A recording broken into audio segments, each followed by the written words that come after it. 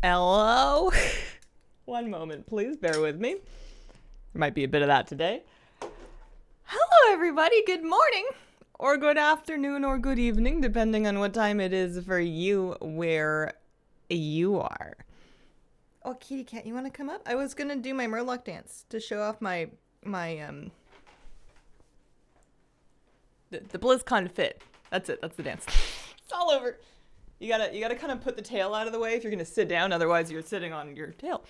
Hi. You want up? Oh, do you ever want up? Hi. Meow. Ah, yeah. There we go. All right, let's scoot in here for a second. We've got Quill and Sofa with a 10-month resub. Thank you very much. Happy Nerd Christmas. Ho, ho, ho. Let's put in one of these for now. We're going to be streaming for a while today, which is unlike me. So we're going to be piecing it together as we go. The actual opening ceremonies, as we can see, Blizzard's still offline. That doesn't start until like 11. We got 2 hours for that. So I'm gonna play some WoW. Gonna log in. Murloc Snuggie. Crowd at BlizzCon uber hungover. Hazel, Misty, Murloc onesie. It occurred to me, I had completely forgotten, and hang on a second, I think I need to change. You'll never believe me, but I did a ton of setup yesterday to like get ready for this, and yes, we do this one, and then we do this one, and then, did I ever put the game in here? We should be able to actually like play. Yeah, there we go. Do we have any game sound? Uh-huh. Maybe a little bit. Also, kitty cat, you're not in the shot, and you really should be. You really need to be. Here, I can fix that. Here. If we scoot this way, uncrop this way. Yeah, there we go. That's the important stuff. That's what we like to see.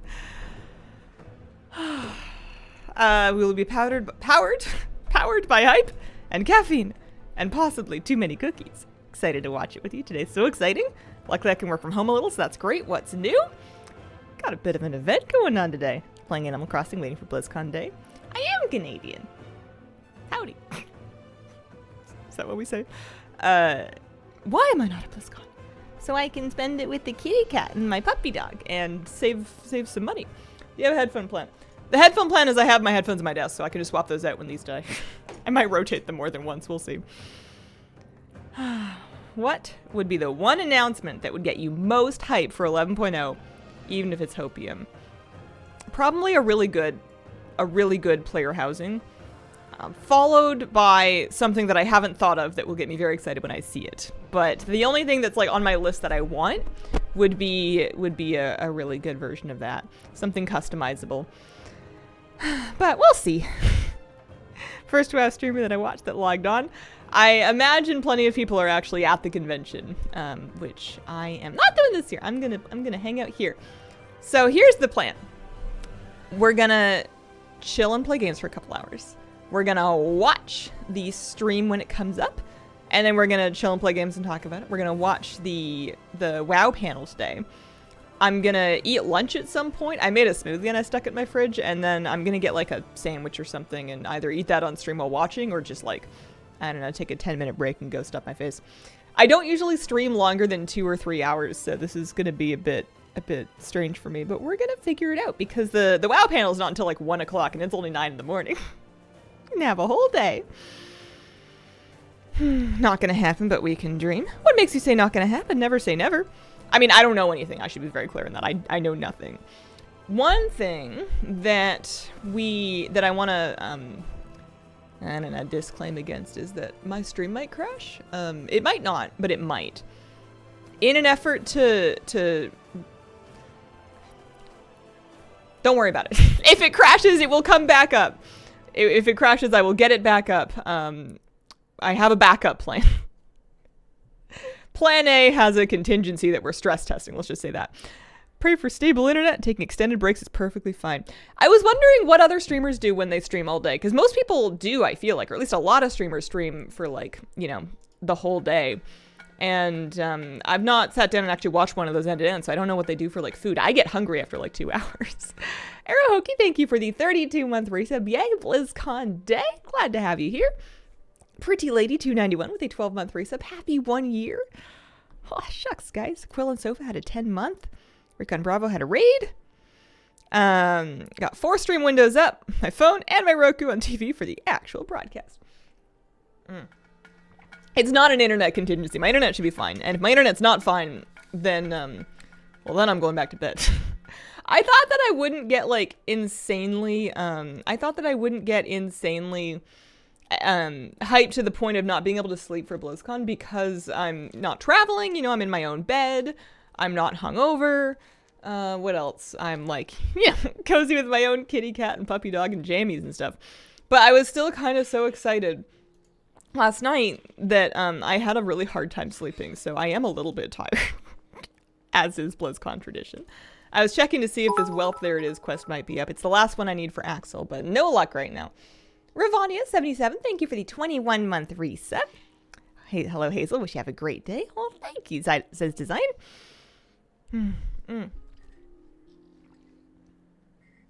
The guru has Sammy's ready for quick breaks. Does she eat them on stream or does she just like AFK and eat them off stream?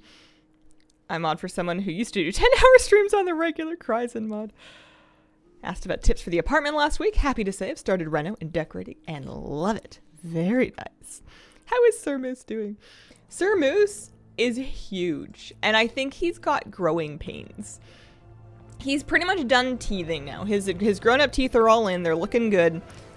He has decided that he no longer needs to make all of my furniture shorter. So I think we're past that.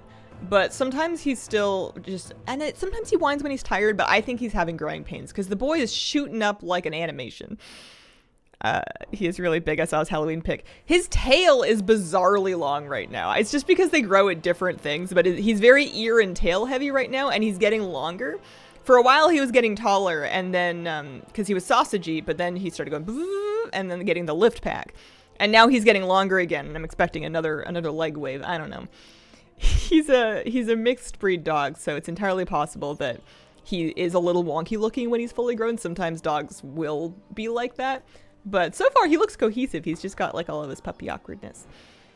I think that what I want to do, unless somebody talks me into otherwise, is I want to, this morning, while we hang out and while we wait, I want to paint my nails, actually, which is not something that anybody wants me to do, but I kind of want to do it. Are they ready for this? I took off my nail polish last night. They're a little dry. Maybe I won't worry about it. Maybe I'll just moisturize. Alright, so forget that plan. Nail painting off the table. I want to run a Tomb of Sargeras LFR, the Mr. Sassine wing, to try for the Abyss Worm mount. I think that would be fun to kind of do like some mount runs this morning while we hang out. What color? I hadn't picked yet. I was thinking, is there something that goes with the Murloc onesie? I actually have like this orange pink coral color that's pretty obnoxious, but it might kind of go with like the rib cuffs on this thing. But I'm not going to worry about it for now. I'm just going to see if I can hydrate him a little bit. Shadow Priest Mage Tower? He'll grow into them. Maybe. Does he slobber much? No. His lips don't fully fit his skull at this time, but he's not a very drooly or slobbery dog, which is nice. He is a very floofy, hairy, shedding dog. I was going to Dalaran is what I was going to do. I was getting into Shadow Spec so that I could, I don't know, shadow or paint some stuff. Yeah, his ears are still pretty floppy. He can perk them all the way up, and tends to do so when very excited in the presence of other dogs, but most of the time they're kind of like half up and then half flopped over, and they go boop, boop, boop, boop, boop when he's walking. It's very, very, very cute. You, Teeny, Kraken Latte, Mr. GM, maybe Jay the Bard on my phone. I really like watching all of you, and I couldn't choose. You got a party. Do some mogging too, Pug. Wait, what are you trying to say about my Transmog? It is my Halozen Transmog. I should wear something else. What do I want to put on? What do we got? We have, I was wearing that just because it had the new, the priest weapon staff from the trading post. I love this set. I wear that one pretty often. Oh, I should wear a BlizzCon mog, shouldn't I? I mean, I guess I'm gonna do,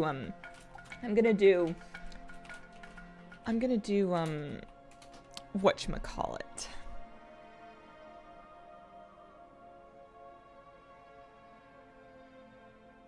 Cuckoo. Nobody home. Totally gone. Gonna have some coffee. So Tata, thank you for the 9-month resub. Been a while. Happy to be back. Delighted to hear of your rescue, Taco. I can't take any credit. The shelter rescued him. I just brought him home. Hallow's End is over. Hallow's End is over. Oh yeah, BlizzCon set. That's right. I don't know if there were any words connected to it, but I was for sure gonna wear this. We've got Wendigo woolies, and then we hide the parts that don't match, and then we find like a nice staff that like goes with it without overwhelming it. Something in kind of like that purplish, bluish range. But again, I don't want it to be super flashy and huge. Or I could have a ladle. Who doesn't like a ladle? There's the void slime. But yeah, we're not trying to go that. What about like a shovel or something? A hoe? Yeah, there's a shovel. Why not? Save. Done. Should we transmog the shovel? Should it be an icy shovel? What do we have? I have icy chill. I'm pretty sure I have the one from like, I'm pretty sure I have the one from the summer event. Is it Winter's Grasp? Is that what it's called? Cold Light Winter's Grasp? Yeah, maybe. Yeah, that's cute. That's cute. It's a cold shovel. She's been digging ice.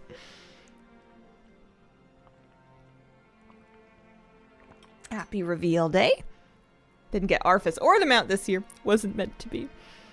Ian was photographed wearing a shirt with very Irish sort of design on it. Wondered if that's the inspiration. Irish Celtic. I mean, that would track to dwarves, right? And we're I mean, I'm kind of drinking that Kool-Aid. Is that a green Murloc onesie? Morning, everyone in Hazel. Yeah. Want to see my hat? Wendigo would totally use a shovel.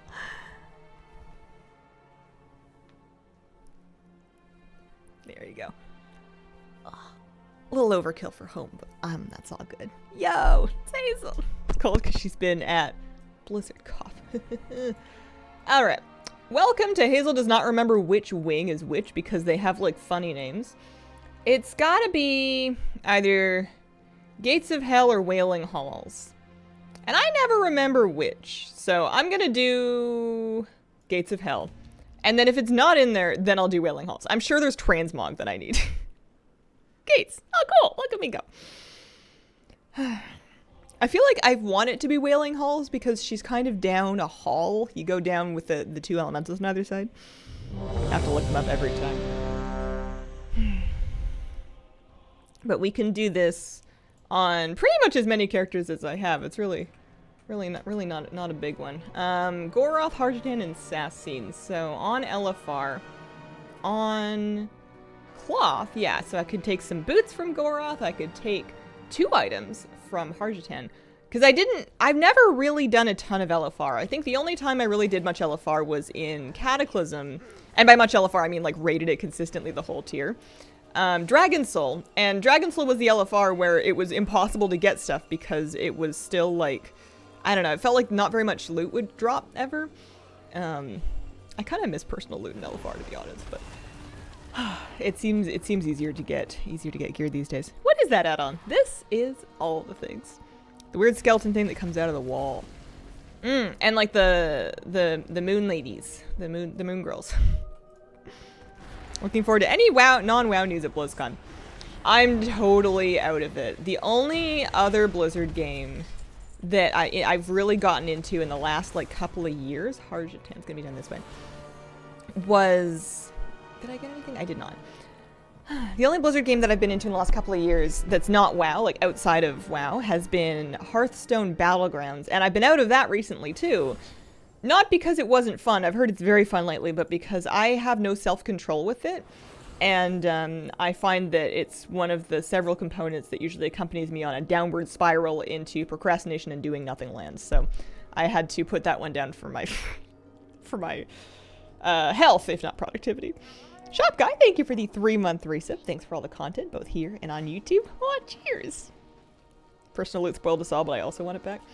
I want it back for LFR. I don't need it for like normal or heroic or whatever. I understand it would be nice to have an option, but I get why they can't do that. Or I get why they don't want to do that. But for LFR in particular, it's like, it comes out to basically the same thing, but I would just rather not see the rolls. I would rather not know. I don't want to know that I almost got something. I just want to know, well, did I get it or not? I'm gonna try Warcraft Rumble. I I wouldn't say never, but the odds are not stacked in its favor of me giving it a solid try or enjoying it. Waiting for them to stop spamming my mailbox with Rumble bags.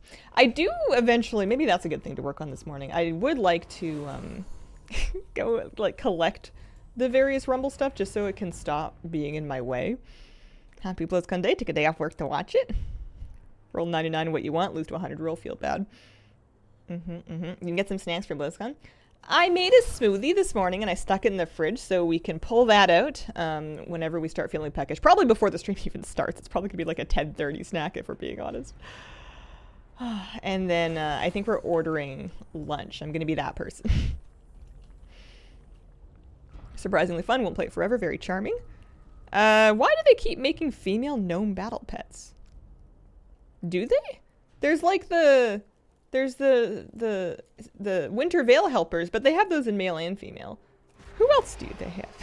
I ordered breakfast. Curious how you set your action bars up. I'm trying to be a clicker no more. So it's very individual to different people. I have mine done in this way because I'm using a keyboard and then one of these 12-button mice. So if you look in my edit mode, you've got these kind of 4 bars here. This one is my keyboard, and my keyboard I'm using QERT, FG, ZXV, and then a couple of shift modifiers there. And those are all kind of laid out in a way that corresponds visually. Like the QERT are on the top, F and G are the next level. Like it kind of maps to the keyboard because that makes it easier for my brain to figure it out. And then all of these bars on the right are all buttons that I put on my mouse by default, and then with shift modifiers, and then with alt modifiers if needed. So that's why I have them in that grid that's like doesn't line up evenly, because in my head that's a different bar that maps to my other hand, and that like 3x4 grid exactly maps to this 3x4 grid. So it kind of, I can like see them. I can see that little invisible lines. But that's just one way of doing it, and I think it's not really the popular way of doing it. And if you it would make no sense if you didn't use an MMO mouse. Okay, Mr. Sassy, I would like 1 abyss worm, please. Although it's going to be kind of awkward if she gives it up right away. I'm going to have to find something else to do. Rust feather? What do we get? Any transmog? No, not so much. Yeah, well, send her back. Or at least you can leave instance group. Maybe I'll end up doing some Violet Hold or something later. Eilay, thank you very much for the 8-month resub. Yay, 8 months. Thanks, Hazel, for the great WoW streams. Always learning new things. Aw, shucks. And Katie with a 34-month resub. Hello, all. Been on vacay in Seattle. Oh, very nice. Nerd holiday, so I'll try to say something nice about your UI. At least you have good reasons for how your bars are laid out. Yeah. I will give people a hard time for their UI if I'm like watching like a friend stream on Discord or something and they have something silly. But I generally will defend everybody's right to have their bars however the heck they want, because it's your game, you know, set it up the way that you like it. It's like going to somebody's house and being like, excuse me, your spoons are in the wrong drawer. It's like, shut up. My spoons. Go get your own spoons. You're not invited over for soup. Let's do another one. Mechagon Dungeon hard mode for the mount. Yeah, I did that back in BFA. Little Paws, thank you for the brand new sub. Appreciate it. I didn't go to BlizzCon because I wanted to sit home with my kitty cat and my own clothes and not travel and breathe my own air and hang out with my puppy. I adopted a dog somewhat recently, and he's a baby. I'm not ready to leave him yet. I don't know if I'm ready to leave him ever. It's gonna be kind of hard. People cringe and screech in horror when they see my UI. The first thing people say is, you play with that?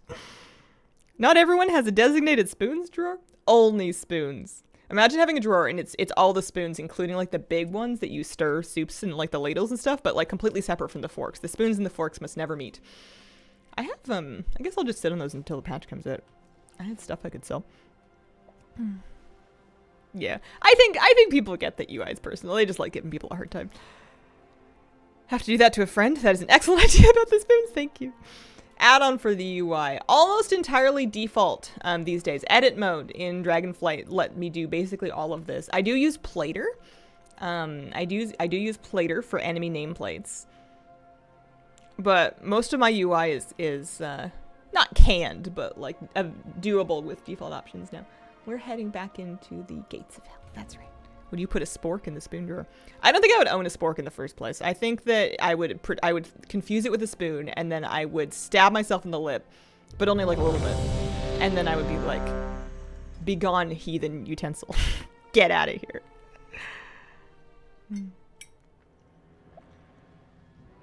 A friend of mine with whom I run Mythic Plus is a full clicker. Find that more impressive than anything. Yeah, people can do some wild things. Television. What about television? I always get lost in kitchens. My MO now, if I'm visiting like family or something and I'm trying to help set the table or whatever, I just start opening drawers. I figure if it's important that I find something quickly, someone will tell me, and otherwise I'm just gonna open every drawer and cupboard and try to figure out where stuff is so that I can try to help. Mind you, I wouldn't do this at like a stranger's house, but if I'm at like my sister's place or whatever and I don't remember where the spoons are, I'm just gonna go find them. Hello, Hazelwood folks. Hope they announce Evoker for other races. I want to be a dwarf Evoker. That would be surprising. What's your guys' BlizzCon? I want to say prediction, but let me quantify this. What do you think they could announce at BlizzCon that feels in the realm of possible that would still surprise you the most? What thing could they do that isn't just like insane like BlizzCon? Blizzard announces what's actually impossible. What would they actually never do? Blizzard announces that WoW is over. You guys should all go touch grass. We are coming out with a new fitness app because we have realized what we've done to the world. They're not going to do that. Although I would not say no to a WoW-themed fitness app, actually. Hey, I got a belt. Alternate timeline WoW Classic, WoW Immortal. Be very surprised with player housing. I'm just drunk on copium, man. I'm on the hopium. I don't think I'm expecting it, but I am kind of getting my hopes up. I'm gonna be a boo-boo in about 2 hours. WoW go-kart game. Proper new content in WoW Classic, not just adjustments. That's the other thing that I don't know if I'm hopium for it, because I don't know if I would play it, but I feel like Classic Plus feels increasingly likely to me. Yeah, I'm gonna watch BlizzCon on stream. Don't you have phone? Oh, I do have phone. I'm at war with my phone usually. Poke a WoW go. I'm imagining the voice of Chris Metzen in my ear while I'm running. And Thrall is... What could Thrall say that would make you want to run faster?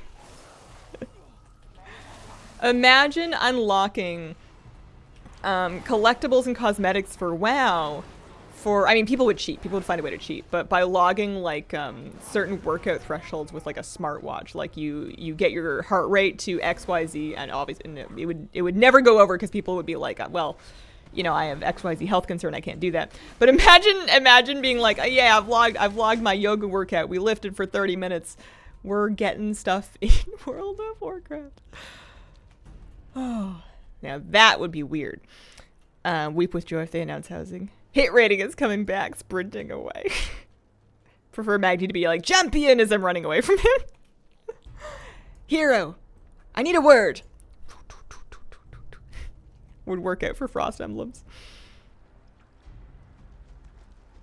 Oh, Sister Bliss, I'm sorry about that timeout. That was an auto one. You didn't do anything wrong.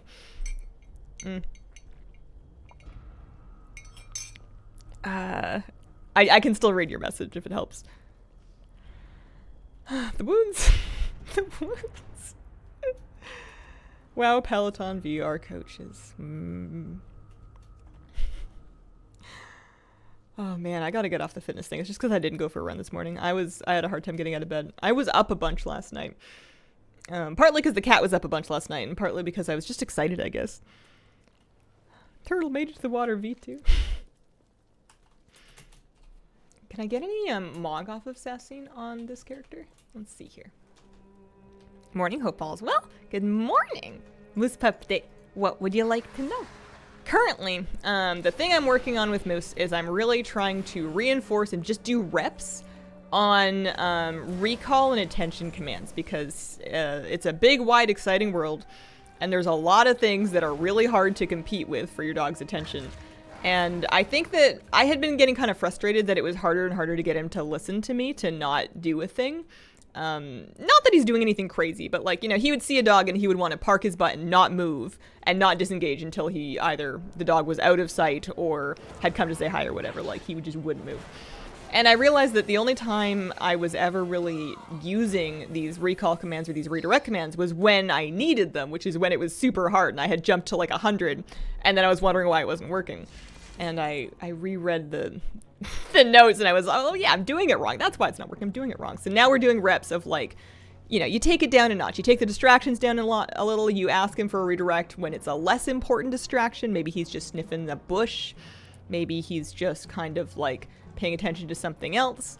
I'm asking for recalls like inside of the house or out on walks but still on leash. And I'm just kind of trying to build reps in so that we can work up to being able to recall in more distracting things. I'm going to just learn that BOE because I don't have that Transmog yet. I love being able to just sit at this dollar on NPC and queue Legion LFRs and collect Transmog out of them. It's just so convenient that you can just use your dollar on Hearthstone. You're right there, and you can just kind of run them and get some Mog. Actual streams for BlizzCon, I think, are going to be at the Blizzard Twitch stream. That's the one that I've got here above my head. That's where I'm planning to watch it, but we can poke around and figure it out. Okay, let's try another character. Fitness app where you earn 1 silver for every step you take. Yeah, Forsaken don't have paladins. Think they'll open all classes to all races. I will call skeptical on that. I'm gonna go on record and say that would surprise me a lot. Drakthir for every class. I think they'll add more classes to Drakthir. I don't think they're gonna add Evoker to anything else, but I think they're gonna let Drakthir be at least warriors and maybe mages. Oh, hang on. The Blizzard stream, they've gone live. So I'm gonna actually take this opportunity while they're just in their countdown to mess with this. So hang on a second. We've got this.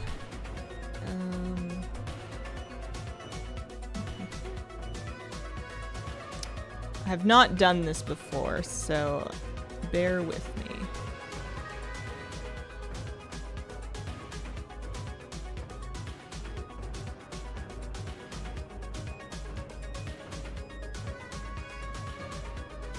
Alright, and let's kill that sound for now. I think that's all I needed to do, so I think that's good. I don't know why it's in French. Is it because I'm in Canada? Oh no, they're just rotating languages. Okay. And then if I'm back here, that should, yeah, that's good. That's good. Cool. Okay. Happy with that. Corporate hold music. Cool EDM corporate hold music.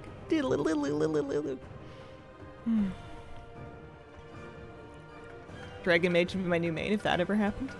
4 days until new season. New info in under 2 hours. Let's go. I finished all my season stuff. I got my Vicious War Snail yesterday, so I'm free. I'm clear. I have stuff to worry about, but finishing off the War Snail is not one of them. Zeester, thank you for the 36-month resip. Hoping for a new cinematic. Betcha anything they give us a cinematic. I think that's a safe bet. I think they'll drop us a new expansion cinematic in the opening ceremonies, and then they'll tell us more about it at the panel. How come 10.2 is so anticipated? I think it's just because it's next. I think we just want a patch. It's a new tier. The new zone looks pretty nice, actually. I think that there's a lot of interest. There's genuinely a lot of interest that people want to play retail. They just want something new to do.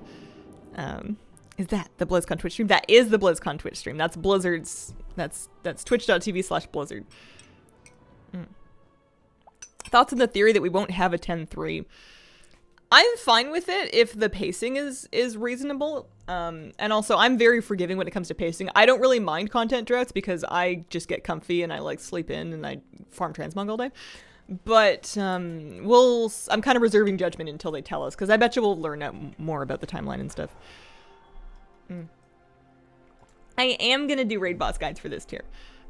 I am going to do that. Alrighty. Gates of Hell. Troll and Draenei Heritage Armors, maybe Pandaren. Aw, thanks, guys. Shucks. Yeah, I would expect, it's not confirmed I don't think, but I'm also expecting another Fated season. I thought it went really well last time, and that's a great way for them to buy time in advance of next expansion. But I also think that we're Yeah, no, I think they would have to, right? Because, like, even if they announce an expansion today, and that's, like, kind of fast for a WoW expansion, because, you know, Dragonflight only came out a year ago. It's probably going to be almost another year before the next thing would be out, so you could stick us in... You could stick us in Emerald for 6 months, and then do Fated for 6 months, maybe? Would probably be your best bet. Sound management, it's going to be hairy. Yeah, we can, I can adjust on the fly. This should be muted. Are you guys still listening to the boopy zoopy hold music? Or is it just the game stuff right now? Also, I can do this in Holy. No, we're good. Okay, cool. Yeah, it's good. Ember Saturns. Okay. I hope if they're taking that as an opportunity to cut tiers, doesn't feel good. Didn't mind Fated. Hoping we don't have a 6-month Fated season. Yeah, I think that would be a bit long, but I don't know. I like end of expansion downtime because there's usually like beta going on. There's other stuff to look forward to, and it's a good opportunity to like take breaks and play other games. I kind of hope we do get a Fated season just because I really enjoyed the opportunity to revisit the expansion's raids over again. I thought that was super fun. By the time that Fated Shadowlands came out and they stuck us back in Nathria, I was like, oh yeah, Nathria! It's been a while. I miss this. Finally, Transmog fishing poles. I want that also, but there's a tiny part of me that wants to be just like, dream bigger. They get on the BlizzCon stage, you know, they've got the microphone, they've got the arena, and they're like, listen guys, you've been waiting for it. You've been asking for it. We're gonna let you transmog your fishing poles to other fishing poles. Woo! The revelation you've all been waiting for. Yeah, you can still get the fishing legendary. You can still get the, what is it, the underlight angler. People still do too for the swim speed bonus on it. 1 hour 25 shortly. I'm glad that it was up super early so that I can mess with make sure that it's showing properly in my scenes, because I'm gonna watch the show like this, and then in between stuff or whatnot, I can do this and still keep an eye on it while yeah. Got the one from Ice Cream, breathe underwater. Where do you get it? The Underlight Angler had a quest, sort of. It had like a thing attached to it. It was sort of a secret, sort of a.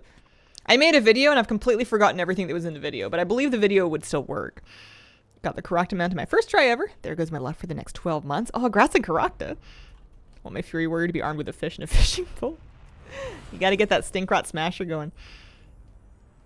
Are they doing raid portals again? Did they do that last time? Also, it's an open question, but we wouldn't know. We don't even know for sure if they're gonna do a Fated season. We're just kind of guessing. Do you think they'll announce the next race to have all classes? Not all classes, because I would be very surprised if they ever give Evoker to anything but Drakthir. Also, you guys have games in? Why don't I hear it more? I guess it's just splooshy, splashy water sounds right now. Duo wielding floppy fish right now. Oh yeah, that's the stuff. They had raid portals to get each raid if you completed all 3 on Mythic. Oh, I missed that. Will your headphones last for the opening ceremony? No, I'm probably gonna have to hot swap. I'll probably, at 11, I'll probably just swap to my actual, like, headphones. Those ones should hopefully last, like, all day. Those have an actual proper battery life on them. It's just the little earbuds that don't last super long.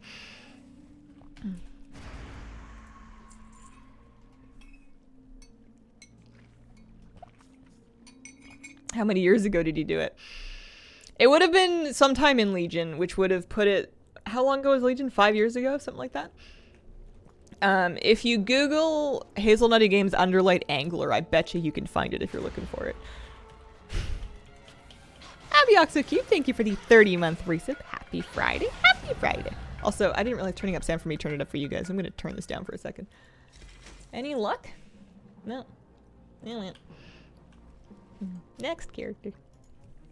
Is this any attention? This is Team of Sargeras. I'm doing a Legion LFR raid wing for a mount drop chance. Yeah, I'm gonna watch BlizzCon. It's exciting to think it could really be anything.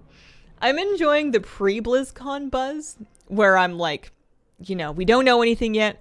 I haven't had to learn anything yet. Oh, I love this set. I love it with a little... I almost never wear cloaks, but I love it with a little ribbony cloak. I think that looks really nice. You know... And it could be anything. Like, you're in that, like, happy, floaty wonderland of, well, all of my wildest hopes and dreams could come true. Let's find out. And then, you know, later we're going to have to be like, okay, so this is what it is. This is what it's going to be. I wonder how much they're going to make us wait until the actual WoW panel to find out, and how much we're going to find out during the actual, like, opening ceremonies. So 20 polished pet charms. Any anima missions that can go? No, not so much. I'm trying to get free anima on my I'm actually gonna set my hearth here. I'm trying to get free anima on my old Shadowlands main, because I know eventually in a million years I'm gonna want to go back and collect more transmog with it. I don't actually remember where the innkeeper is. I was gonna set her hearth here because she doesn't really need her hearth to be Veldraken. She doesn't go there for anything.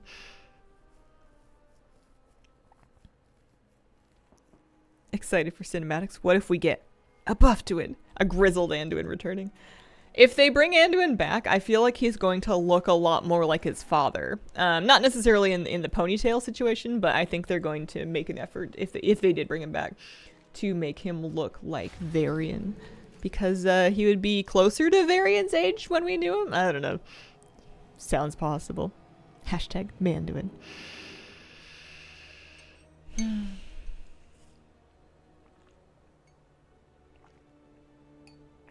We don't know where he went off to. I think he was just poking around the maw. I think he was just going for a walk. Chainsaw armed Anduin. My first mount farm in years, going for the raptor from King's Rest. Oh, congratulations. I mean, congratulations in advance. Good luck. That's more like it. Yeah, it's a cool mount. I don't even think I have it. Chilling in hell with Sylvanas. Why didn't you go this year? Because the puppy? The puppy. I wasn't really feeling personally ready for crowds yet. I still get kind of anxious at the grocery store, to be honest with you. So I felt, and also, it's a little bit of money thing. I'm trying to save up money to maybe one day get into the real estate market and own a home would be good. And I'm not like hyper close, but I'm, you know, not spending $1,000 on BlizzCon would be a good start. I need to go to the Gates of Hell.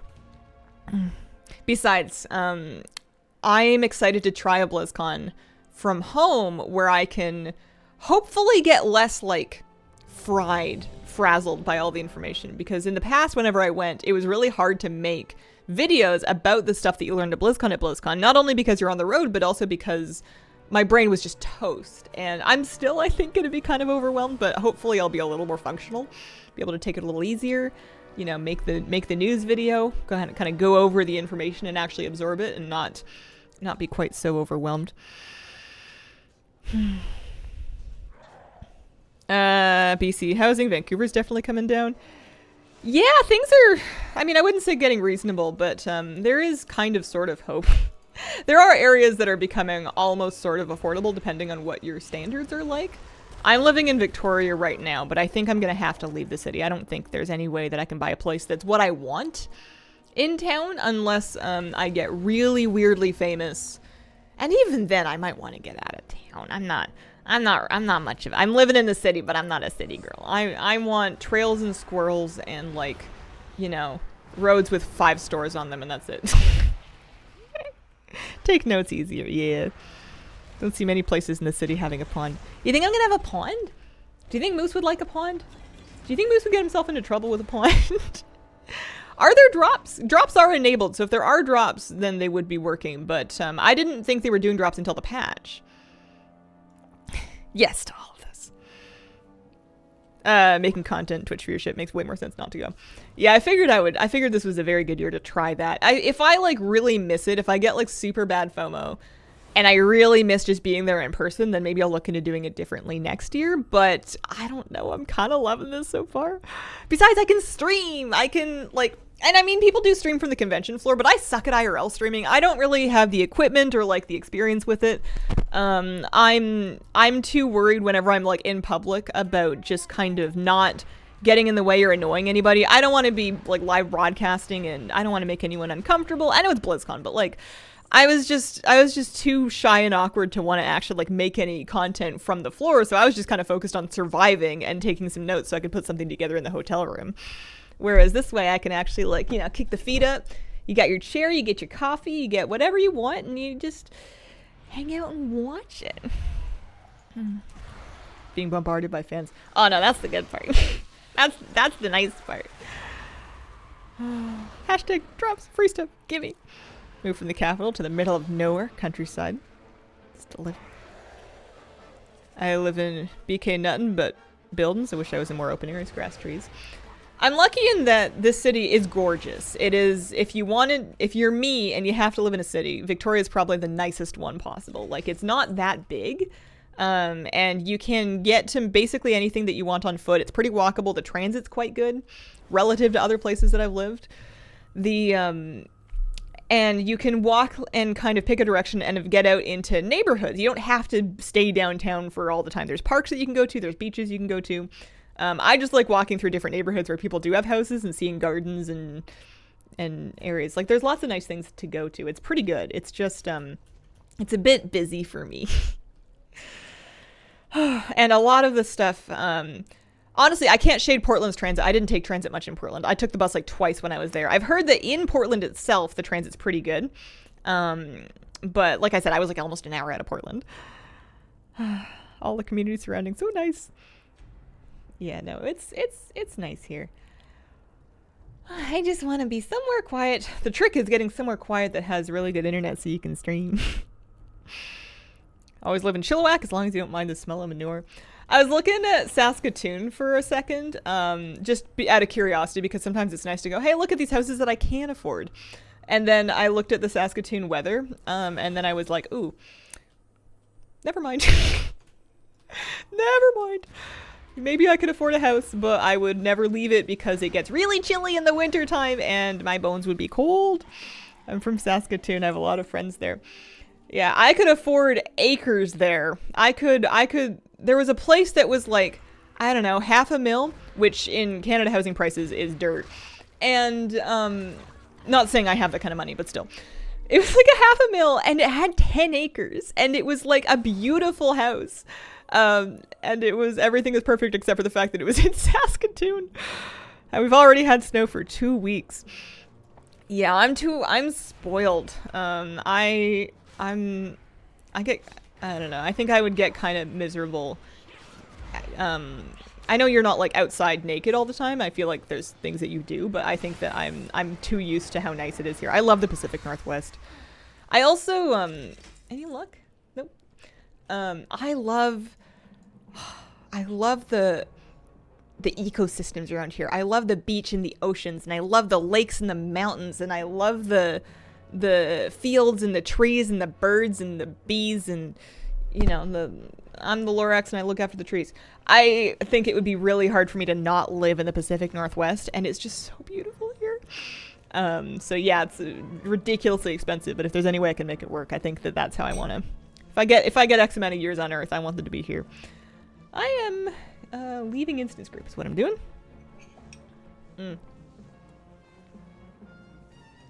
500K is a mansion here in Newfoundland. Yeah. If you ever wanna be horrified, you should look at real estate prices in and around. Not even Victoria. I mean, that's asking for it. You know, you get out of Victoria a little bit, and you're looking at like, you know, places that are like 20 minutes out of town, 40 minutes out of town, an hour out of town. Once you get to an hour out of town, once you get up to Duncan, you're starting to get into somewhat more reasonable stuff. But reasonable is still like 700 or 800K for like a reasonably nice house that doesn't even have that big of a yard. It's just where it is. But I can't complain. I chose to move back here. That's where all my family is. But I wouldn't take a mansion. I wouldn't take a mansion if I could afford one, because I don't want to heat it, and it would be spooky, and I would never know where I left my water bottle. The last place I lived in before this one, I rented a place in Oregon for a hot minute, like 8 months or something. And it had 3 stories. It was like kind of a townhouse style apartment. It had a lot of stairs. So it was like very narrow, but like very vertical. And there was quite a few stairs going between the different stories. And I got so much cardio there because I would forget.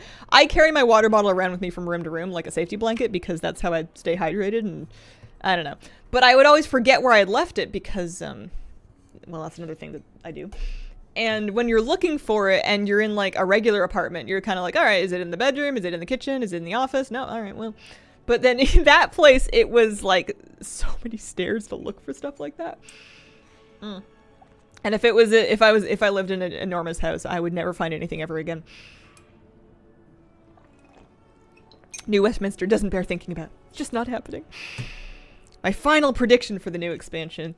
I'm drinking the dwarf Kool-Aid. They're doing something dwarfy. They're up to, those dwarves are up to something. Beyond features, I wouldn't dare to guess. Do we have this one? We have this one. A water bottle for each room, but then you have to clean 4 of them. You have to remember when you've cleaned them last. You have to keep track of whether there's water in each individual one. I never know when there's water in this one. I have to pick it up and shake it. And to be honest with you, my partner kind of babysits my water bottle for me. I think that I did used to manage to hydrate before on my own when I lived alone. It was fine. I didn't die. But he definitely looks after that and makes sure I have water before I start streaming stuff. We're supposed to clean them? You know, once in a while. Lisatori, thank you for the 23-month resub. A couple hours north of Victoria. Terrible town has 450k plus strata fees. Cost is ridiculous. And, I was trying to find a way to ask, is it nice? Because that's kind of what I'm looking at. Oh, Gates of Hell. 450k townhouse sounds like, and a couple hours north sounds like Nanaimo or maybe Port Alberni. Although Port Alberni is more than a couple hours, I think. Gates of Hell. Where's the BlizzCon stream? Right above my head. Right above my head. Up there. That's where we keep an eye on. That's where we keep an eye on it. It's okay. Hey, you're a homeowner. You're in the real estate market. I know the strata fees probably suck. And I hope your neighbors are all right, and I hope your strata board doesn't drive you crazy. But, you know, those prices are going up, and you're riding the wave. You're not getting left behind. Oh, where do they stream it? Oh, Blizzard. Twitch.tv/Blizzard is where that is. McMinnville was pretty far from Metro, wasn't it? Am I the only one consuming the copium for Naga playable races due to all the Void Ashara stuff lately, like in-game lore? I could get down with that. The Wowhead post about the flavor text in the Traveler's Log this month? I did not read that. Never figure out how one is supposed to clean water bottles. It's generally the lid. The bottle itself I mostly just kind of like rinse out. I might scrub it now and then, but for the most part I take apart the lid and the straw, and just, because, you know, your mouth's on that.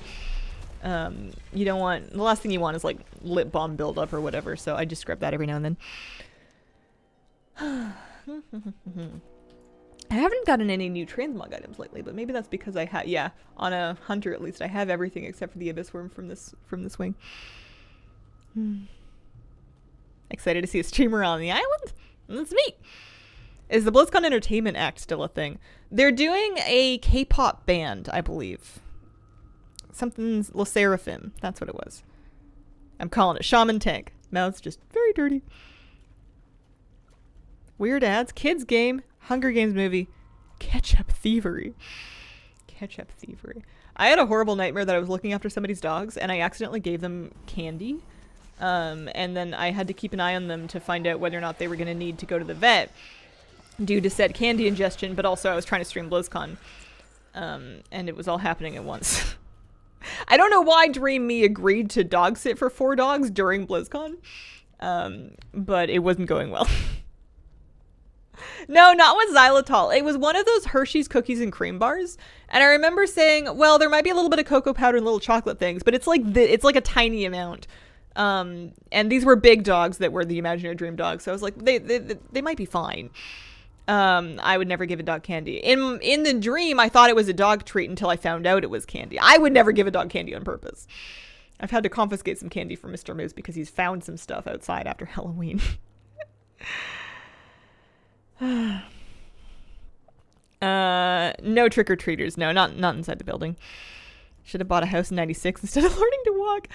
It's the worst when you can see on the real estate site the historical price listings and you see this, like, you know, maybe it's a townhouse and it's $600K, and then you see that somebody sold it for like $300. Not even in 96, in like 2015. The market just did a backflip, and there's not a whole lot going back. Did Mr. Moose go trick-or-treating in his adorable costume? We took him for a Halloween hike. You see his costume? You watched the member video? We took him for a Halloween hike. People loved it on the trail. Holy moly. He was very popular. But then he was so white from the hike that he slept through the whole evening. Okay, no luck there. We're trying to get a mount out of this. This lady has a chance to drop me a mount that I could learn. I never did get this abyss worm, so I'm working on giving that a go.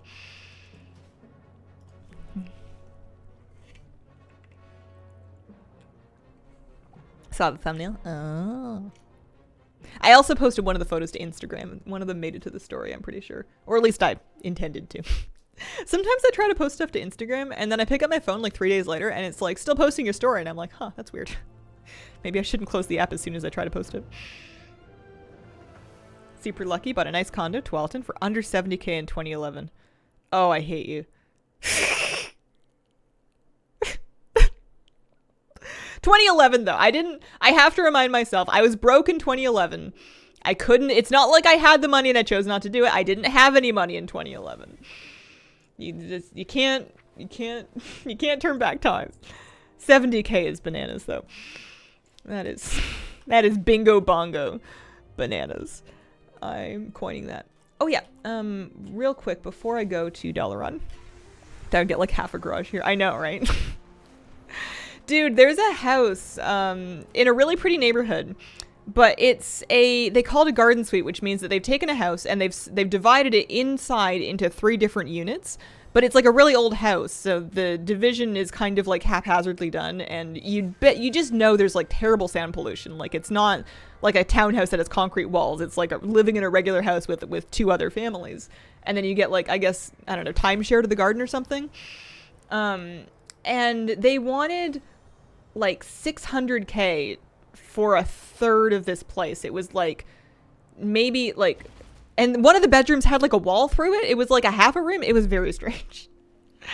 The neighborhood's really pretty. And I feel like if you lived alone and you didn't go home and you didn't mind the lack of privacy and you didn't mind the sound pollution, it wouldn't be a bad way to get into the market. But I'm going to need a place that doesn't have other people in it. What am I doing? I am using these tokens right now to get the tour of duty for the Waking Shores. I guess I have another token. Tour of duty.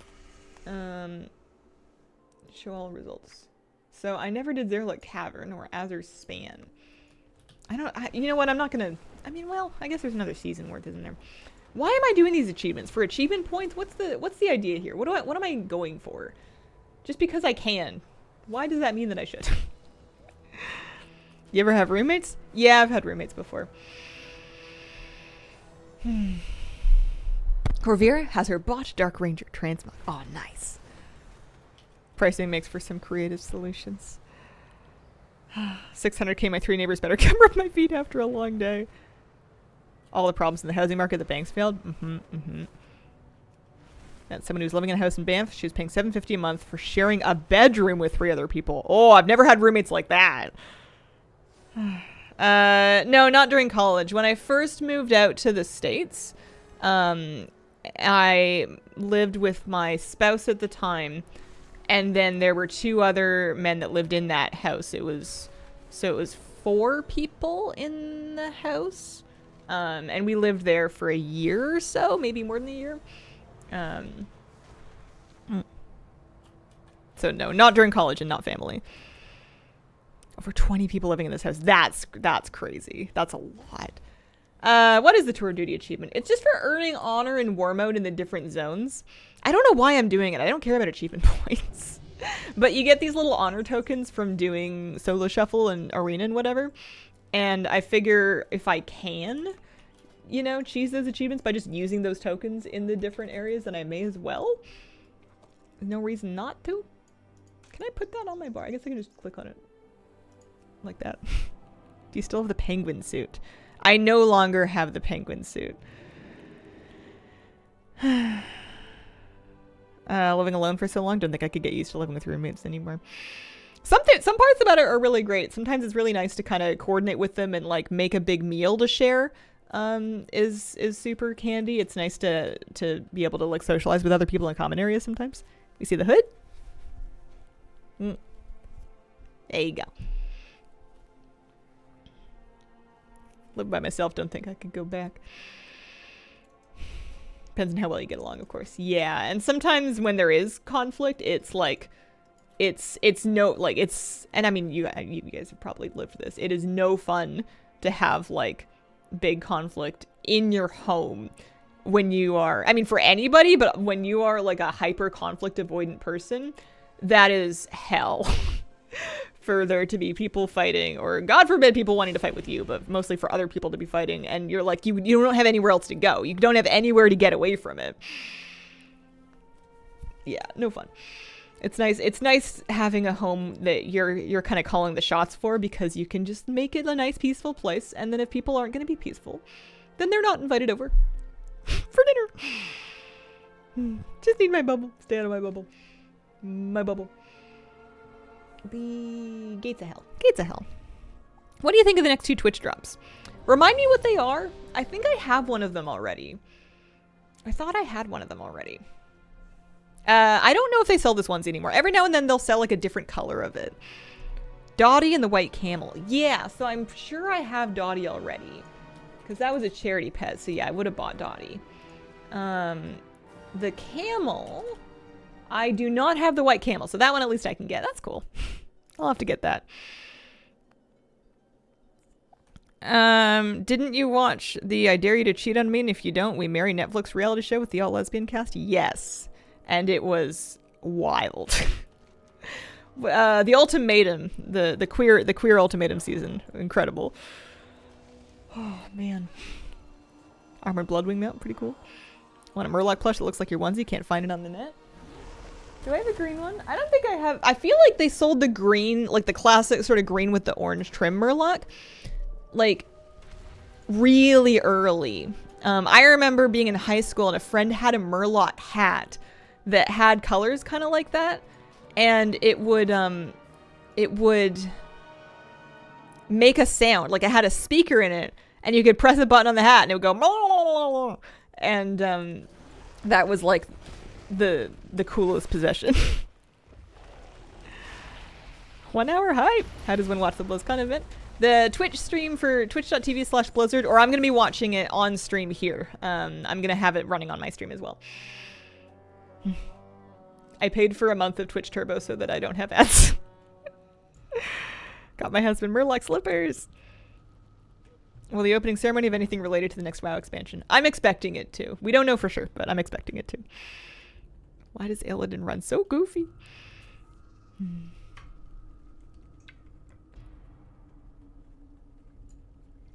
One person that would always leave the room when anything came up popped into my head when you said conflict avoidant. Yeah. Yep. Oh, that was another level. Man runs like a starfish. Yeah, the opening ceremony usually has kind of like the big beats of what's new for each thing. So they'll talk about all the different games. Depending on how, yeah, maybe I'll paint my nails then. That'll be a good time to do it, because it's gonna take a while, right? Like the whole thing takes like what, an hour, and not the whole thing's gonna be about WoW. They're gonna talk about Overwatch and Hearthstone and Diablo. And do you think, you know what I want to know is, do they have anything at all to say about that survival game that they posted that listing for? Because I would be interested in that. I love survival crafting games. I would be all over that. So if they have any beans, Spill 'em. Give it. Gimme. Do you enjoy how your hair and Murloc suit look on camera? Do I enjoy it? Why do I feel like there's subtext there? What? Is there something wrong with it? Is that where we're trying to go? Why, was I always wearing that suit? Yeah, I put it on for today. I was gonna wear it for Halloween, but then I completely forgot. I didn't stream on Halloween because it landed on a Tuesday, and I take Tuesdays off. And then I was gonna wear it in the last, like on the Sunday before, and I just totally blanked my mind. I think we get a new IP. No mention in the schedule. But what if they snuck it in? What if I'm coping. You're not the only one asking about that survival game. Nah, I didn't play Palia. You always assume the worst of me. I just don't know. Asking someone if they enjoy how they look feels... I don't know. Do you enjoy how you look? Do I enjoy how I look? I don't know. I'm panicking. I'm aborting the conversation. Am I done IRL fishing for the year? Yeah, pretty much. I'm a big baby. I'm a big squishy baby, and it's cold out. Even when it's not raining, my fingies get chilly, and I can't tie my knots very good. It's a Murloc One Piece.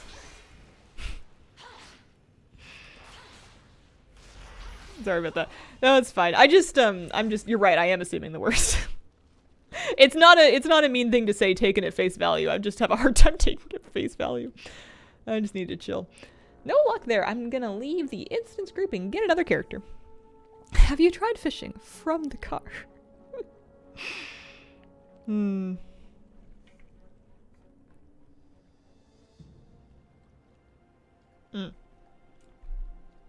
Humans, shamans need no chill on hype. Hype only. Tired. You sleep okay last night? I didn't. Although, to be fair, Kitty Cat had a bit of an upset tummy and she was up a lot. And at one point she threw up on me. So we were up a little bit. Oh, I think she's feeling better now. She's sleeping on the blue chair. Do I have an anti-wish list? Things you're hoping not to see. I'm hoping to avoid nudity. So if nobody streaks, I guess I'll be happy.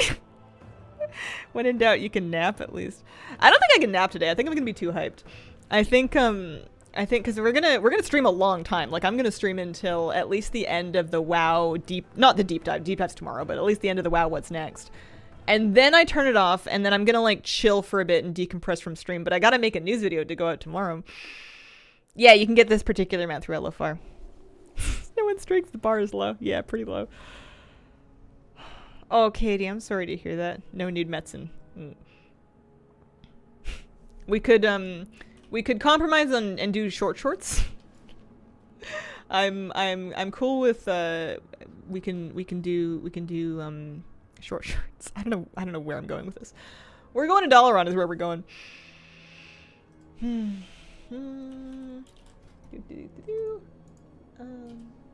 Toy box. Is there anything else I want to not see? Oh, I don't know. I guess I wouldn't be thrilled about...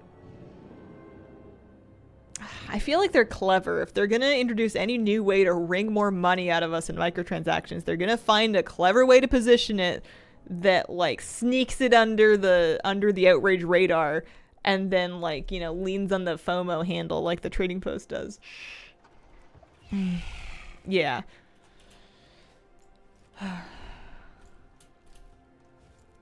They never do, though. Tendies directly in the store. Yeah, but I can't pretend it would make me quit or anything like that. It would just be kind of like an, oh, illness again. Oy. As a boiling frog, I've committed to staying in my hot tub. Gates of Hell. Real prediction, old world revamp via sharding and layering. I don't understand. I know some people are talking about, like, them doing the world again. That's one that I'm clocking as skeptical. I think that they might do individual zones if they find a reason to go back to specific zones.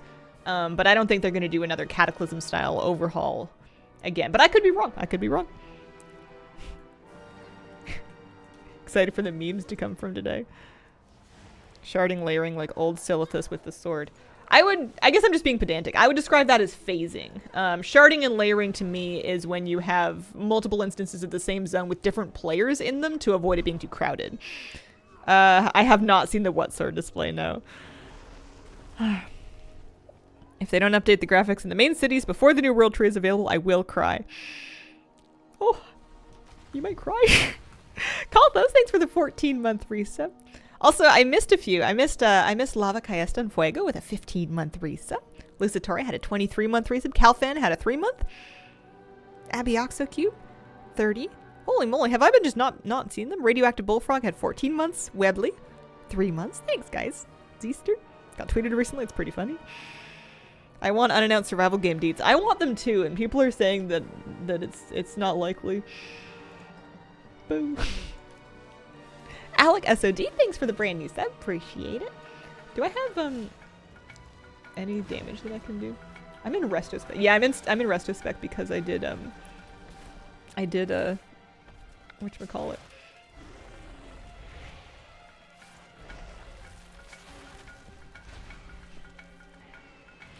Headless Horseman. I was healing Headless Horseman. Do you think there will be no new races? I could see them doing a new race, but I wouldn't like bet money on it. Yeah, I don't know. I feel like races and customizations are something that is relatively easy for them to do now. And they know that it's relatively it's pretty uncontroversial and it's pretty popular. People like more customizations typically. So I would expect some kind of more customizations, but whether it's a new race or whether it's more options for existing races is kind of tough to say. Beebles42, thank you for the 11-month resub. A year-long celebration for the Warcraft anniversary to be announced starting next year. Year-long. Add COD characters into WoW. Who called? I was called? Oh, I was thanking you for your sub extremely late. Thanks. Sorry. Love Venthyr, fat chance of that. What's your most unreasonable ask for a new expec? I want them to take Animal Crossing and I want them to put it into World of Warcraft. I want all of the mechanics of Animal Crossing with maybe a little bit less friction. I want Animal Crossing but in WoW. On second thought, I should probably just play Animal Crossing. Water Goddess, thanks for the 30-month resub. Major cities need updated TLC. Ready for BlizzCon? I think so. I didn't really prepare very much, if we're being honest with you. I set up like my stream so that we can watch it on stream. I did that last night, and that's about that's kind of all I did. I couldn't think of anything else to do. It's a lot easier to get ready for BlizzCon when you're not traveling. Bring back mop farming 2024. MIA from my island for a couple months now.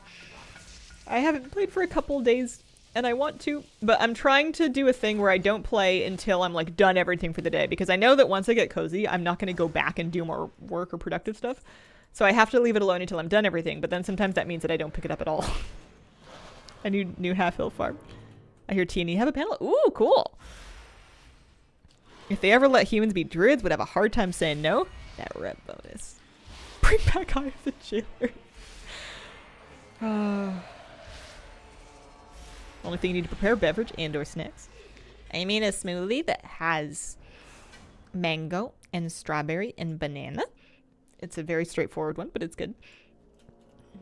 I need to get more mango because I like doing smoothies that are like ginger and mango, a little orange juice, a little cold green tea, and then maybe some spinach to make it green because I like it when it looks like swamp juice. But honestly, just like ginger mango is so good. It's so good. I love fresh ginger in smoothies. Can we just go back to the mall? Classic smoothie combo. Pineapple juice, turmeric, awesome. I haven't had pineapple juice in a long time. I tried to buy canned pineapple to make like a sweet and sour shrimp, and then I couldn't find any in the store, and I panicked because the store, it was like being overrun by people. And sometimes I'm grocery shopping and I reach a point where I'm like, I have to leave. I need to go. I'm checking out now. It doesn't matter if I haven't found everything on my list. I'm not going to starve. I'll deal with it. I'm leaving. And, you know, don't get me wrong, I pay for my stuff, but like the pineapple was the latest casualty on the things that I didn't get because I hit my grocery limit. Garlic instead of ginger. In a smoothie? I don't know. I don't know about garlic and fruit. I'm not convinced. Underwater maw. Cause of riots. Chips and dip. Ordered a pizza to be delivered later. Ooh. I tried to invent dinner last night, and it was kind of good, and it was kind of weird, and I'm not gonna make it again, but I feel like I could workshop it into something good. I did like I think it was trying to be too many things. I'll tell you guys what it was, but you have to promise not to ew, gross, yucky me, because then it'll make me feel bad because I made it for dinner. I did quinoa, and then I did cilantro lime quinoa. So I made some quinoa, I mixed in some fresh lime juice and cilantro. That's the base of the bowl. And then I take chickpeas and I roast those with cumin, coriander, and paprika, and like a little salt, pepper, olive oil. I roast those in the oven. Throw that on there. And then I made like a sauce, and it was kind of like a creamy, same spices as the chickpeas in the sauce. And then I mixed in chopped up cucumber and feta cheese. And then I fried an egg because I worked out yesterday and I knew I was going to need a little extra like food in it. And I think it was just trying to be too many things. I think it was from too many places, you know, like the cilantro and the lime feels very Mexico. The spices were a little bit more Middle Eastern to Southeast Asia. And then the feta cheese is, you know, coming in from the Mediterranean, all confused and stuff. It didn't really know what it wanted to be. I ate most of it, but then I choked on some quinoa. I choked on some quinoa, and then I had to like, and then it like flew out, and then my dog helped clean up the floor. This is a gross story. I'm sorry. I need to think of something better to say. Any mounts? Nope. Okie dokie. Oh, the worst thing about choking on quinoa is that you're not gonna like die because it's not gonna completely obstruct your airway, but you get like these little tiny bits of quinoa that you feel like are settling in your lungs, and you're like, well, that's never coming out now. I have the quinoa lung. A giant Toblerone exists. Yeah, I should have made up bingo cards. I'm too I mean, I guess there's time. We've got 45 minutes. Call my dog Hoover. Yeah, Moose will not allow any crumbs to remain on the floor. Earlier today I breathed in bread. Bad experience. Oh, I'm so sorry. You enjoy it? I mean, it sounds good. I feel like you just need the flavors to like... I did too many different flavors. I needed to... Pardon me. I'm thinking about the quinoa. There's still one little piece in there being like, hello, let me out. That's the quinoa voice.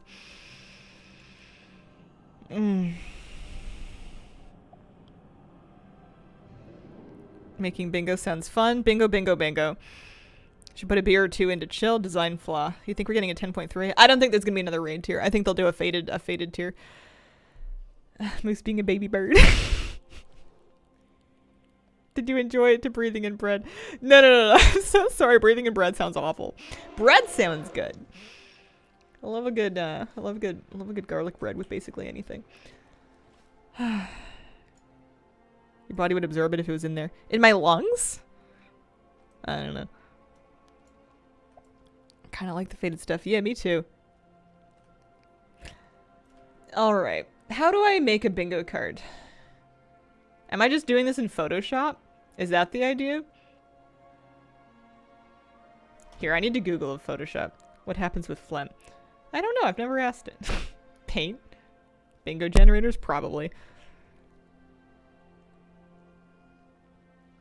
Blood? I know you're not talking about the bingo card, but that's funny. I don't want to use a website. I'm gonna be extra about this. MS Paint, please. All right. I'll do Paint, but I'll warn you, I'm not used to Paint. I don't really know how to do anything in it. Okay. I need to Google what a bingo card looks like so I can get a basic layout of this. And then I need to add a... Here, I'll give a display cap.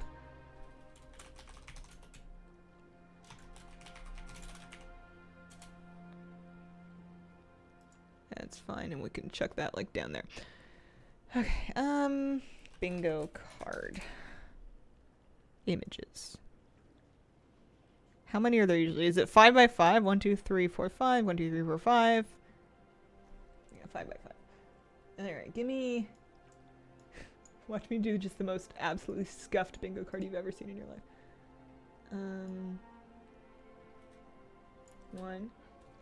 1, 2, 3. 1, 2, 3, 4.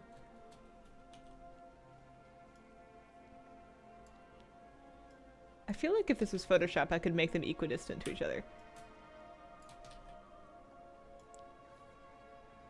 1, 2, 3, 4, 5, 6. 1, 2, 3. Listen, they don't all have to be the same size. How upset are you guys at this? How mad are we? Scale of 1 to 10. Here, look, look, look. We're gonna just... Oh no. E. E for eraser? E for eraser. Why am I erasing it with gray? What's wrong with this? Not at all, it's great. 863 out of 10. Not mad, just concerned. I have questions. Alright. Here, give me text. Give me text. Hazel's BlizzCon bingo. Bongo. Just bingo. Hazel's BlizzCon bingo. And we're gonna make that bigger, and then we're gonna make it... Do I have all my fonts here? Oh. Oh no. Oh no.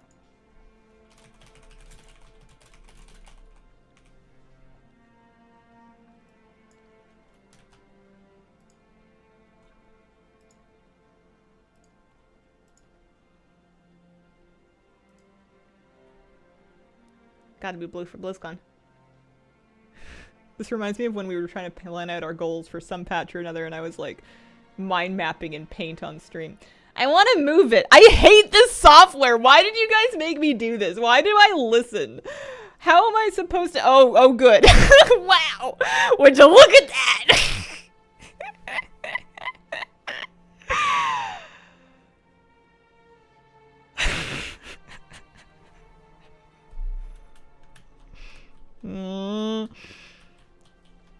Do we have layers for all the good that does? Should we do it in another layer and then we can like move it or whatever?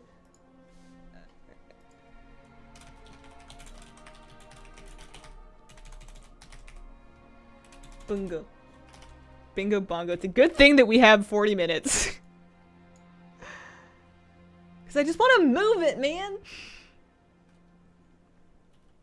Normally you would go V for your thingy and then you would just drag. Oh, there we go. There we go. There we go. Hey. Okay. I still want to fix this. Why does the eraser make it gray? Did we ever figure that out? Hazel, use Excel. No. Yeah. Or, because what if I? Okay, here we go. Here we go. I've got a new plan. New idea. New idea. We're gonna select, and we're on the grid layer. Come on. Why won't that work? Oh. Okay. Okay. Okay. New idea. New idea. New idea. And then we're gonna take this one. We're gonna put it underneath. We're gonna show it. We're gonna fill it. Huh? We're gonna fill it with white.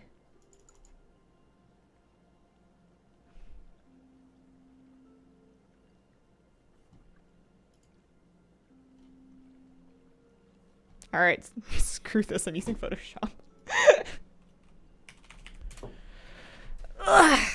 Not to get your hopes up that it's gonna be like beautiful or anything like that, but I feel like at least in Photoshop I'm gonna be able to like function. Oh my goodness. They've changed Paint too. They've like updated it or something.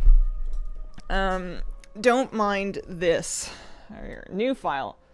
Hang on a second. Let me do this in private for just a hot minute. New file. We're gonna do 1920 by 1080. All right.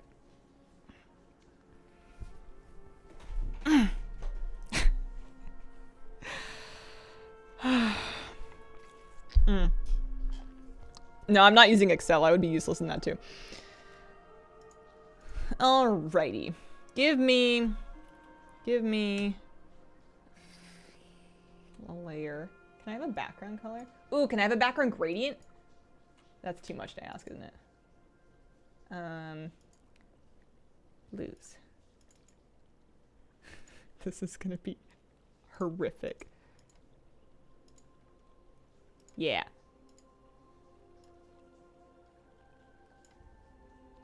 Did I make it gradienty? Kind of, yeah. Alright, so there's a layer. And then we're gonna do some text. We're gonna say Hazel's BlizzCon bingo. And we're gonna drag that up. Probably should be more of a square, eh? Image.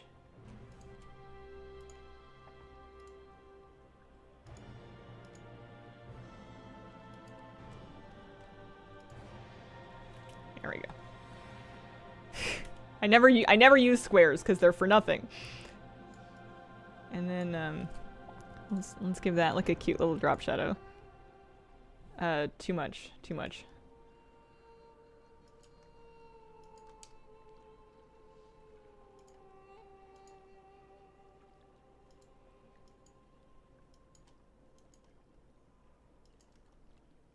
Okay. And now I want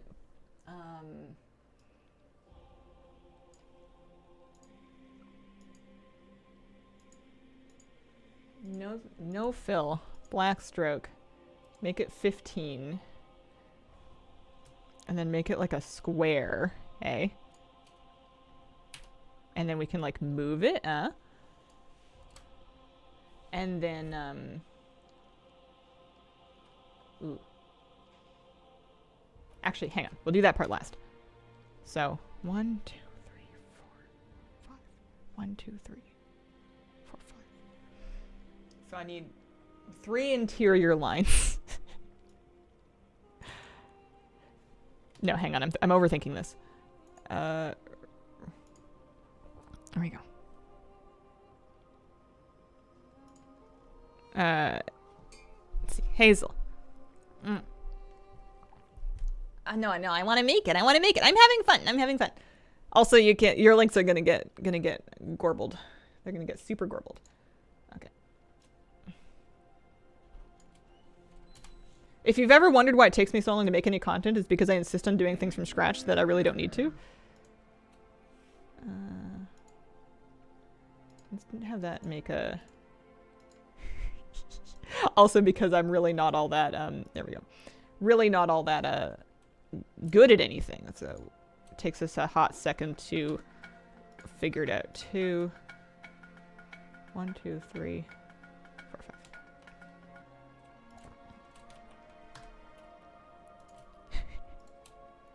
It's perfect. It's perfect.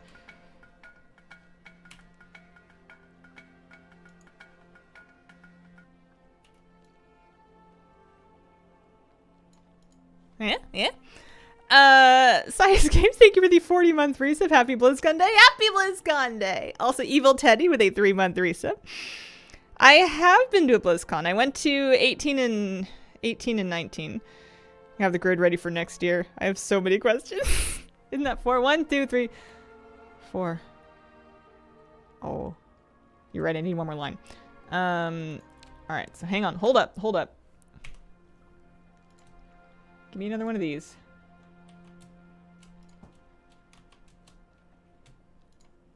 And then give me these.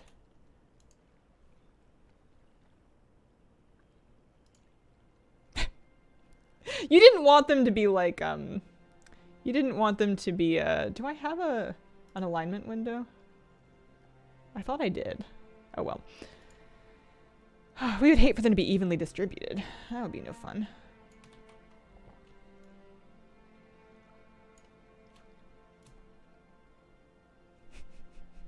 Listen.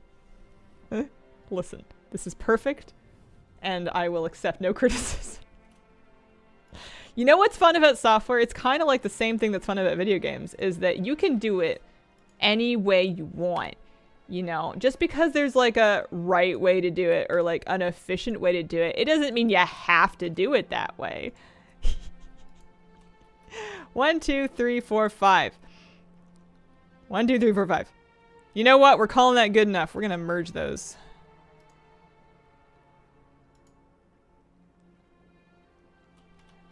Whoops. That's weird, isn't it? I mean, I could link them.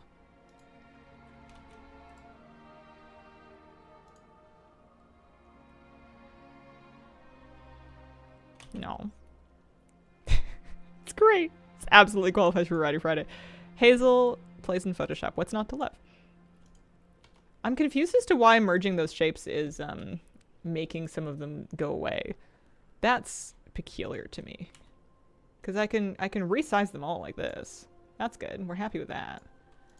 I have to rasterize them? Yeah, I guess so. But like, yeah, I'll do that. Because I just want to merge those ones. Yeah, there we go.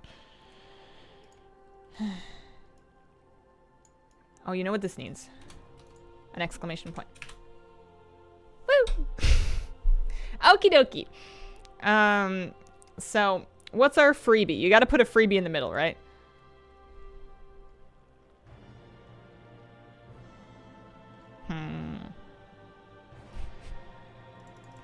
It's occurring to me that I don't actually have 25 things that I'm expecting from BlizzCon. Chris Metzen on stage. BingCon. For the Alliance, for the Horde. Kitty Cat Meow. The phones thing. Yeah, I think Chris.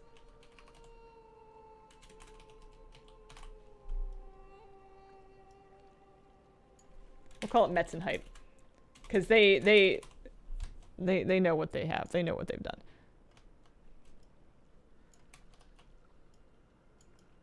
We're going to do that in black as well.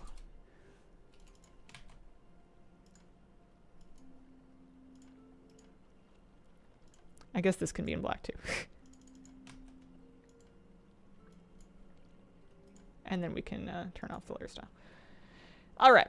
There's one. That's your freebie. So I just start like writing guesses, right? And then is there any logic to which ones you, like how likely they are that you put into different things? Yeah, classic plus. Meaning, here. What's our, classic plus meaning, oh.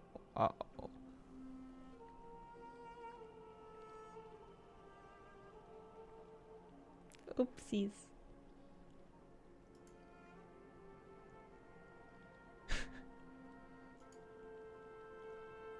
Oh no. I promise. No, I didn't save it. I promise that you, don't want to see me try to do this in Excel. I swear. It would be worse. It would be 100 times worse.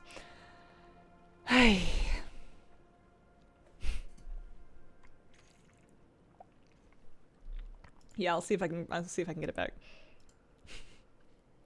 I'm not saving the paint version.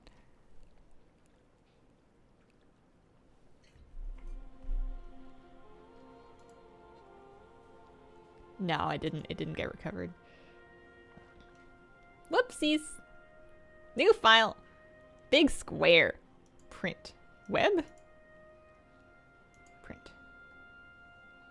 Photo. Mobile? Let's make a, like a 2K by 2K.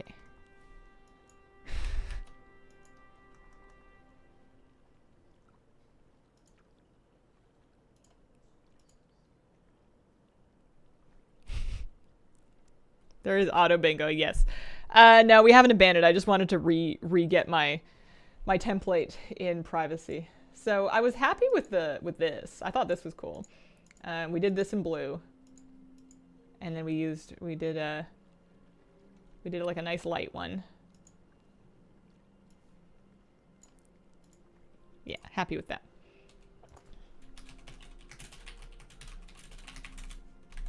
See if we can be any faster in the redo. We wanted it in black. We wanted no layer styles. And we wanted it to be...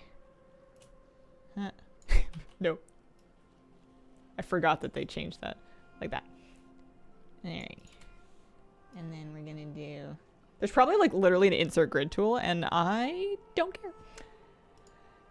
No fill. Black stroke. 15, please.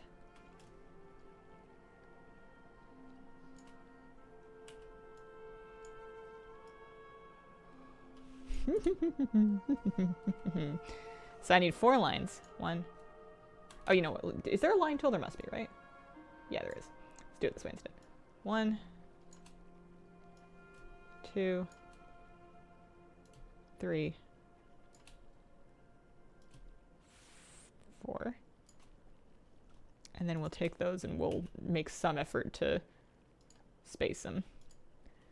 At least amongst each other. Ooh, okay. Hang on a second. What if we... What if we...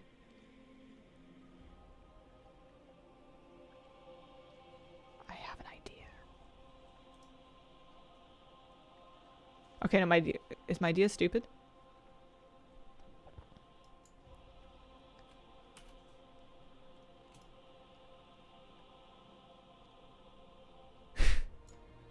Hey! Woo! Katari, thank you for the 30-month resub. Happy BlizzCon to you, Hazel. Happy BlizzCon! You're right, I'm gonna save it. Give me a sec. Here, we'll save it to the final BlizzCon bingo. Oh, man. Okie dokie. We're gonna take that whole grid and we're gonna rasterize it and we're gonna merge it to make it flat. Wait, what happened? Oh yeah, the whole grid, including all those lines too. The whole thing, all of them. 1, all the way down.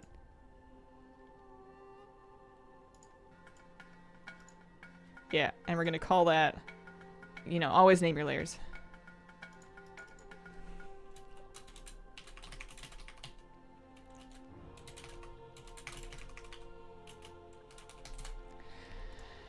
Okay. Can you make a chessboard now? It's not like perfect, but it's perfect enough. We're not going to worry about those ones being longer than that one and those ones being longer than that one. It's fine. You might need to redistribute. Why? For what? I'm going to be right back. Hang on a second. This is too exciting. I need a second.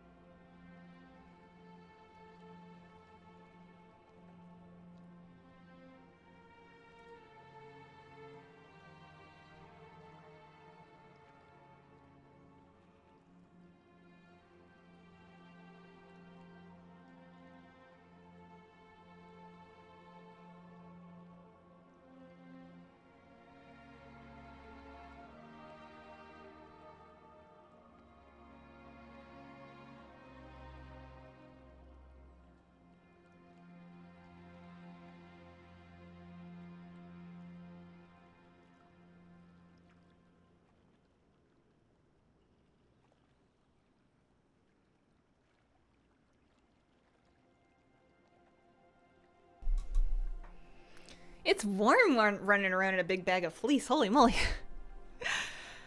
Okay. All right. Okay.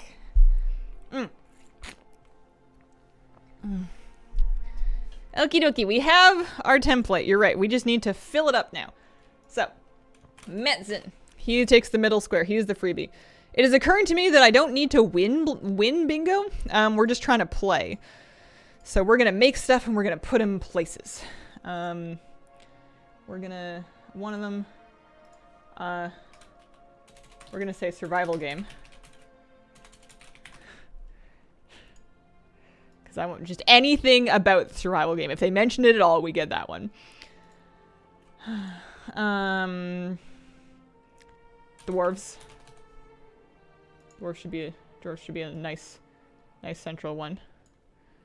We're gonna go player housing. We'll stick that one over kind of opposite the survival game thing.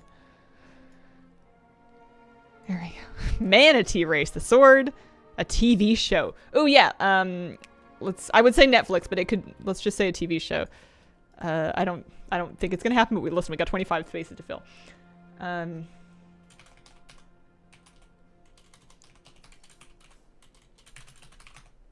Netflix or Prime or Hulu or something. Stick that on an end. Okay, what else do we got? New mission table. I'm not even. Game Pass. Free to play. Like proper free to play, wow. We'll stick that one there. I like that one.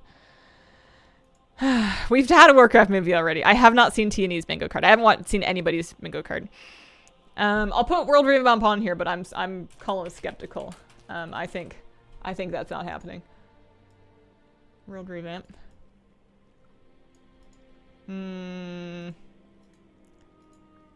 What else do I think? What else could they do? We got 20 minutes. Oh, Classic Plus. We'll put Classic Plus as one of them. And then we'll put Classic Cataclysm as another one.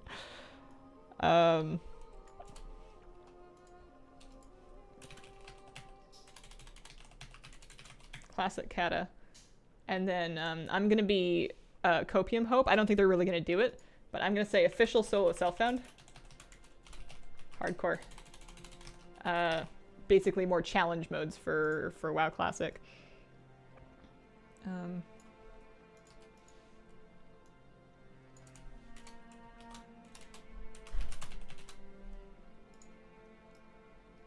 Okay. Solo self-found is no auction house, no trading among other characters. Unless you're like doing like a group run. Thank you for the great idea of running LFR for the mount drop. My last try. Oh, nice. Blood Elf Druids. Ooh, classes for Drakthir. I think that's classes for Drakthir. More classes. Let's say Drakthir Warriors specifically because I think that's. I'm guessing Drakthir Warriors. Put that one in there. Metzen is the free space. There you go. Account-wide rep. Official real-life replicas of Game Gear, Xalatath, Murlocs, face options. I don't see no Murlocs on there. Are we expecting Murlocs? More dragon riding races. Account bank. Ooh, I would like that. There's some hopium. Account reach bank. I'll just say account bank, but I really want it to be like the region bank, but like a huge one that is account wide. That would be really sick. Hopium would be account bound reps.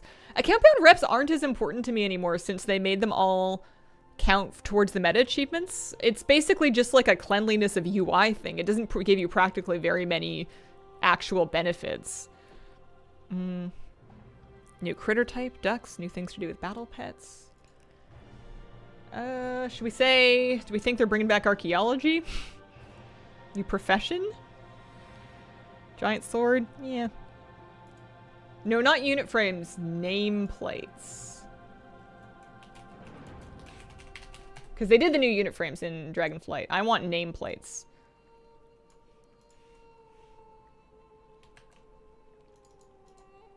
I'm gonna have to bump that down to like a 68. Maybe even less. Okay. Name and plates can be two different words, that's fine. Archaeology, that would be great. Nameplates, oh, that's fine. Nameplates were up to not that long ago. Unit frames were, nameplates were not. I mean, depending on what you mean by not that long ago, but I need better ones. Another stat squish? Yeah. Here, let me think.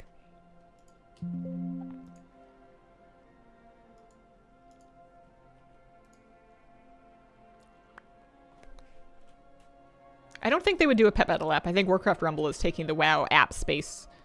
Yeah, we'll throw archaeology. We've got enough room. Archaeology.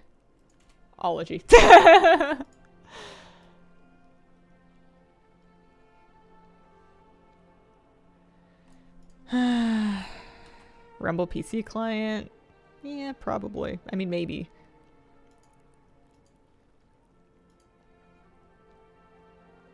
A new brawl? I mean, we're already testing solo QRBGs. I feel like something new for... What do I think they're gonna do? Let's put pirates on there just for fun. Pirates! I want a boat. I want another boat like the Thousand Needles boat.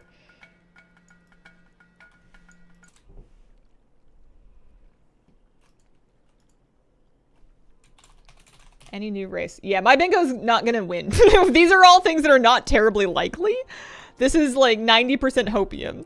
I think we're gonna get Metzen, I think we're gonna get dwarves, and I think that's it. I think the rest of it's all hopium. Yeah, I don't think we're trying to win. Something Microsoft. I don't think they're gonna mention Microsoft much. I don't think it's gonna be a big part of the convention.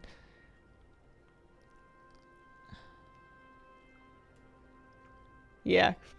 Customizable boats. Oh, new specs. I won't say new class, but new specs, like new support specs maybe, new specs for existing classes.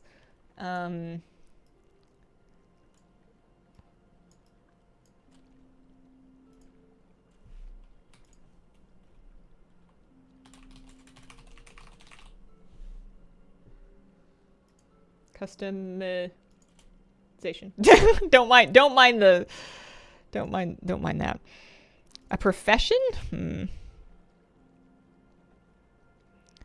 Gorski, thanks for the 12-month resub. Yay to 1 year. Love the hair. Oh, shucks, thanks.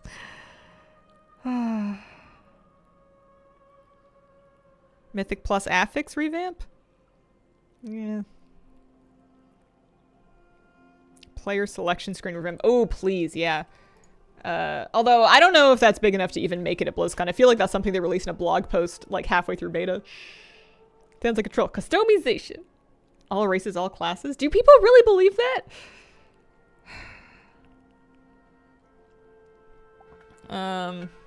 I think more race class combos. I think all would be...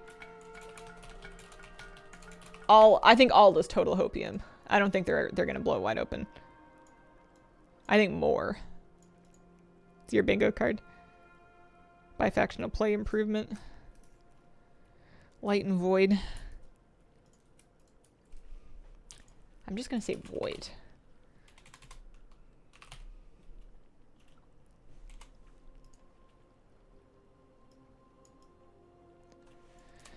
I'm trying to think, like, features. Is that the right playable race? I mean, Mythic Raid's not server locked after a certain point. Anything at all about StarCraft? A new battleground? Fingers crossed for Warcraft 4. Zerlay, thank you for the 39-month reset. Thanks, Shadow Rogue. Yeah, we've got free to play WoW. If they put it on the battle pass, I would consider that.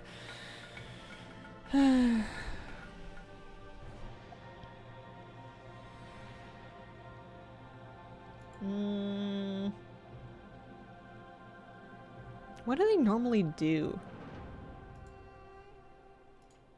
I'm gonna put one and I'm gonna call it streamlining. And by that I mean like them talking about simplifying the game or making it more accessible, making it easier to learn and get into. I think that a big backlash against Dragonflight was that some of the systems were too complicated, so I think that streamlining might be a talking point for them. The middle is a free space for a win. Yeah, that's why we're putting Metzen in there.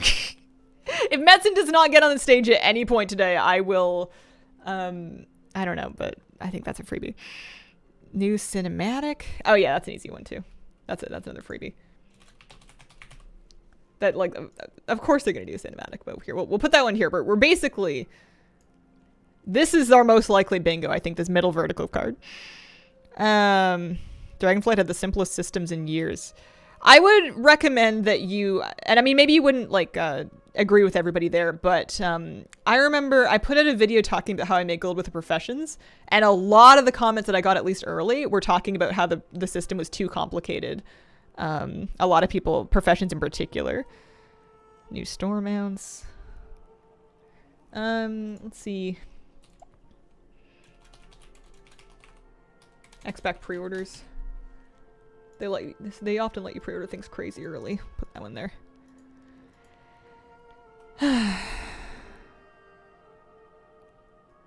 Junkie stuff bundled with Trader Tender. Something with Transmogs. I need two more. I need two more that I want. Yeah, 9 minutes. Barbershop mount. I don't think that would make it into the BlizzCon presentations. Free mogs. Yeah. So people think it's complicated, but TBH it isn't. But if somebody thinks it's complicated, I think that makes it complicated, at least within that thing. Like, if a decent amount of people are finding it difficult, then just because one person doesn't mean that it's not difficult, you know. Rumble cross promo, yeah. Do you think level? Oh yeah, level capped up to 80. Yeah, I guess so. It's just I want to put fun stuff on the board. Rumble plugs. Currency exchange. Something getting delayed. Notorious keep here. Let's put Manduin on the board.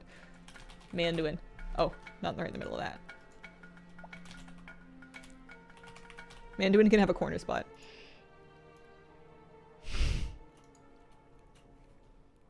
Man mythic rating. Ooh, what about flex mythic rating? Flex size mythic rating. Do you think they'd ever do that? Do you think they could make it tight enough? Or do you think it would just be no, it would just be a mess with people trying to min-max exactly how many people there would be. That would suck, not possible. Okay, I'm gonna screen cap this just in case. Just in case. On the off chance that I'm right, I am going to rub it in.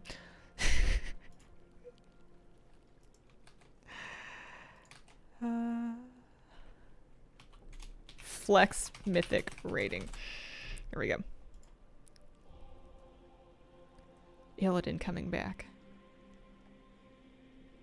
Allied races is against the original races? No, it would be a mess. There's racials and stuff.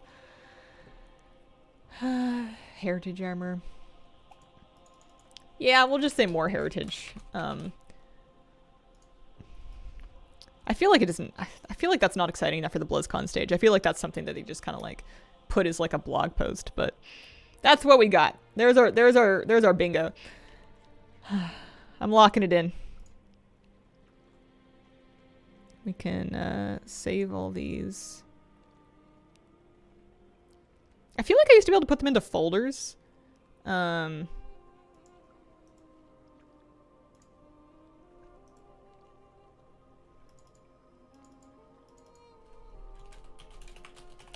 then we can, I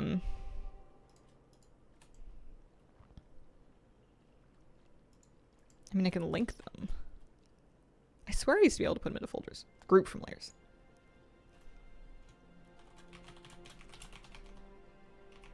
Is it 2023? And then we can kind of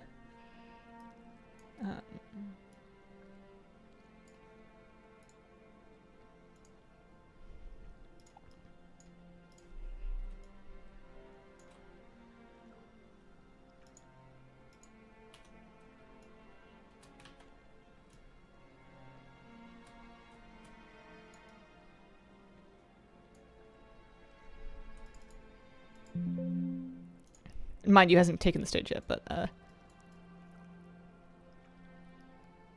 want to still be able to read it, so let's say like 60%. 60. There we go. So we'll put that there, and then we will hide it for now, but we can show that, and then we can duplicate it and scoot him around. Put his picture in the center. I don't know if I have here. Let me dig around in my folders for a second. I might have a Metzen face somewhere in my screenshots if I didn't delete it. I used it for a thumbnail at some point. I don't think I would have it though. It doesn't seem like the kind of thing I would keep. Logos. Nah. I think we're good. We got 5 minutes before they actually start the thing. Here, I'll save that we can pull that back up on and off. Here, let me make a button on my Stream Deck to load that window. Stream Deck. And then we're going to make this new one, and we're going to call it Bingo. OBS Studio Source Visibility.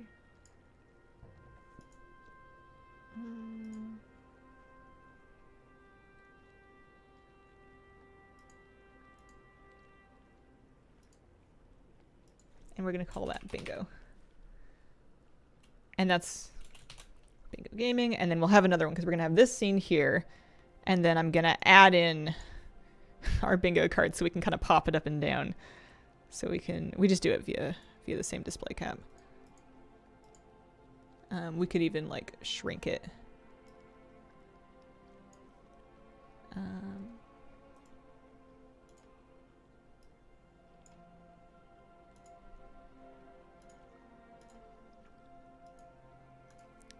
Okay, so now I should be able to, assuming that I'm in the right thing. Here, let me turn that off. And let me make sure I'm in my right profile.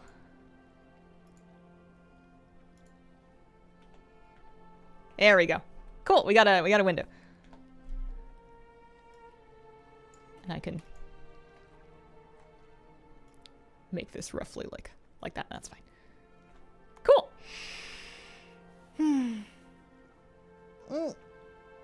Gosh, can we do one more of these mat runs? I think we can. Let's do Wailing Gates of Hell. Gates of Hell. Are we fighting about Kirby?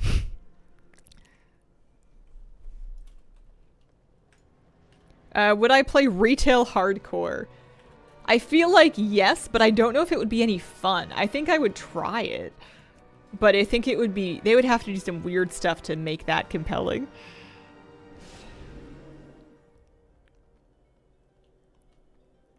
I swear if at 11 they give us a 5-minute countdown, I'll be upset. They might do. They might do.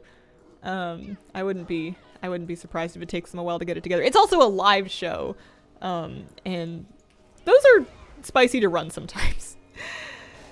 I feel like even companies that are extremely experienced with a lot of money and really smart people working on it still have hiccups during live shows. There's always something. It's like the law. Crash drakes into a tree so much already. I died in retail recently because I jumped off of a very high surface at a high tower in Valdrakken on my druid, and I was like, oh, I'm just gonna flight form and then fly away. And then I was mashing my flight form button, and I turn into a deer, and I'm like, oh geez, I can't flight form here, I can only dragon ride. And then I became deer roadkill on the street. And I was like, wow, if this is hardcore, my druid would be gone. Watch the con at a 65-inch TV. Have fun, have fun. Do it live. Sudden roadkill. Holy moly. Any luck there? It's just like a leather belt for Goroth, and then nothing from Harjatan, and then the mount from Sassine, plus a leather chest piece, apparently. They can use leap in deer form, if you're spec'd into leap, which I was not. Sometimes I jump off ledges thinking I'm mounted. I am glad that the fall from the Stormwind Mage Tower door to the ground is not lethal, because if it was, I would have died a lot more than I usually do. I fall off that one all the time because I'll run out on a ground mount and I'll think I'm on a flying mount and I'm not, and I'll just go wee. At least that one doesn't kill you, thank goodness. Do we have the sound on the BlizzCon stream? Yeah, I'll unmute it once it gets going. I suppose I could unmute it now. We can mute WoW and we can unmute that stream. So let me, because that's going to take me a second. What's your opinion on how the leveling scaling is done? Does it not make you feel like you're not going anywhere? A little bit, but it's never really bothered me necessarily. I like being able to stay in a zone for a really long time, even if I would have normally out-leveled it. I like being able to stay and finish what I was working on and not feel like I'm getting moved around a ton. Okay, so hang on. Let me unmute this. And then we're going to turn this sound off. And I'm going to grab my smoothie, I think. Have some fruit. So you guys should be able to hear that.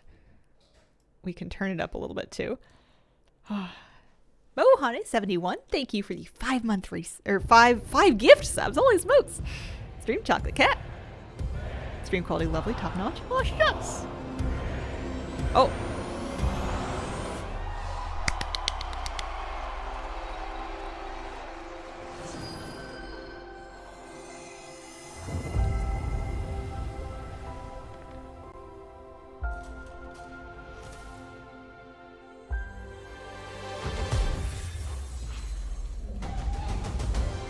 I'm gonna have to find a gap to get my smoothie. I'll still be able to hear it. But I don't want to miss anything cool.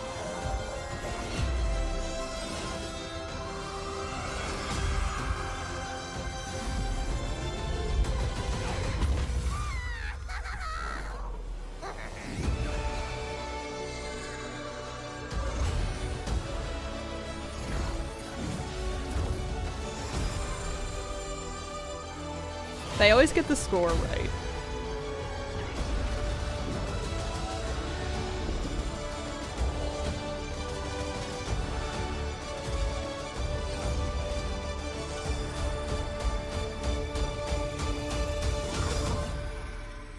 I don't know if we count that as Anduin for the sake of our bingo card. This is BlizzCon 2023. Please welcome the president of Blizzard Entertainment, Mike Ibarra.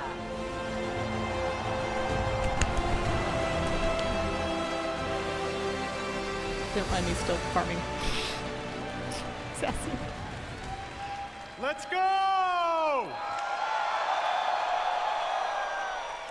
How's everybody doing? Oh man. You know, this is the best gaming community in the world. Hands down. Hands down. Thank you. Wow. Hello, BlizzCon. You know, it is so good to be back in person finally. All of us. I love you too. All of us at Blizzard have missed this so much. 4 years. It's been 4 years. You know what I say to that? That's too damn long. Where's our heroes of Overwatch at? Adventurers of Sanctuary? Defenders of Azeroth? Woo! And gamers everywhere, welcome! This feels like my company-wide Zooms. We love sharing what we're working on all the time. But to share it in person with all of you, and to hear your stories, it cannot be matched. Meeting you all face to face inspires us, and we put this energy and enthusiasm back into everything we do. Thank you all for being here.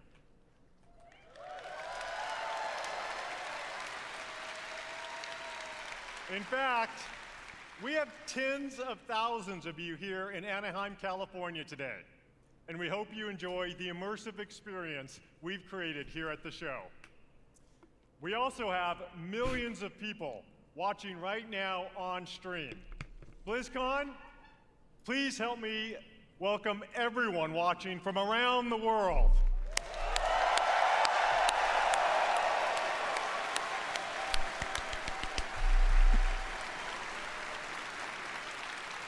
Whether you're a hardcore or a casual gamer, or if it's been a while since you picked up one of our games, we're here to show you the Blizzard we are today and the Blizzard we are becoming.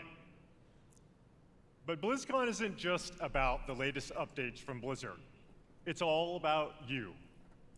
Players are at the forefront of everything we do, and we're devoted to supporting these incredible communities, communities you can be proud of to be part of.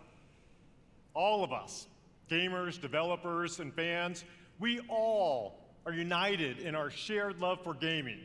The person sitting next to you or watching online and chat with you could be your next guildmate, teammate, or lifelong friend. We all have this in common.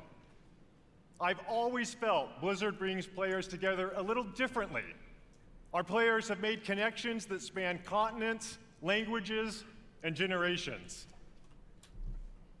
We all have that one story, that incredible play of the game, that clutch card draw, or that raid encounter that your guild barely survived.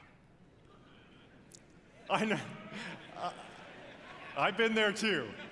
I know many of us have friends we've met in one of our games. A friend who began just as someone we hung out with in game, but who was there for us to celebrate our real life wins or to support us during a difficult time.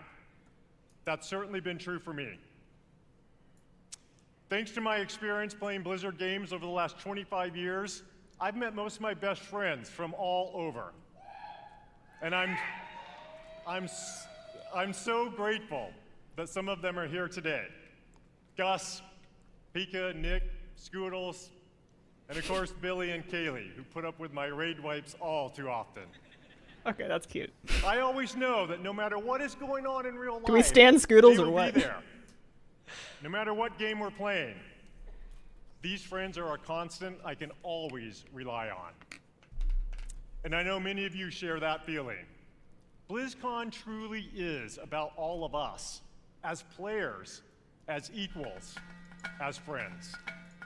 Thanks, Chels. As we bring these amazing experiences to more places, build technology that allows more gamers to experience our worlds, and create characters and stories more players can relate to, the Blizzard community grows. And more importantly, our friendships grow. All of us are so grateful to be part of this community. And in everything we do, we are in service to you. We know we don't do everything perfectly, but thanks to your feedback, we never stop striving to do it right. We are here to foster joy and belonging for everyone. We're proud of the worlds we build, but your experiences within those worlds bring them to life, and your connections with each other are what inspires us the most. Now, many of you may have heard the recent news about Blizzard joining the Xbox gaming family. Oh, are they doing it? Both Blizzard and Xbox believe that gaming is a unifier, that we should all be able to play anywhere and any way we want to play. That when the creativity of some of the best developers, artists, and storytellers in the world is fearlessly unleashed, everyone wins. With that in mind, someone is here backstage who'd like to say hello. Please let it be Clippy.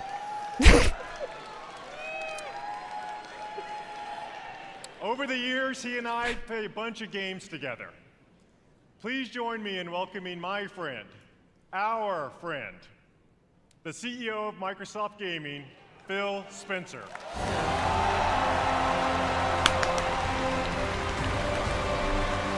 Not everybody can be a paperclip.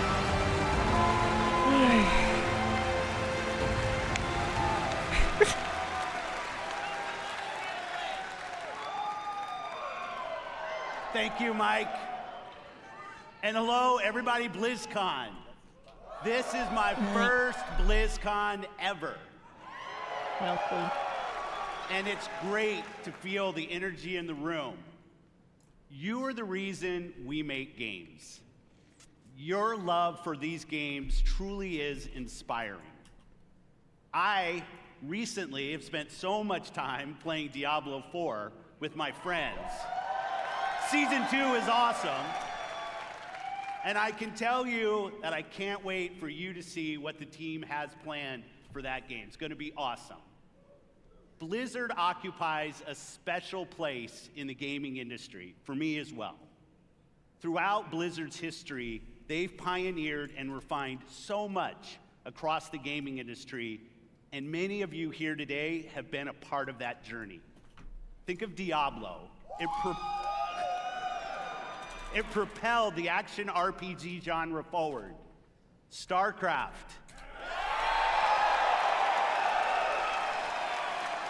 spawned the foundation of what esports would eventually become. And with StarCraft 2, it was a major catalyst for the evolution of games as live entertainment. World of Warcraft changed not only how people developed and supported games, but really it introduced a much wider audience to the concept of online communities. And Overwatch Kitty Cow, thanks for the formats. not only reimagined gameplay, but also the representation possible in class-based shooters. Blizzard's influence is everywhere, and because of its enduring legacy and phenomenal revolutionary development, with a care and a craft that is incredibly rare in this industry. Our commitment at Xbox is to bring more great games to more players in more places. And now that Blizzard is part of Xbox, we will nurture the essence of what has made Blizzard unique.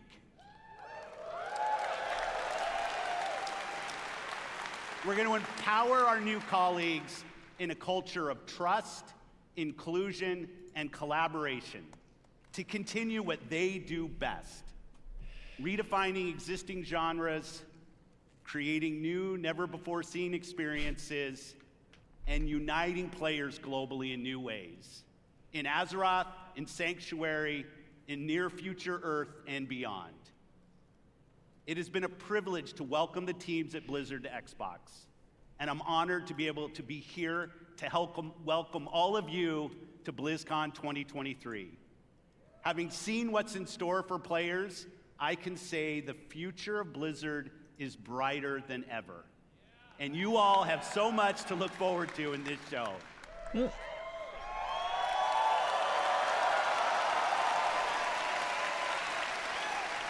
So I'll get out of here, let you see the show. Thanks everyone for the warm reception, and have a great time at BlizzCon. Thank you. You did good. How about that? You know, part of what makes this such an exciting time for Blizzard is that we've never been more empowered, free, and dedicated to holding true to what makes Blizzard unique than we are today. We are accountable for creating this next chapter of Blizzard with all of you.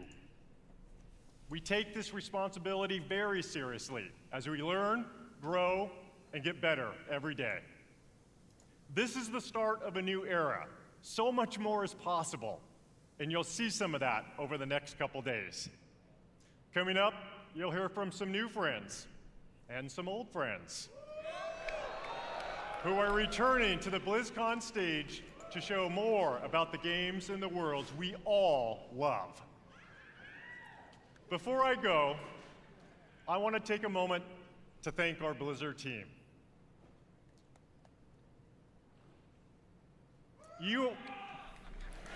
I'm muffin.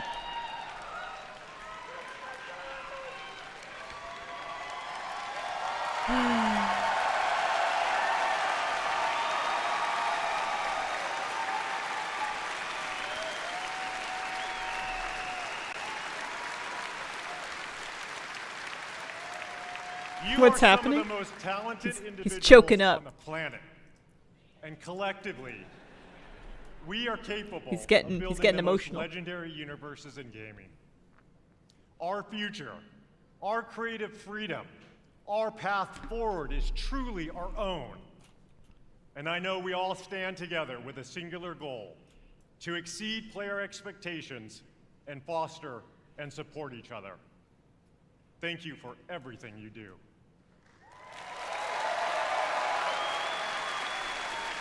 BlizzCon, many of the Blizzard team are here today in Anaheim, working hard to ensure you enjoy your time here. We all love talking to players, so please don't be shy. Come up and chat with us. Finally, on behalf of everyone at Blizzard, we want to say thank you. Thank you. Here, I'll check on the Thank resolution. you. From the bottom of my heart to our players, past, present, and future. The passion and your honesty. And most importantly, thank you for being part of our communities. This is what BlizzCon is all about.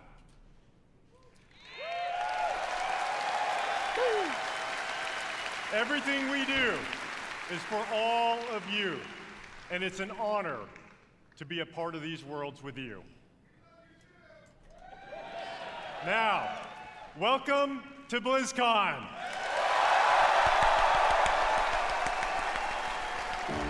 Movie time? Movie time.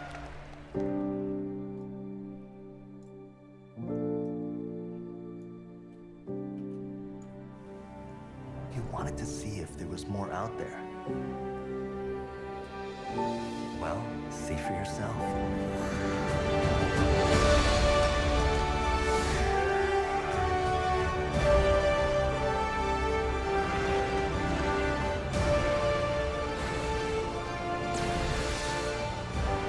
I'm gonna kick every one of you in the face.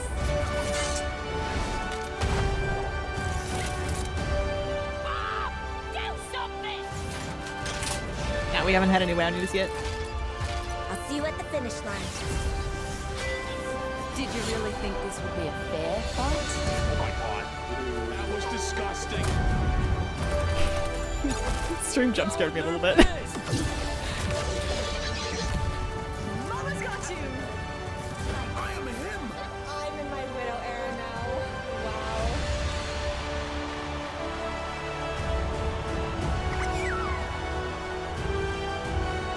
And you out there, the fans, it's been a joy to share this experience with all of you. Thank you so Taffy much. Tippy, thanks for the 12 months. Come on. It's time I showed you something.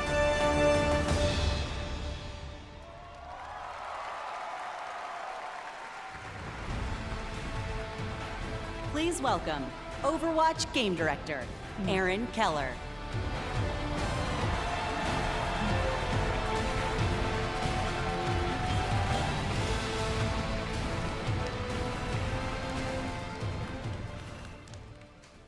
Hello, BlizzCon! Ever since we first revealed Overwatch in 2014, you have grown this universe into something truly unique and beautiful.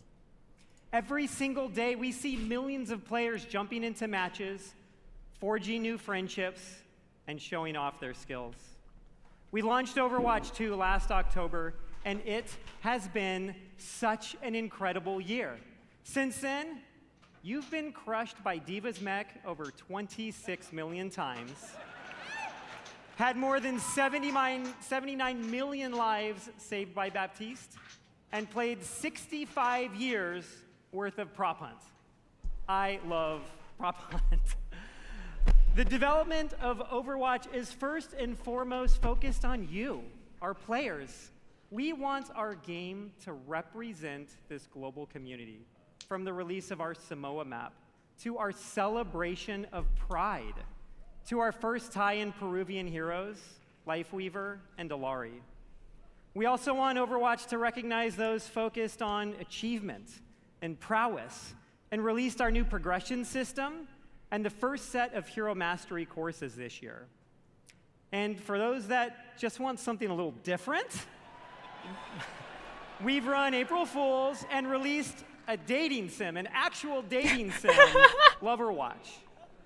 Beautiful. Listening to your feedback is important to us, and it's driven the team to look at changes to some of the core systems of the game. We've been hard at work on an overhaul of our competitive system, and we'll get into that a bit today and a bunch more over the course of BlizzCon. And there is so much more to come. We'd like to give you all a glimpse at as much as we're able to show you coming next year. And boy, do we have some fun things to talk about. So let's get into it. Woo. To share our first big announcement, I am honored to introduce the art director of Overwatch, Dion Rogers.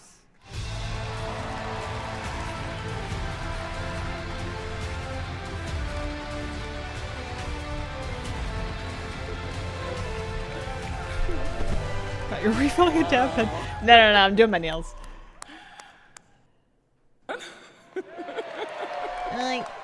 Sorry, I'm a bit excited. The energy is awesome in here. You know, Aaron and I have been working on this universe since before Overwatch had a name. Working together with an incredible team back at Blizzard. Many are with us today at BlizzCon. Creating such an incredible game with so many amazing people and seeing what it means to you all, it's meant everything to us. And out of all the things we work on, one of our favorites is to create new heroes. I would wear that sweater. You know, Overwatch is full of big personalities, and it takes a special individual to really stand out. And the team has been working hard to make sure no one could predict who this next Arthas, hero is that you? is. We haven't leaked any articles. We haven't leaked a spray or two. And we've left 0 hints, especially not in our recent Samoa map. Now, who's ready to meet the newest hero?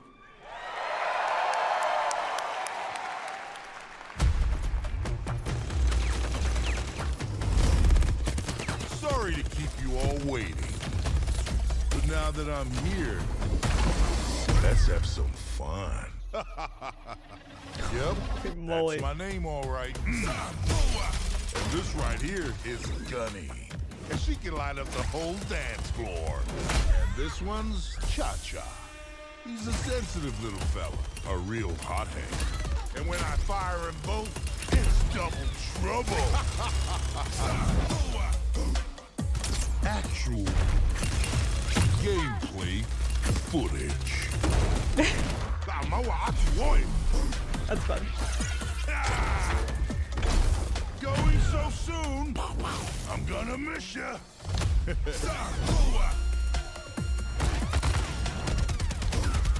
Don't tell me that's it. Both hearts pumping. I got your back. For now.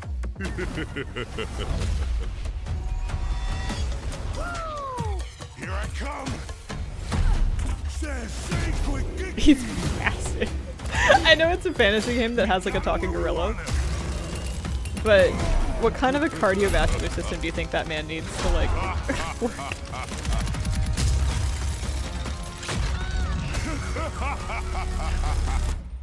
Unbelievable. So was I worth the wait?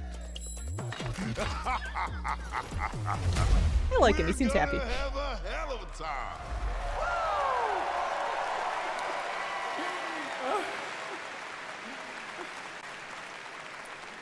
That's awesome. I love that trailer. We had a lot of fun working on it. It's amazing to finally announce Malga. He was first introduced, you guys know, 4 years ago in a short story, and he's been the subject of a lot of fun theories. Ever since that first introduction, fans have been asking when he may become a playable hero. We're excited. We finally have our first Samoan hero.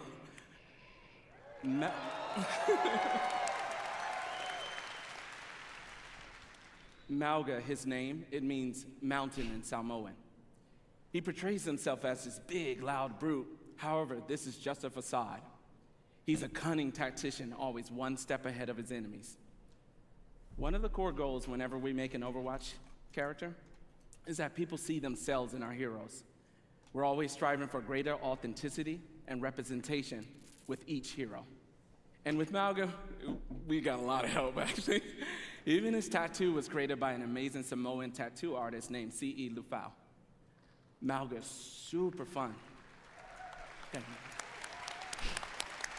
It Our was new awesome. hero. He's super fun. Malga's super fun to play. He's easy Fun to to play, learn, there we hard go. to master, with what I like to call a brutal but cunning play style. We hope you love him as much as we do. Okay. Thank you. Okay.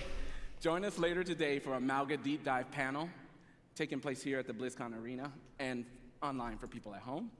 We'll talk with the team that helped create Malga and also how to best utilize his amazing abilities when he joins Overwatch in Season 8. Finally, we know Malga's going to be pretty awesome when he joins competitive play.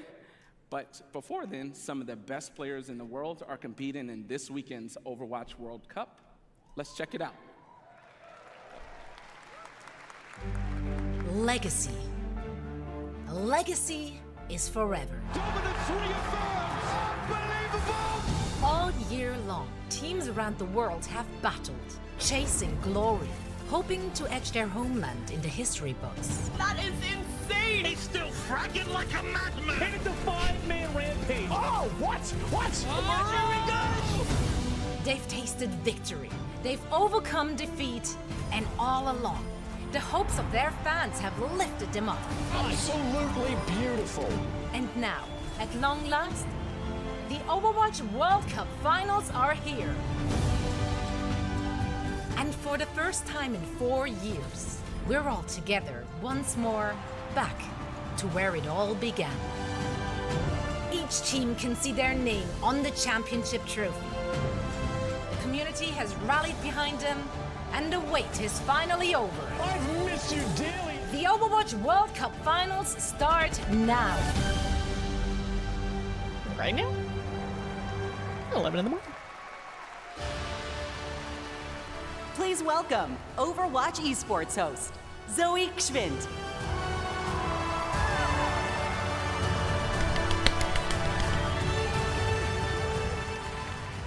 Wow, fantastic to see all those memories on the big screen. And we're here to make some more. What's up, BlizzCon? Hi, Zoe. It's so great to be back here after 4 years with the Overwatch World Cup. This event has always been such a special event because it truly serves as a worldwide tribute to the beautiful and diverse Overwatch community. This weekend, we get to celebrate teams and players from around the world, each with their unique takes on the playstyles, the different I've always liked her. She's personalities. really good. We're going to see different metas emerge even. It's just very exciting to see familiar faces, big household names in the competitive Overwatch scene take the stage, form those star-studded lineups, Fearless, Super, Gushue, and the likes. But each year, we also get to witness new players emerging onto the scene, taking the spotlight. It truly is a special event for a special community, and I'm very honored and truly happy to be part of it all. Now, I know that all of you here in Anaheim and everyone watching at home is joining us from all over the world. As you can see, so are our players.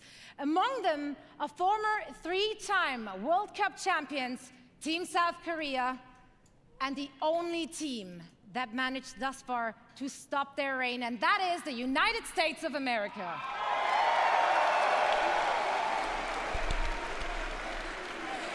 That's right. I tell you, it's not going to be easy. It's not going to be easy. If you watch the group stages and if you watch the first game today, tough competition ahead for Team USA. And if you want to find out if one of our former champions will remain victorious or if one of the other 6 teams will seize their inaugural season title, make sure to join us. Not only will you be treated to fantastic gameplay, of course, no, you will also earn special drops all weekend long on the Play Overwatch Twitch channel. Now, we have a lot of amazing Overwatch 2 action on the horizon and so much to play for our teams. We got over $500,000 on the line and counting, raised directly by all of you, our passionate and amazing fans. Yeah, you could buy half a house. Yeah, give it up for yourself. Now, of course, kidding, it's the USC. winning team will walk away with a big bag, but this year, each and every single player out of the 43 teams participating will be earning a share. And this is unprecedented Jeff, would you buy? in Overwatch Upstairs. esports history, and it would not be possible without all of you. So once again, thank you so much.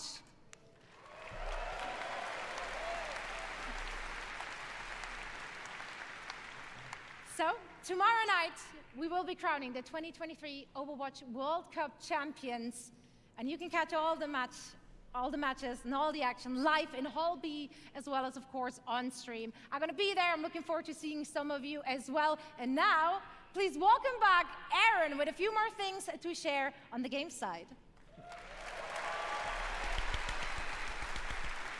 Thank you, Zoe.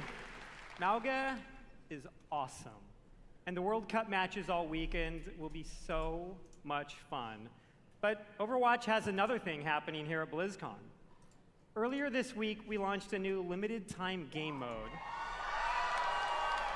and special skins as part of an exciting collaboration with Le Sserafim, one of the biggest K-pop groups in the world.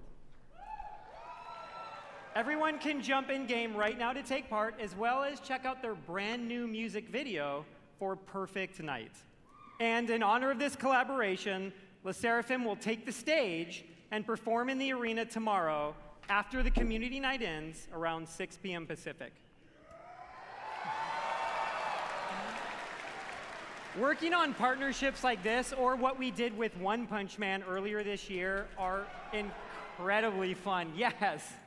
They provide us, both the dev team and you, the players, a chance to experience some of our favorite universes and artists through the unique style of Overwatch.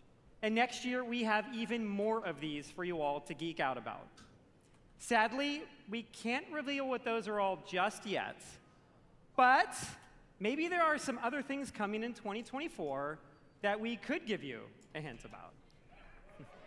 The Overwatch team has never had such clarity of vision when it comes to the future.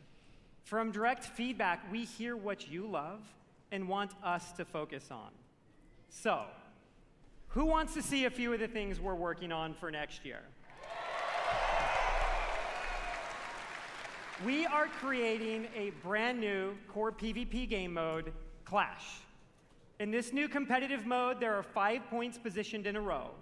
The center point starts as the first objective, and the teams battle back and forth over the map, pushing into enemy territory or defending their own. Once a team captures all 5 points or reaches the maximum score, they win. Our initial Clash map is a tribute to a location we showed at Overwatch's first BlizzCon. And it's one of my personal favorites. They say cherry blossoms are a sign of rebirth and rejuvenation. And in 2024, a rebirth of one of the original Overwatch maps is in order. Within the Clash mode, we are returning to the home of the Shimada clan with the new Hanamura map, Hanaoka. Additionally, we are working on overhauls to some of our most important in-game systems. Overwatch is a highly competitive game, and in early 2024, we'll release a reworked version of our competitive system with all new competitive rewards. There's one guy there who's real And excited about that. One of the team's goals has been to create themes that speak to so many of the cool and awesome things that we all love. Next year, you'll experience Eldritch Horror, Egyptian mythology, witches, and even a mirror universe where heroes become villains and villains become heroes. And of course, Overwatch is nothing without its heroes. Malga is the 39th hero in Overwatch, and in 2024, we'll be releasing 3 more, and we want to give you a glimpse of 2 of them. A new damage hero, Venture, is coming in Season 10, and a support, currently codenamed Space Ranger, in Season 12. And this is just scratching the surface of everything we have in the works. Join us tomorrow here and online, where we go in depth on all of this in our What's Next panel. it will have more information on Clash, the reworked competitive system, a closer look at Space Ranger, even early gameplay footage of Venture, and so much more. And lastly, for the first time Thanks for ever the subs, during a guys. BlizzCon, not only is our next hero playable in the Overwatch Hall here in Anaheim, but all of you at home can play Malga all weekend in-game. I wonder what they're going to do including after Quick Play, Overwatch. Going live right We're talking after the Diablo? BlizzCon Are opening they going to save WoW for ceremony last? concludes. Because if they save WoW for last, they can kind of roll it right into the WoW What's Next panel. We know you'll love him just as much as we do. Thank you all. We'll see you in game.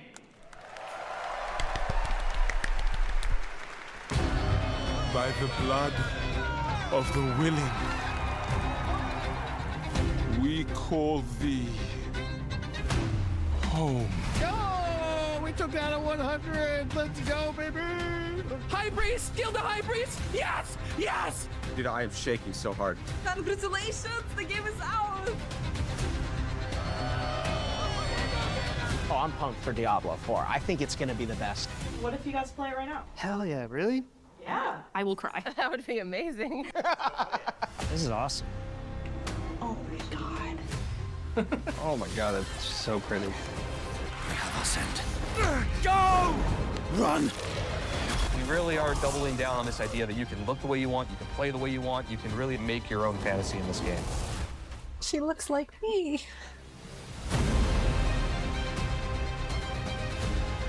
Yeah, I agree, Dave. The way he comes in is crazy. Oh my god, the butcher. Boy. Instantly died. They revived me.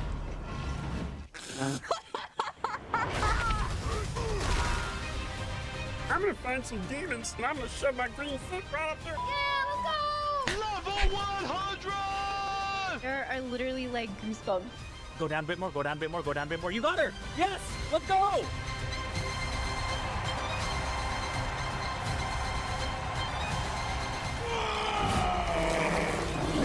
Will you fight the darkness? Break the chains and be beautiful in sin. Hail Lilith. Blessed Mother. You can pet the dogs, by the way.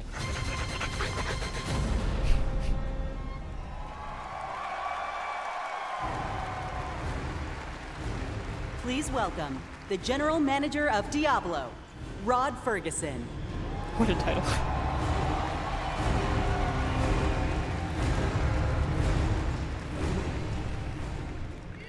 How's everybody doing? Having fun?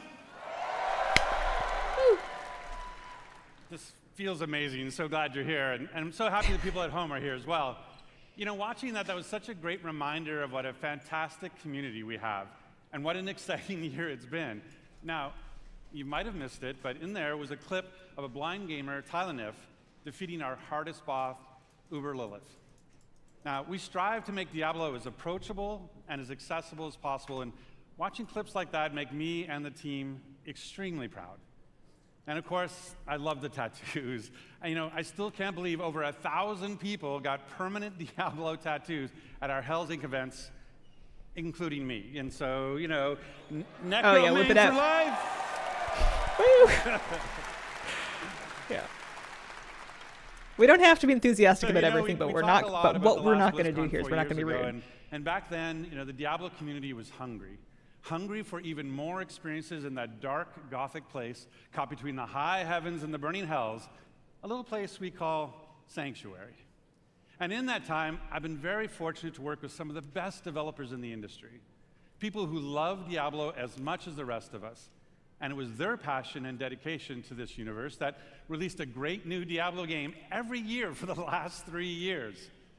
Diablo 2 Resurrected brought the return of the classic that helped define the genre. Remastered. I love Diablo 2. So it's remastered for a new generation now for PC and console. And Diablo Immortal brought Sanctuary to mobile for the first time, bringing millions of new players into our universe. In fact, you might not know this, but 60% of Diablo Immortal players have never played a Diablo game before. So we really welcome them to our universe. And then, of course, there's Diablo 4. Now, it was that kind of excitement that made it the biggest launch in Blizzard's history. And it means so much to the team to see how you've embraced it. You know, we've played over 1.5 billion hours together so far, and it's your love for the game that drives us.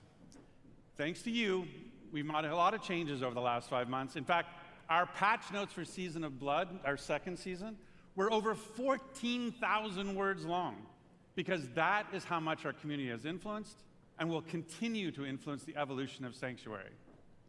And if you haven't yet made that leap into the darkest Diablo story ever What a told, metric. now is the perfect time to pick your class, build your character, join Phil Spencer, and see what the hell it's all about. And with that, I'd like to introduce Diablo 4's 2 production directors. They help lead the teams who are building everything we do today and everything moving forward. Please welcome Tiffany Watt and Chris Wilson.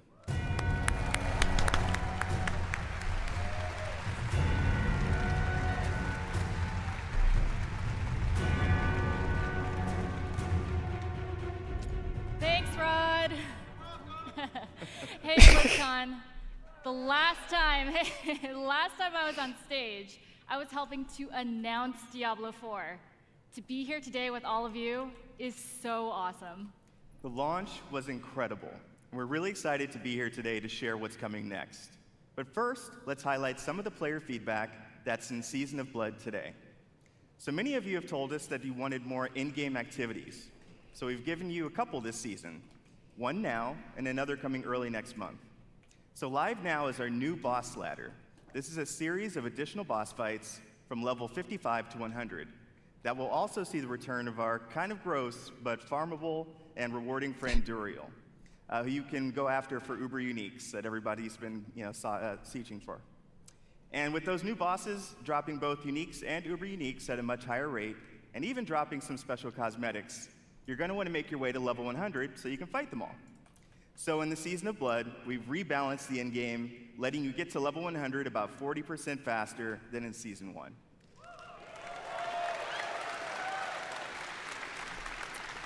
I know I've been taking advantage of that experience boost, and I have 2 characters in Season 2 already.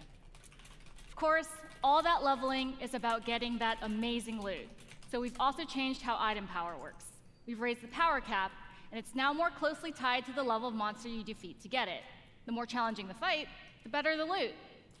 There's still lots of work to be done with reworking itemization. In fact, it's one of our highest priorities. But this, along with upgrades to some of our unique items, is a great first step. So please keep that feedback coming. Now let's talk about quality of life. Here's a few improvements that came directly from you. All of your renown rewards now carry over season to season and from the Eternal Realm. Additional character slots. We added 2 this season, so you can create even more characters and try different builds. A targeting dummy has been added to Kiovashad so you can test those builds before you run into the butcher. Searching and filtering your stash is now possible, and your stash is now available in every town in Sanctuary. World bosses appear almost twice as often, so you can die almost twice as often. And we've also freed up some inventory space by making gems a crafting material to make even more room for those Uber Uniques. Those are just a few of the new additions already in the game, but we're not done with Season of Blood yet. In fact, starting next week, we'll introduce 5 unique class-specific rings that will let you relive some of the fun from Season of the Malignant. That's right, Necromancers. Once again, corpses will automatically do your bidding just by being in your presence.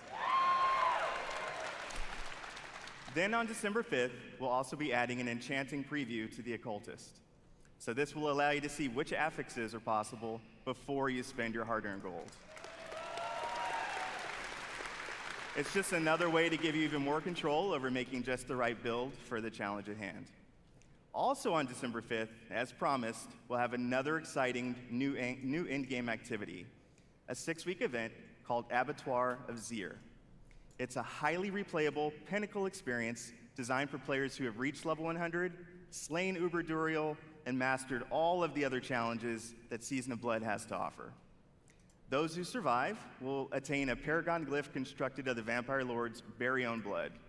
But beware, Abattoir of Zir starts difficult and only gets harder. And of course, as we near the end of Season of Blood, it'll be holiday time, not only here, but in Sanctuary as well. Our first ever holiday event, Midwinter Blight, starts on December 12th.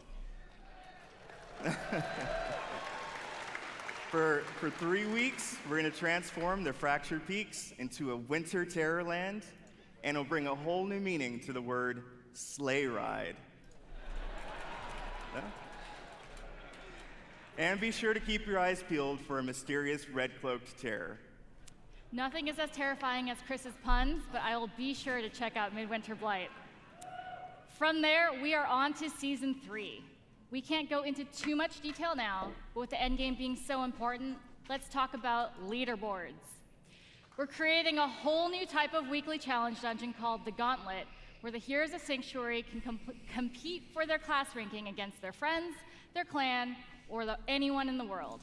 Watch out, Mike Ibarra, I am coming for you. At the end of each week, the heroes with the highest rank will be added to the Seasonal Hall of Ancients, where their name and build will live on. So, that's a quick look at where we are today. And while the live game is our #1 priority right now, we have a separate Diablo 4 team that's been working hard on our next chapter. So how about a little teaser? It's super early, but as we look to expand on the story we started in Diablo 4, we're going to take you somewhere even darker, where hatred's influence continues to consume Sanctuary.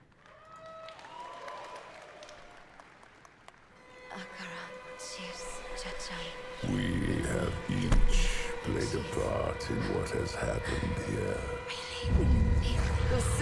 You abdicated your choice to this child.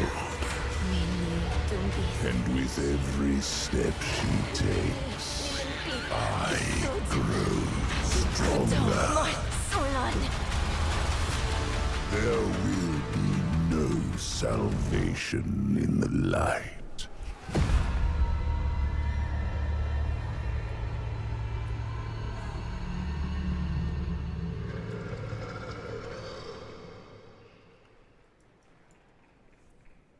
Vessel of Hatred is Diablo 4's first expansion.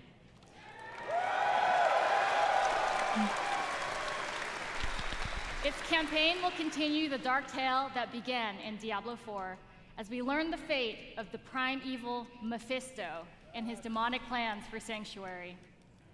To do that, we'll be visiting a region new to Diablo 4 and a fan favorite from Diablo 2. The lush jungles known to outsiders as Torajan, but known by the locals as Nahantu. With this new story set in a mysterious new region comes new ways to play, new evils to vanquish, and, of course, a completely new class never seen before in the Diablo universe.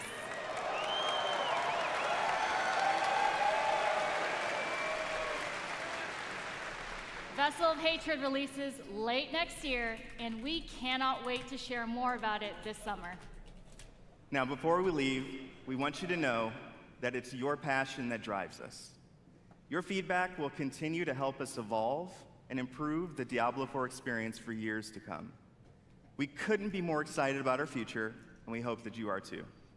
Our team has put in a lot of hard work, and we love seeing your love for this game. So please join us tomorrow. We have a special Diablo 4 campfire panel where we'll be sharing more details about the expansion, deeper dive on some of the upcoming game changes, and we'll also have a special Q&A session to close it out. So enjoy the rest of the show. Thank you, and we'll see you in Sanctuary.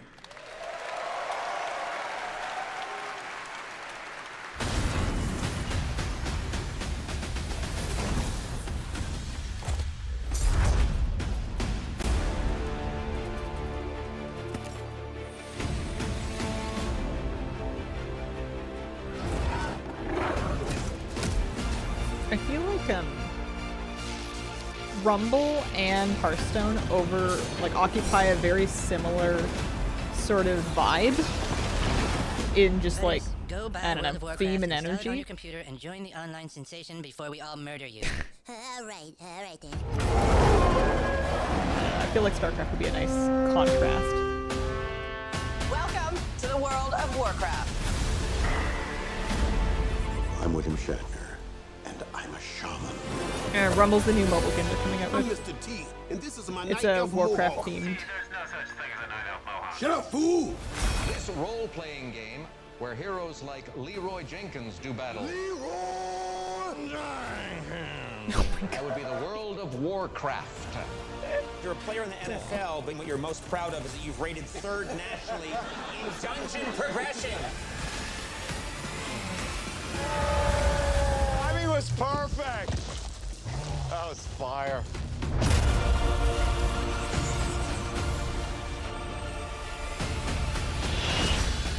For the Alliance!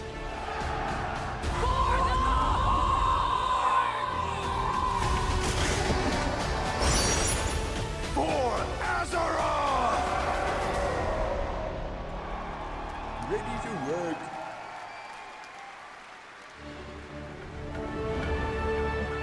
Thanks, like Please welcome the they haven't General talked about WoW Manager yet. of Warcraft, But they're John about to. Haidt. Woo! Let's go, John! He looks about the same. Sometimes Thank you. eats people. He looks like he's doing okay. And we are ready to work. Anybody here for Warcraft today? Yeah! Big shout out to the Warcraft teams. They are so happy to be here today. We have so much cool stuff to show you. So give it up for my Warcraft teams.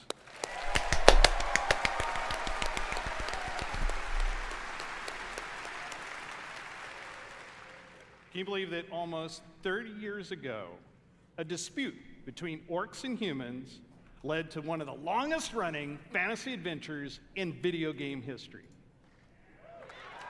Right? Generations of players have called Azeroth home. Teenagers that first played Warcraft when it was released, I know you're out there, are now parents. Right? Raising new heroes to take on the raids and battlegrounds of this timeless adventure. It's those shared stories of Azeroth, both in-game and out, that make up this universe. Today is a great day for Warcraft. I feel like all the WoW fans are like, Is you the tell me. beginning of a bold new chapter. Is it? That will take us through the next 3 decades and beyond. Oh yeah. With a variety of games to entertain you, we welcome everyone to find your community.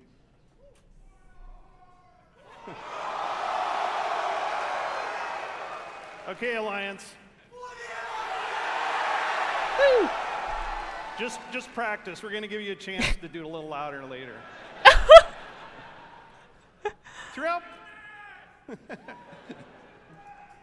the taverns of Azeroth, tall tales of adventure are retold through the whimsical and clever card play of Hearthstone. Yeah. I like to imagine humans and orcs getting together, showing off their collections, and boasting of their deeds. But in the basements of those same taverns, they're playing a new game, Warcraft Rumble. Yeah.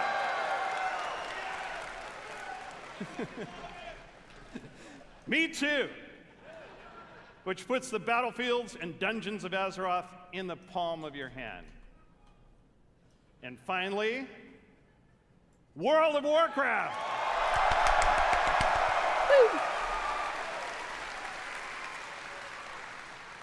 WoW immerses us into Azeroth, where we are the champions, fighting alongside each other in shared adventure. almost 20 years ago, WoW revolutionized online communities and reimagined the enduring entertainment of massively multiplayer gaming. The very first BlizzCon was introduced our first expansion, so it's only fitting that we're here today to lay the foundation for WoW's future. Woo! Yeah! Give it. Spill. Azeroth is a home we can always escape to. A home that is always waiting for us. Together, we build this universe. Our teams craft the worlds and the adventures, but it is all of you who bring it to life. You are the heartbeat of the brand new adventures that are about to unfold. From all of us on the Warcraft teams here at Blizzard Entertainment, thank you. You're welcome. Now give. Please welcome, from Hearthstone, lead designer Cora Georgiou. Okay, they give later. Thanks for the gift subs. They got us. Oh, yeah. Hello, BlizzCon. Well, I have a pretty good view from up here. It's really nice to see you all. We are thrilled to soon be celebrating Hearthstone's 10th anniversary. I know, I'm getting old. It's a decade of telling tales around Azeroth with all of you. Whether you aspire to climb the ladder to legend, enjoy brawling with friends in the battlegrounds, or maybe you've just listened to the 10-hour version of the Saviors of Uldum theme song. Thank you all for being a part of our bustling tavern. We invite players both old and new to join us for our 10th anniversary next March. But we have so much to enjoy before then, so let's talk about what's happening right now in Hearthstone and in Battlegrounds. We're setting the stage for a standoff in Hearthstone's upcoming expansion, Showdown in the Badlands, which takes place in Azeroth's Wild West.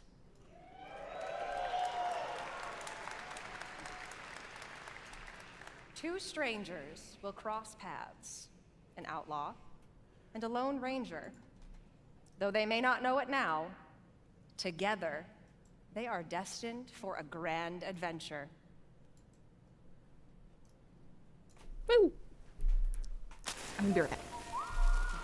In the beginning, I was all alone, trying my best to do some good out there. But it didn't take long to realize that, with the right friends, everything would change. Step aside. Come on! Ha! You don't know who you're messing with. They knew the townsfolk were up to something sinister. Let's move! Right behind you! And it was like a powder keg, waiting to explode.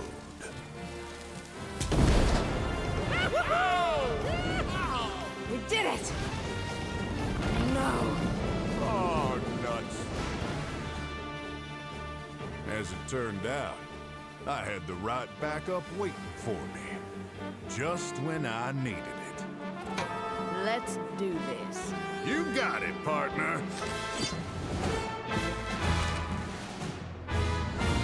I didn't intentionally pursue leadership. I'm gonna punch ya! Candle mudslider.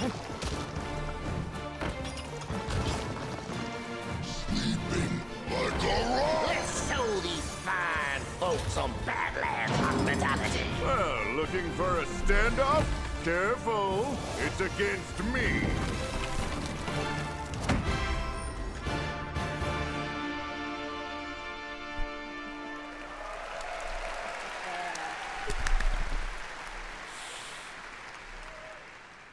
That's right. Our beloved Reno Jackson and Elise Starseeker are getting an origin tale. They'll work together to save the Badlands from the Bloodrock Town's nefarious mining operation. Singleton decks are returning with cards like Reno Lone Ranger, Hearthstone's first ever neutral hero card. We'll talk more about him at the What's Next panel later today, where we'll also be revealing a motherlode of exciting new cards. You can get your hands on them and more when Showdown in the Badlands releases on November 14th.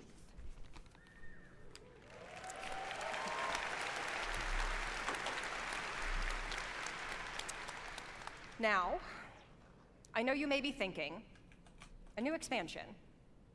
That's a lot of new cards, on top of 5 sets that are already in the standard rotation. And if you're a new player or you're coming back after a break, that can be a little overwhelming. So we have been hard at work to make it easier than ever to join us. We're excited to announce catch-up packs. These are game-changing for getting your collection caught up. You see what we did there? Instead of the typical 5 cards you'd find in a regular Hearthstone card pack, you can get up to 50 cards from a single catch-up pack.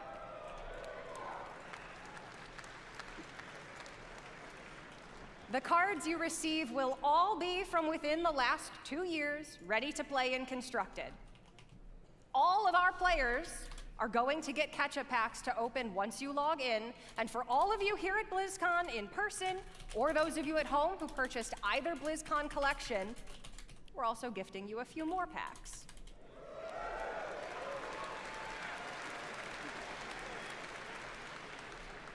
For anyone who's been away for a while, all of these packs can add up to hundreds of cards. We'll also be adding quite a few of them into pre-purchase bundles for Showdown in the Badlands. We hope to see all of you getting some amazing cards and filling in or beginning your Hearthstone collection on November 14th.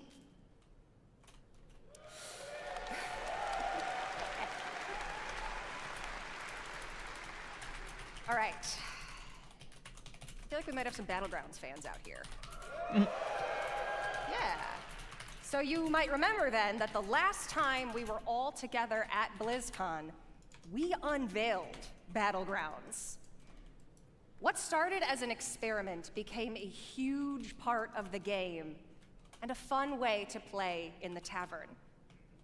But playing together is what inspired the new mode we're debuting here today. Queuing up as a party for a lobby is great, but ultimately, you play against each other. What if you could actually play teamed up alongside each other? Sounds fun, doesn't it? How? We're pleased to announce a truly cooperative way to play. Battlegrounds Duos.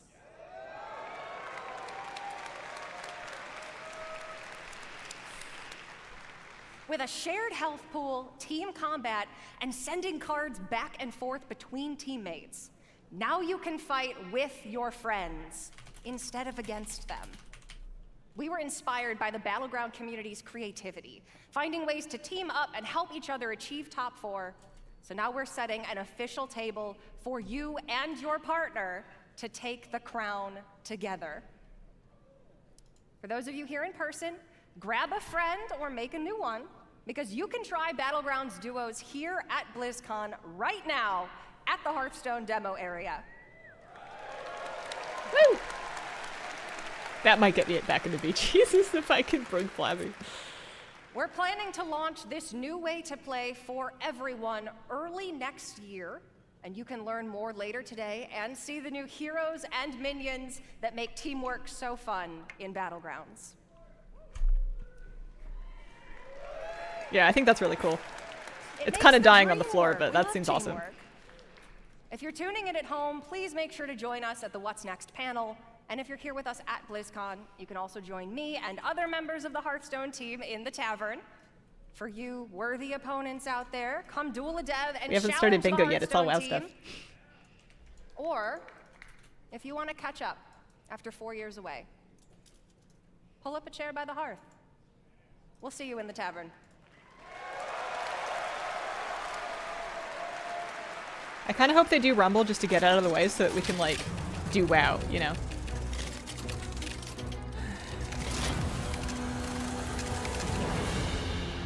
This looks like Rumble.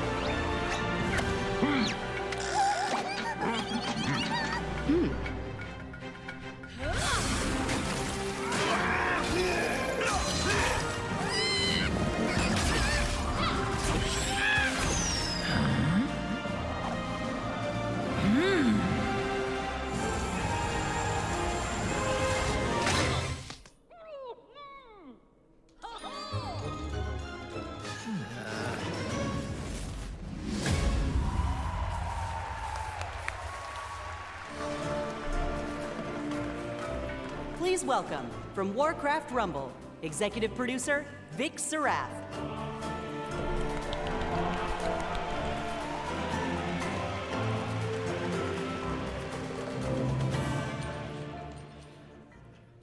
You gotta love Anixia. She didn't even use deep breath there. Hello, BlizzCon! Last year, the team and I announced we were working on a brand new Warcraft game. A way to bring Warcraft with you wherever you are and wherever you go.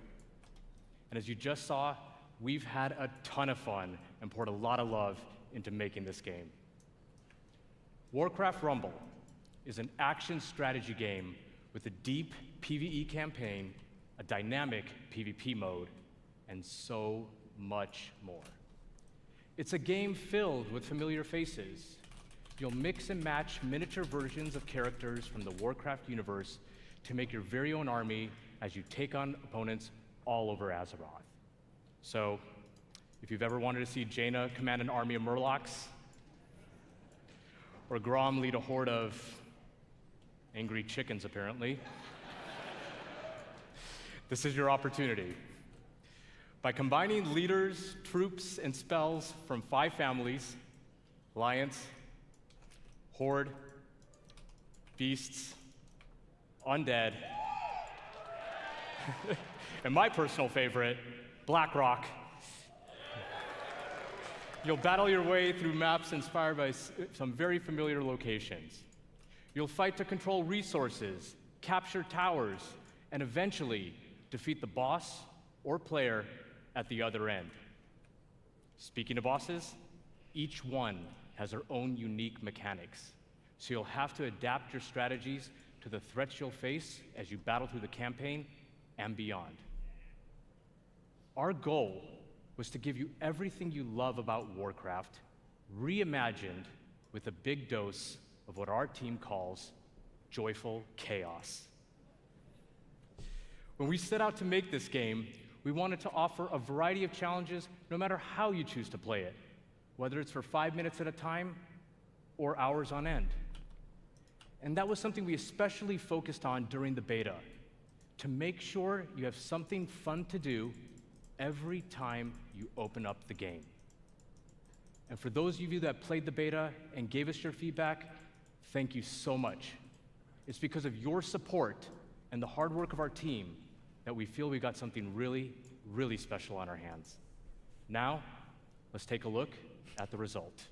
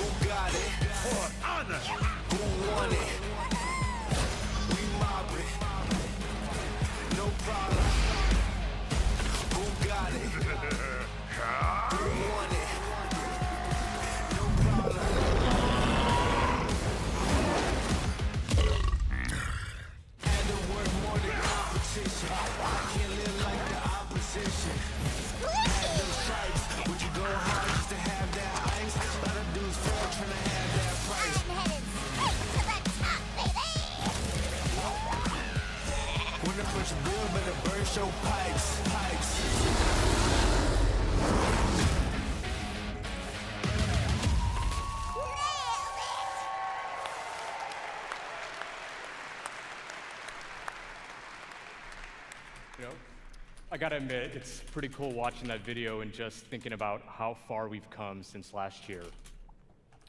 At this point, we just can't wait for all of you to hop in and play. And I mean, we literally can't wait.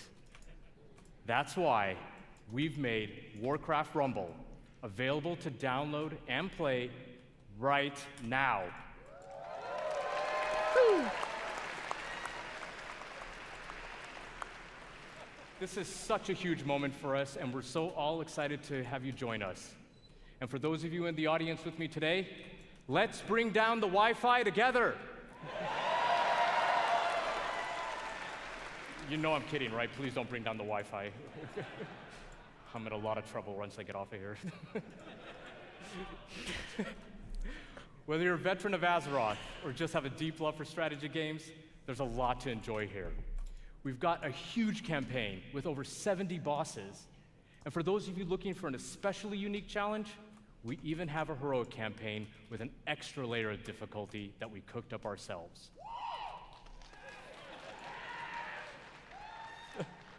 We've got maps with verticality, capture points, resources, traps, and all kinds of other contraptions. Each map was lovingly handcrafted by our team and is its own unique puzzle. But how you choose to solve that puzzle is completely up to you. And when you're in the mood for a solo dungeon, we've got you covered there as well. Dungeons in Warcraft Rumble are intense, 3-mission gauntlets through places like Normagon and the Dead Mines, where you equip your armies with game-changing relics until your run is over. Or jump into PvP and duke it out with other players on maps inspired by some of the most legendary maps and battlegrounds found in World of Warcraft. You can even join a guild and work together with your friends towards some super special shared rewards. I can only say... Nice. Bless the hype people in crowd trying to pump them up. We have so much more coming. For starters, we're going to be releasing a new mini with each season. And that also starts right now. Season 1 of Warcraft Rumble is live, and the latest addition to our growing roster of minis is none other than the Banshee Queen herself, Sylvanas.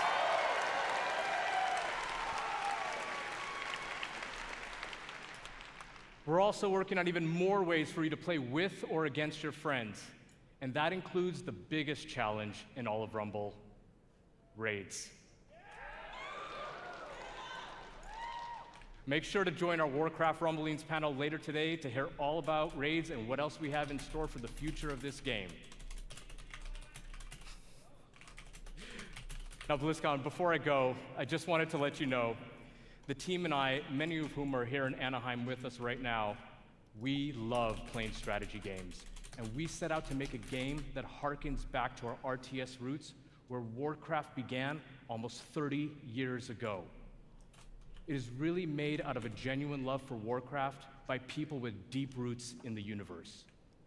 No matter how you like to play, there's something for everyone to love in Warcraft Rumble.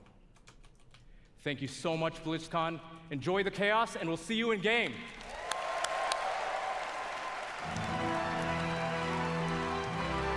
Please welcome Executive Producer, World of Warcraft, Holly Longdale. Woo!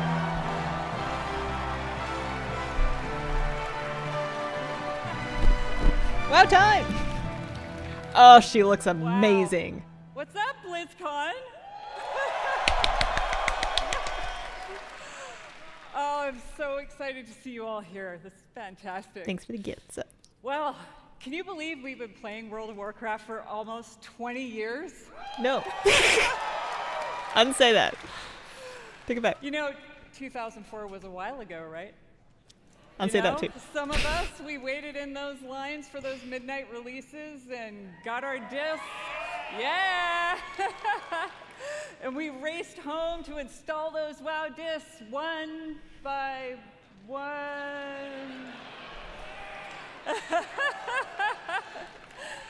Across nearly 2 decades, players all over the world have taken part in the stories of Jaina, Sylvanas, Arthas, and Thrall, and of course, so many others. And together, we've jumped through the portal into Outland. We sailed off into Northrend, and we watched Sargeras stab the world with that sword. During that time, gaming has changed, and you have changed, and so have we, particularly in the past year. The entire team across both Modern and Classic have embraced their communities. We are truly listening to your voices and taking action. My friends at BlizzCon, now is the perfect time to prepare to close chapters, open new ones, and double down on why we all fell in love with World of Warcraft in the first place.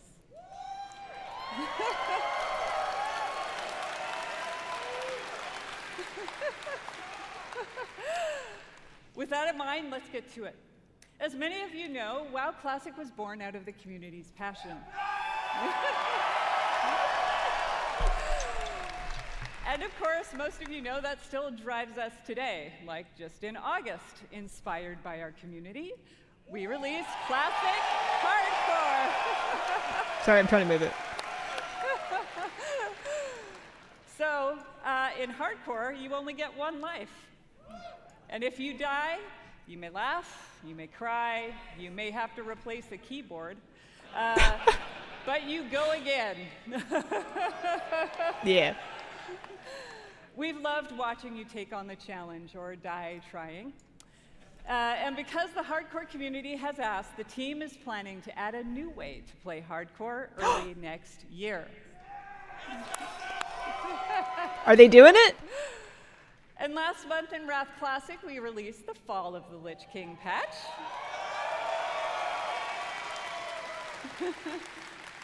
And while there's still more to come in Wrath, earlier this year, we looked at your feedback to think about where are we gonna go next. We read through a lot, and I mean a lot of your feedback on social media forums, and we sent out surveys to our players. And here at BlizzCon, we're happy to announce Cataclysm is coming. And it's coming with #changes based on your feedback, just like you'd expect from Here's one. Classic. So now, let's jump into the Wayback Machine and get a reminder of all things Cataclysm.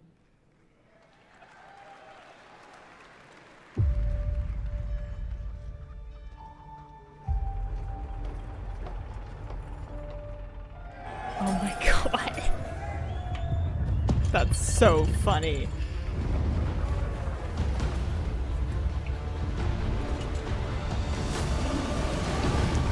There is no hope, no future.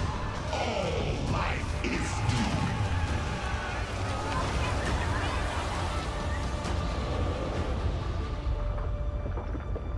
doomed. Yeah, I think people wanted Classic Plus, and by that they did not mean Classic Cataclysm.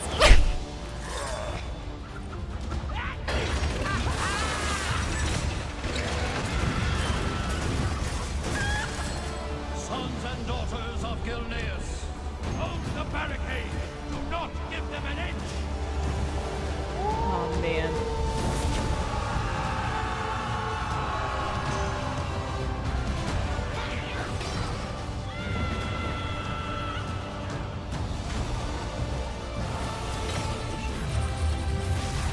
I wonder what they're gonna change about it.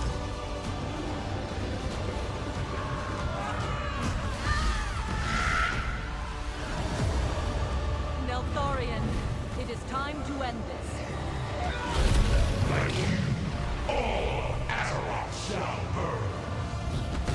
Everyone succumbs in the end. Deathwing has sundered this world, so that its true lords may return. Oh, I love Golden. See, I liked Cat. I just don't know if I want to play it again. You dare trespass into my domain?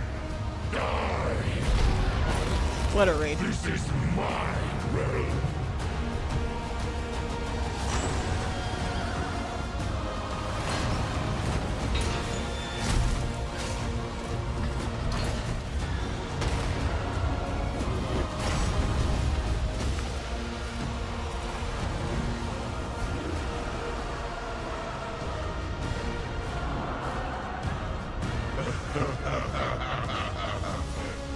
I am Deathwing, the Destroyer.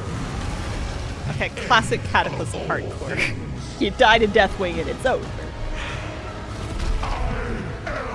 The Cataclysm.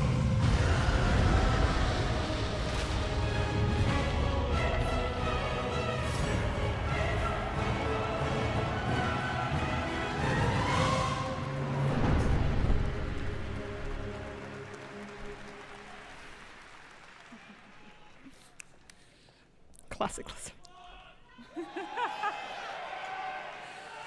Now look at the people talking. Get ready, my friends, because I love the passion, by the way. Get ready, my friends, because the road to Deathwing's destruction is coming in the first half of next year. All right. Now, over the past 4 years of Classic, we've watched you master the vanilla experience, and we've loved it. So much, in fact, that we thought we'd add some unique flavor with a seasonal note and a dash of discovery. Season of Discovery is vanilla WoW with a spicy twist. You're going to discover new secrets as you scour the world and find class-altering abilities. We calling that Classic Plus? Have you ever wondered what it might be like to be a tanking warlock? Yeah, I'm gonna call that Classic Plus for the bingo. Take on the role of a mage healer? In Season of Discovery, you can. They should have led with that. The season is going to launch with an initial level cap of 25. And when you hit that max level, you'll be met with the brand new level 25 endgame. You'll discover a brand new 10-player Black Fathom Deeps raid with new and reimagined bosses, mechanics, and of course, rewards. 25 level cap's after interesting. a couple of months, we'll raise the level cap a bit. You'll find even more endgame content, and so it will go. If you're here at BlizzCon, Thanks, you can play the Black Fathom Deeps raid in the Warcraft Hall.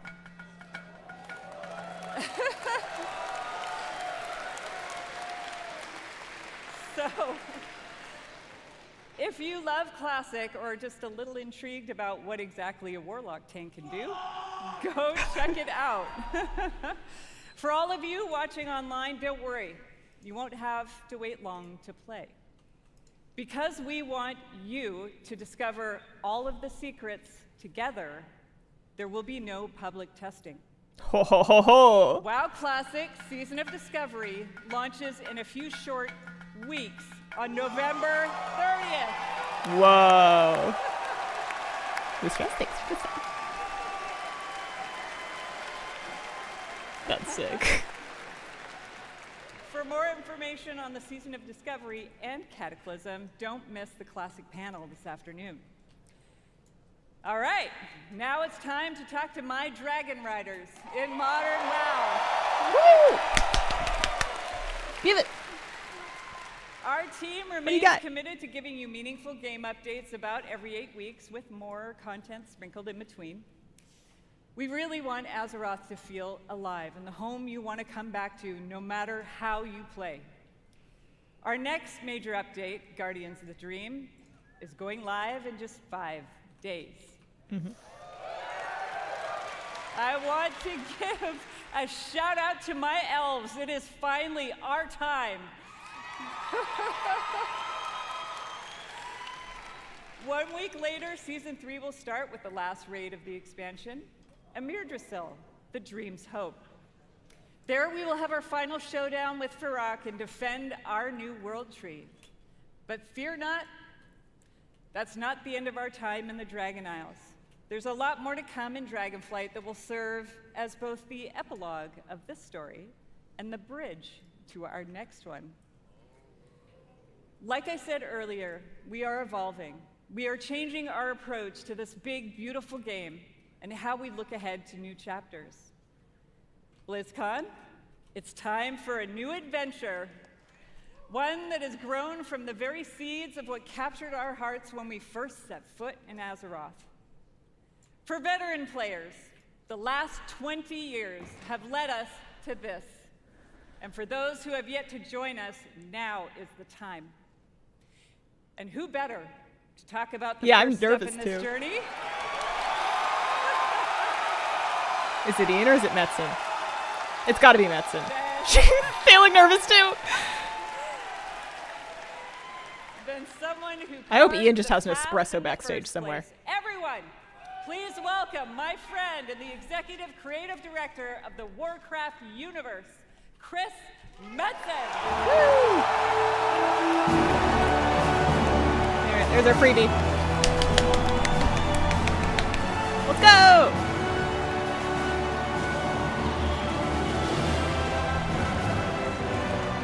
Yeah, Pika's going surprisingly well.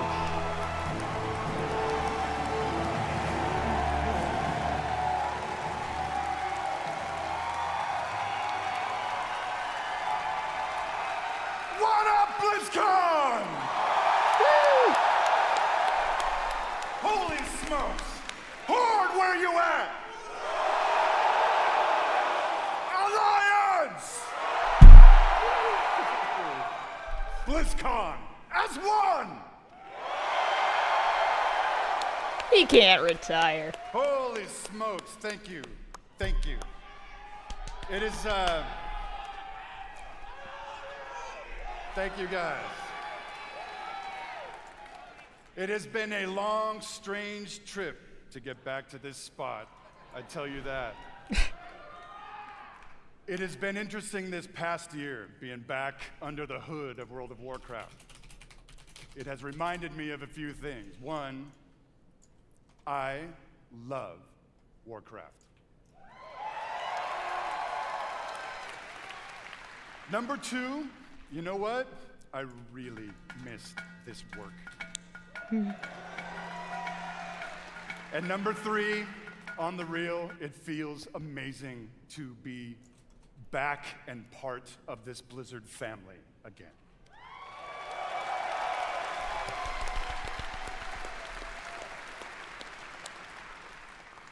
As Holly said a bit ago, next year is the 20th anniversary of World of Warcraft. I can't even believe it. Whatever. How many of y'all have been playing from the beginning?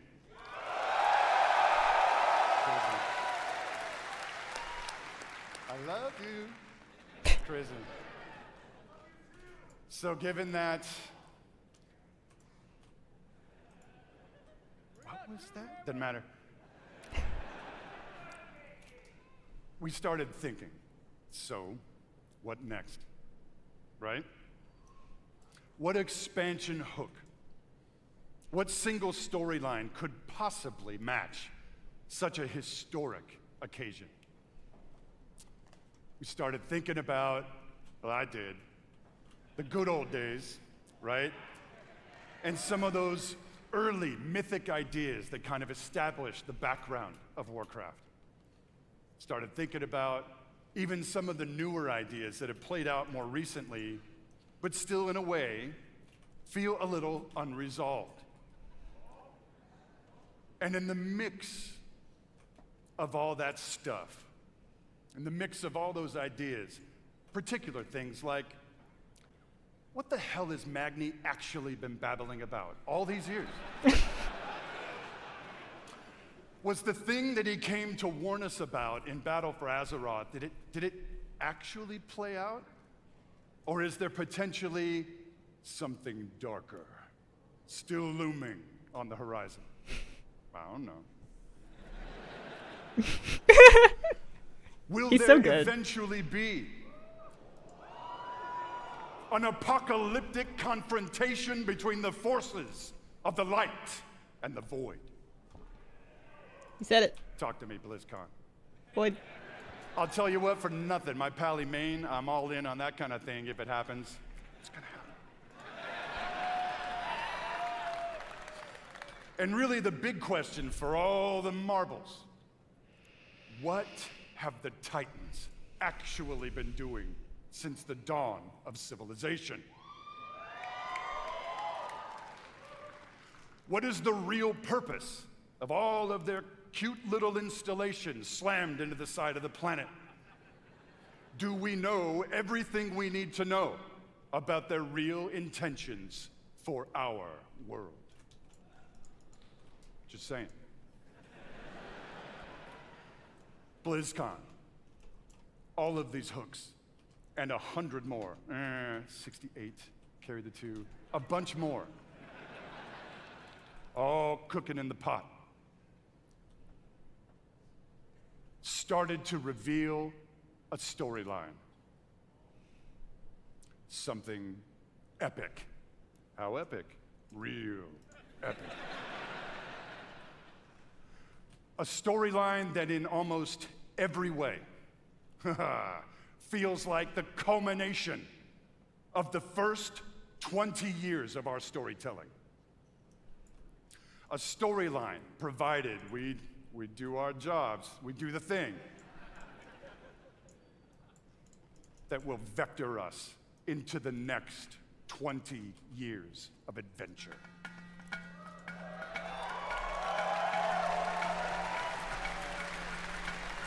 BlizzCon. Are you with me, BlizzCon? We call this storyline the World Soul Saga.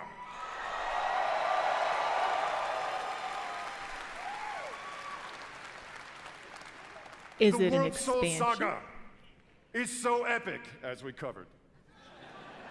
It cannot be contained within any single expansion. It is built to play out over multiple expansions over the next few years. Come on now.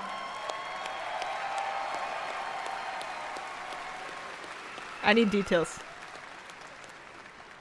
Having said that, we are working on multiple ways to deliver this adventure to you a little faster than you're used to. We're not going to get into it at this BlizzCon, forgive me. But keep your ears peeled. I assure you, we are moving with purpose. And the last thing we really want is for y'all to have your grandkids controlling your mouse and your keyboard trying to wrap this thing up. So, it's coming. Also, given the scale of this monster, we have decided to change it up today. Here we go. Dun, dun, dun, dun, dun. Instead of just debuting your next expansion all on its lonesome, we have decided to give you a glimpse at your next 3 expansion sets. Doing?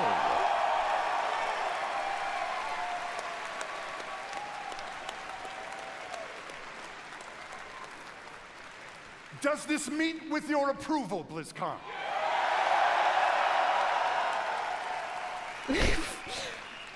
My friends, What? I'm going to warn you, there may be mild spoilers ahead. Actually, I'm just kidding. They ain't mild. Buckle up. Are you ready, BlizzCon? Roll the clip. Roll the clip. What do we... What?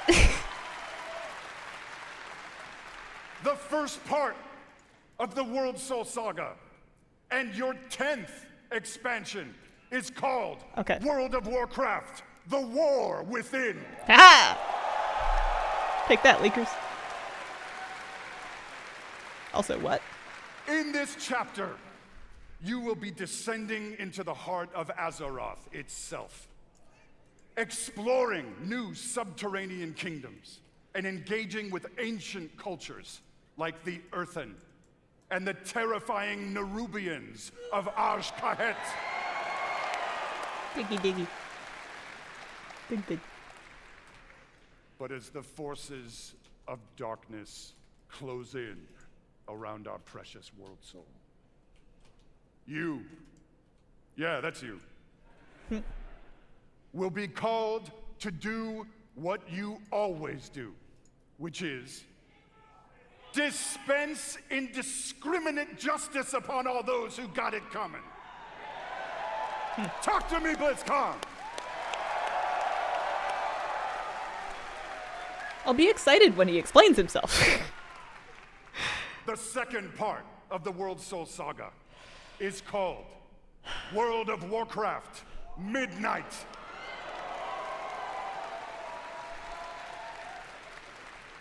In this chapter, you will be returning, ready, to the old world. Are they going to do them yearly? To the fabled lands of Quel'Thalas. There, the forces of the Void have invaded Azeroth, intent on snuffing out the light of the Sunwell and plunging the world into darkness and fear. It's hard to get excited about something will not only help reunify after the next thing. Scattered elven tribes of Azeroth, but you will make your stand with the forces of the light and banish the shadow forever. Like, what if you're really into this, but not the first thing? You just gotta, like, wait it out? Of course, BlizzCon, it is Azeroth. Things may not go to plan. Things may just spiral wildly out of control, leading us to the third part of the World Soul Saga. World of Warcraft, the Last Titan. What if the last Titan is Andrew? Then we get the bingo card. In this chapter, you will again be returning to the old world, this time to the wintry lands of Northrend. And there, at Ulduar, you will bear witness to the return of the Titans to Azeroth. And there, you will uncover a vast conspiracy, one that stretches throughout the history of the world, one that will challenge everything you think you know about the Titans, their intentions, and the true nature of Azeroth itself. But, like, what are we gonna do? In time, my friend, in time. And it's called Silithus. There you go.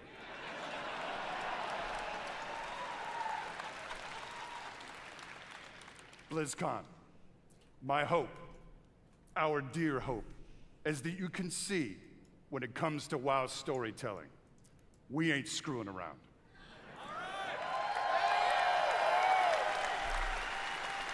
We are playing for all the marbles. I guess he's the story guy. guy, We are working so. to establish a thundering heartbeat for this franchise. Now.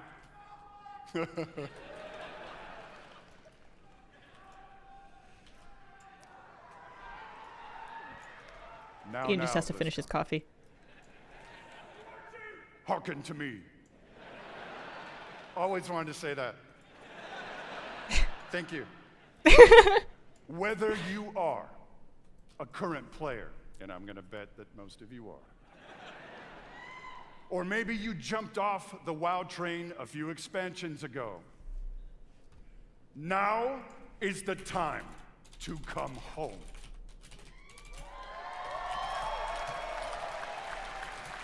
Now is the time to pull on your boots, pick up your broadsword or your favorite glowy staff, and get in this fight. Friends, Azeroth needs her defenders now more than ever. Now, in a few moments, we are going to give you a deeper look at the war within. Yes, please. But before we do that, I want to leave you with a little something to chew on. I want to remind you all that sometimes very epic things can begin with small, heartfelt moments. What you're about to see is one of those moments. And with that, BlizzCon, proud defenders of Azeroth, let the World Soul Saga begin. Movie time? Movie time.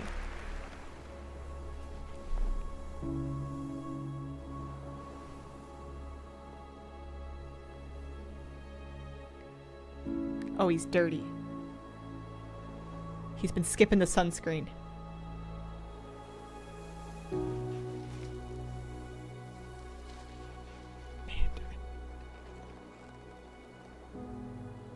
He looks good.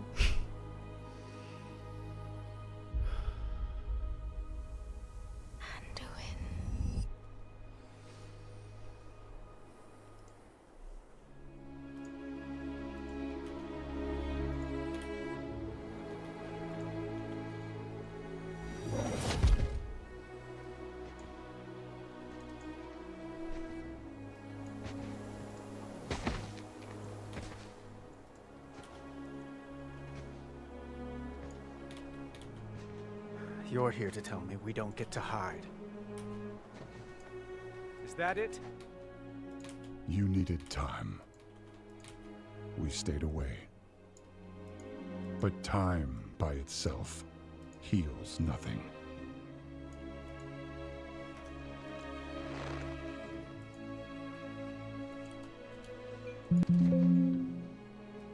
You didn't just come here for me.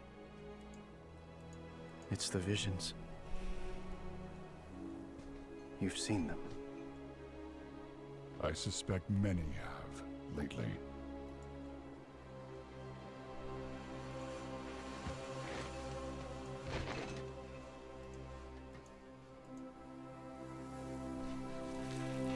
Something, someone, is calling out from the heart of the world. Like a voice from a dream.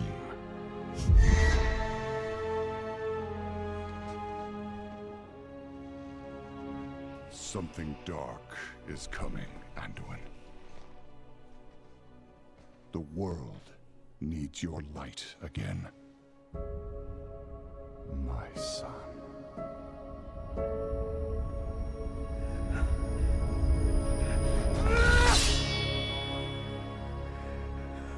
I'm not that person anymore. I have no light. Not after what I've seen. Not after what I've done. My boy needs therapy.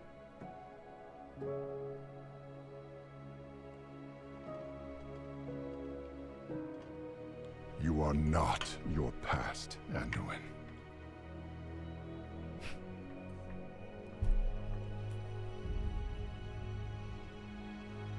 I trust you.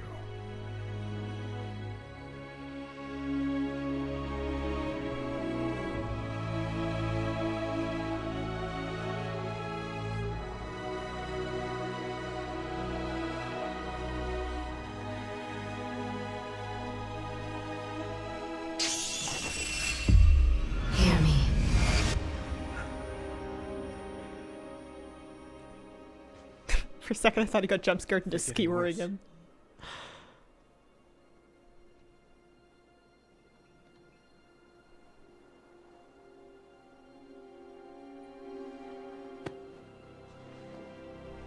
Look, whatever's coming, I'll stand with you. Of course I will. But we were drawn here by the voice. Who is it, Thrall? Who's calling out to us? I'm not sure yet. I don't know. I was hoping you know. But that sword was aimed at someone.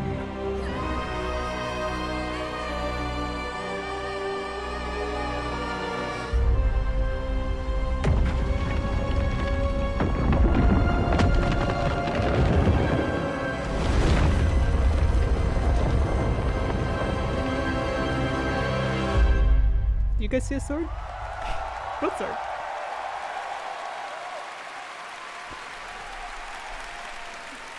We got the cinematic, we got the Manduin. I guess we're not ignoring that sword anymore. I do have to say, though, every time I see that cinematic, and I've seen it many times, it gets me right in my heart. It feels like a new beginning, and it feels like coming home. And we are so excited about where we are going. And now that you've seen or heard the overview for the World So Saga, let's talk about the war within. As we all gather and explore beneath the surface, we'll find an ancient Nerubian civilization.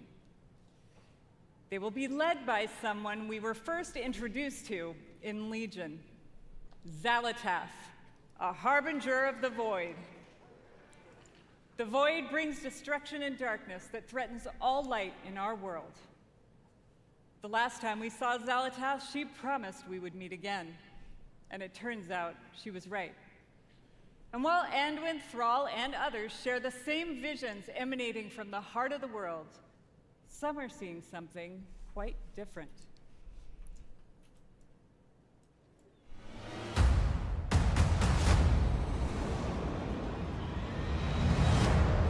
My visions are not the same as the others. No radiance, no song. Just the shadow taunting me from below.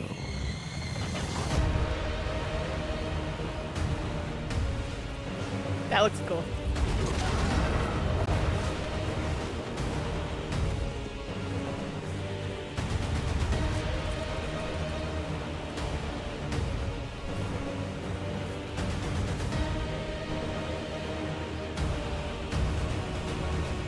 They look very spread out, like they're not part of the same landmass. Kind of Cataclysm style.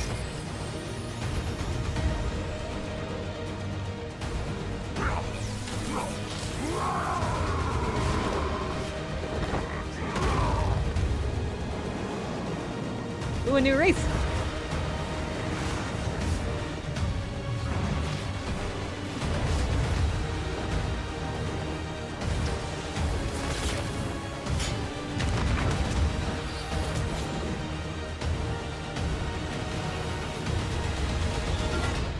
The fate of our world rests upon the edge of a knife. And our battle lies deep within.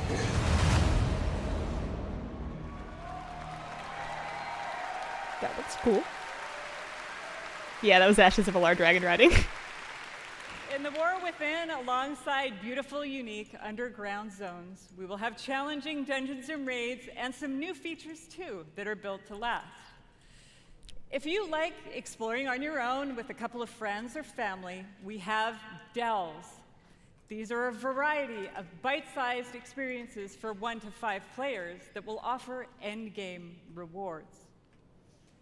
You may also find in your delve a familiar character who'll be willing to fight alongside you. And if you're like me and you have an obsession with alts, We have warbands. Ooh. With this feature, you could treat all of your characters like family and Are share they all banks, muted? reputations, Transmog. BlizzCon saved. They did it. Bring the We're also bigger card back. introducing a new layer of customization for your class specs with hero talents. You might want to take your character down the path of a Dark Ranger, let's say, or a Farseer, and more. It's not exactly new specs, but you could make an argument. Also, during your travels underground, you will meet the Earthen Dwarves, and you'll be able to unlock them as our new allied race.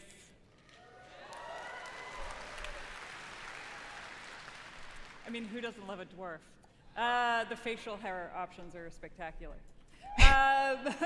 There's so much more to talk about, so please join the What Next panel that's coming up right after the opening ceremony right here. What I can tell you, though, is that the call to get into the fight to save our world will ring out when The War Within releases next year. Next year. Fall 2024. Yeah. And lastly, I sincerely want to say, we are so excited to begin this new journey with you. And from our hearts to yours, thank you for bringing our world to life.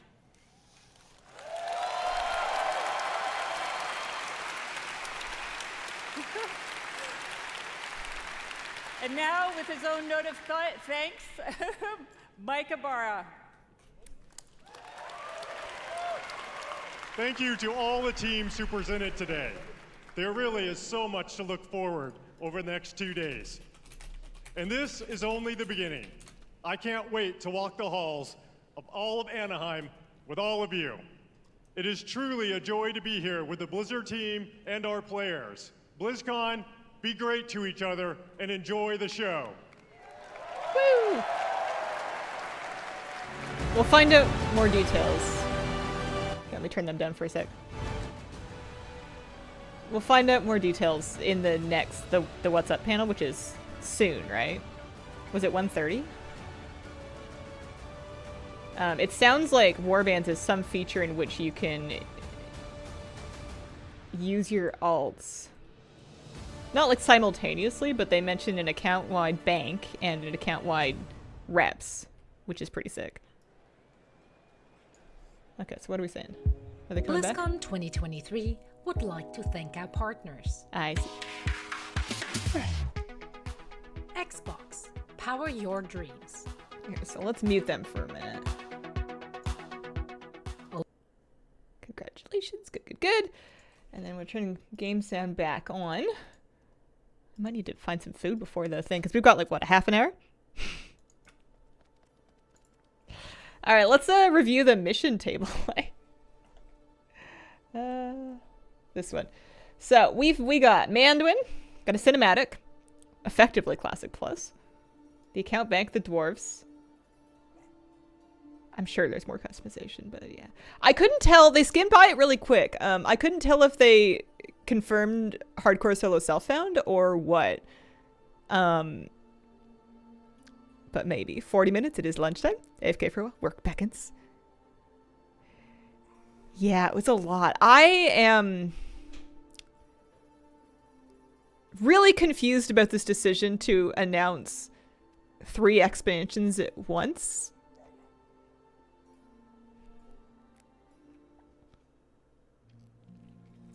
But, you know, we'll see. There's splash text for pre-purchase, so you can mark that. Here, let me check, I heard Launcher has a... I heard Launcher had shop. 1 second. Shop.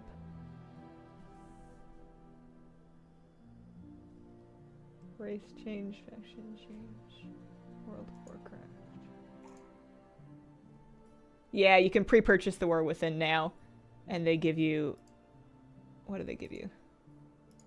If you press the button... 115 Canadian dollars! Oh my god.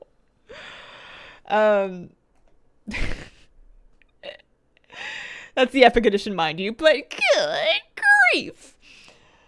Opening chapter of the World Soul Saga, you'll journey through never-before-seen subterranean worlds filled with hidden wonders, lurking perils down in the deep dark Nerubian Empire, inscrutable, yeah.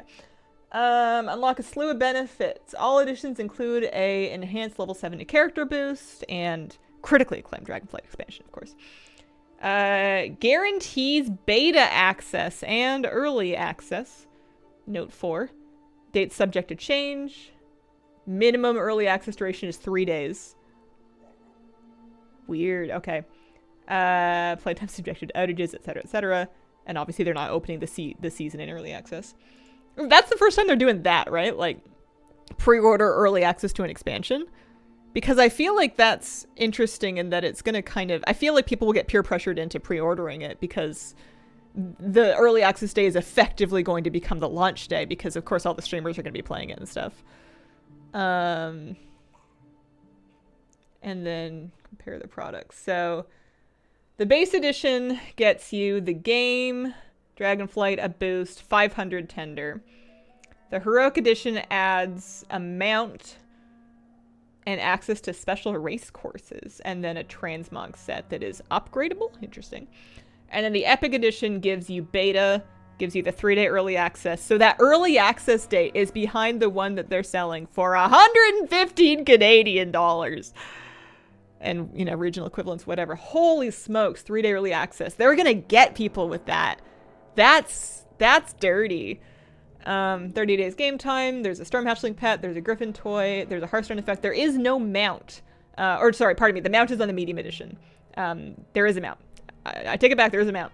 Algarian Stormrider mount with dynamic flying.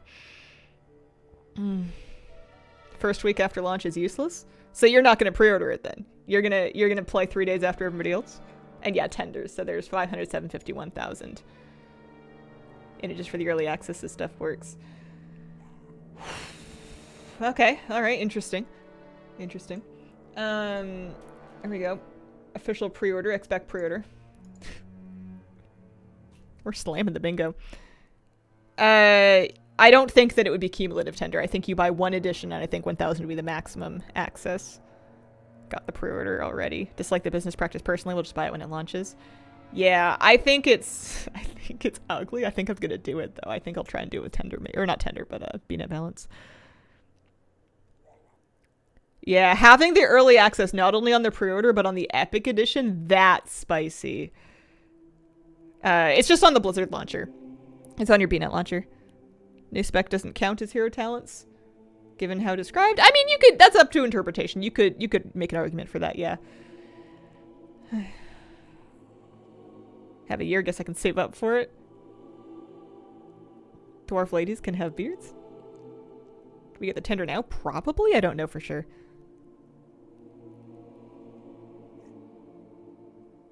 Yeah, interesting.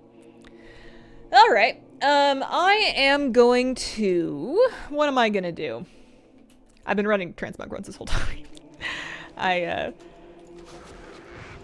to have something to do with your hands. What am I going to do? I need to get some food, don't I? Need food, yeah. Find IRL food. My feet are also freezing. I need to just, like, get up and move around a little bit. I'm gonna take a couple minutes. I don't know exactly how long. I will probably bring some food back, but mute myself because no one needs to hear me eat. We've got a half an hour until the WoW What's Next panel, and that's gonna have like deets. That's the good stuff. So we'll watch that. We can hang out until then. Yeah,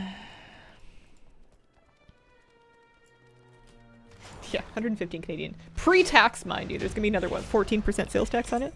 Is it cold there? It's kind of cold. I'm just one of those people that gets cold in the extremities. I swear, like it gets to like 20 degrees instead of 22 inside, and my body's like, well, we're not keeping the hands and feet. No more circulation for them. Yeah, that's spicy. That's very expensive. I really want to know if they're talking about shaking up like the release, and it does still seem like it's going to be Dragonflight is a 2-year expansion, but are these new ones going to be 2 years? Are they going to be 1 year? Are they going to charge 130 Canadian dollars every year? Like, what's the deal? Well, We'll find out, although I'm sure they're going to be a bit cagey about the spicier stuff. Then you can't type anymore. It's the worst. Yep. No collector's edition mentioned. I mean, that's the... I'm sure they'll do a physical box that's tied with the Epic edition. Yeah, not until fall 2024. Well, I'm going to go look for food before I run out of time. I will be back. I will be back. In the meantime, behave. Beep.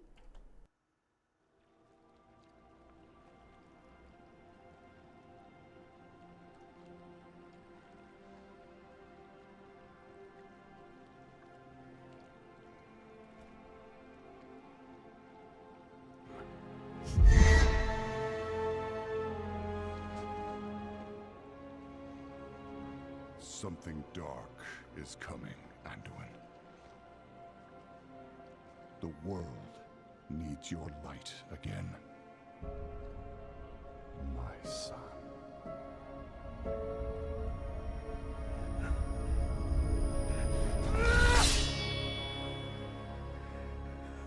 I am not that person anymore. I have no light. Not after what I've seen. Not after what I've done.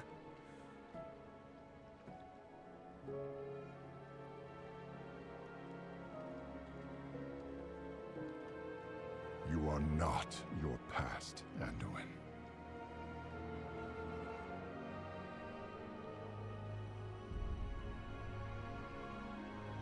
I trust you.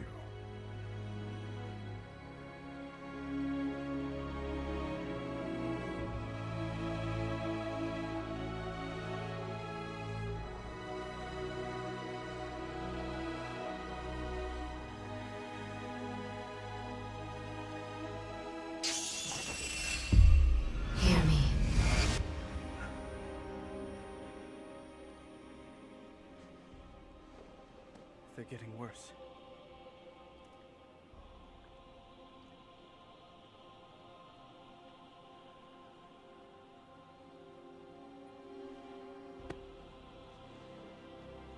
Look, whatever's coming, I'll stand with you. Of course I will. But we were drawn here by the voice. Who is a thrall? Who's calling out to us? I'm not sure yet.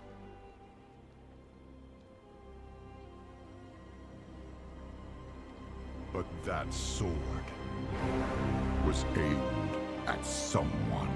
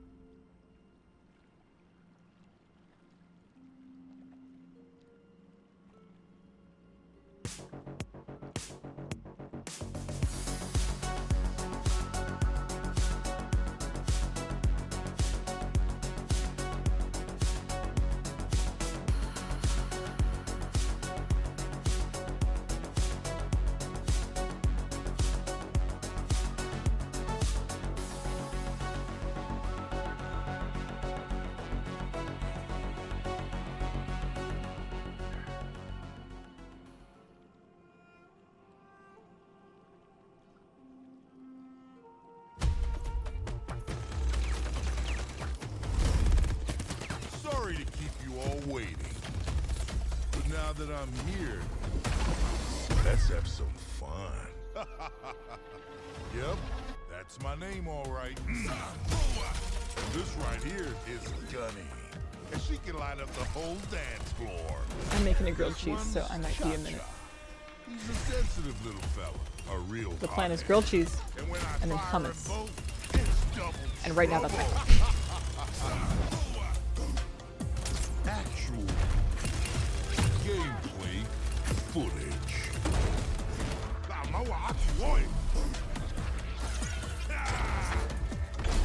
Going so soon, I'm gonna miss ya.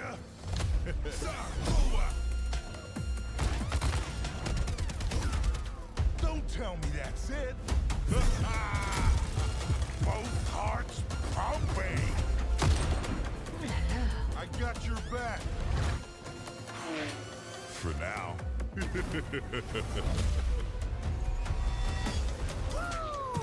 Here I come. Sensei quick kicky.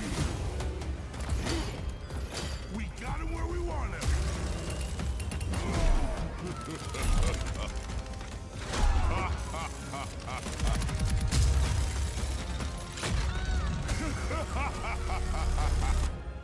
Unbelievable. So was I worth the wait? We're gonna have a hell of a time. Woo!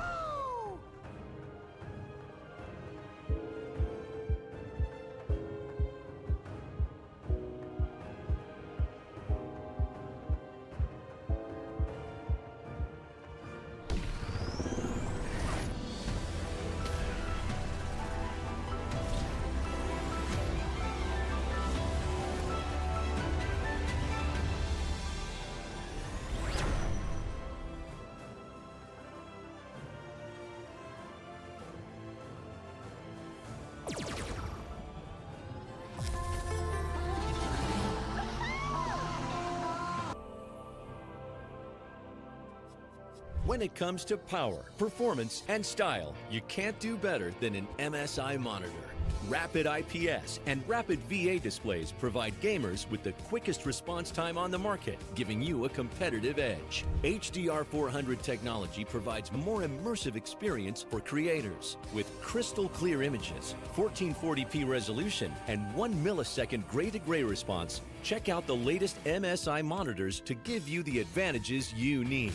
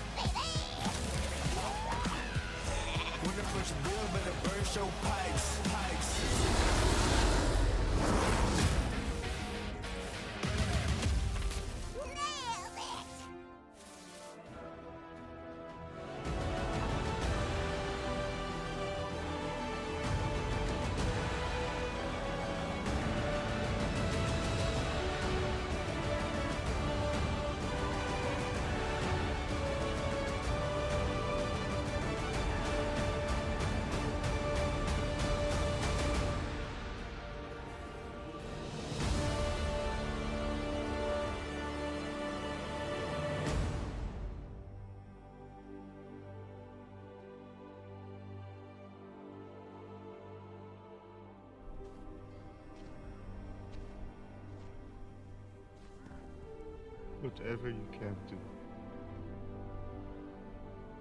We thank you. Will you save us?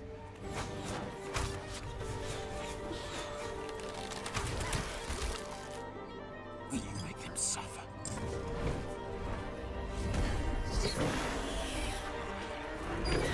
Can your shadow be our light?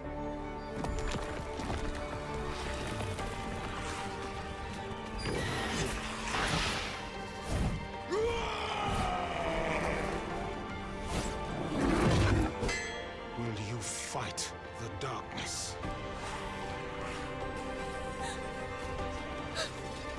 Please end their terror.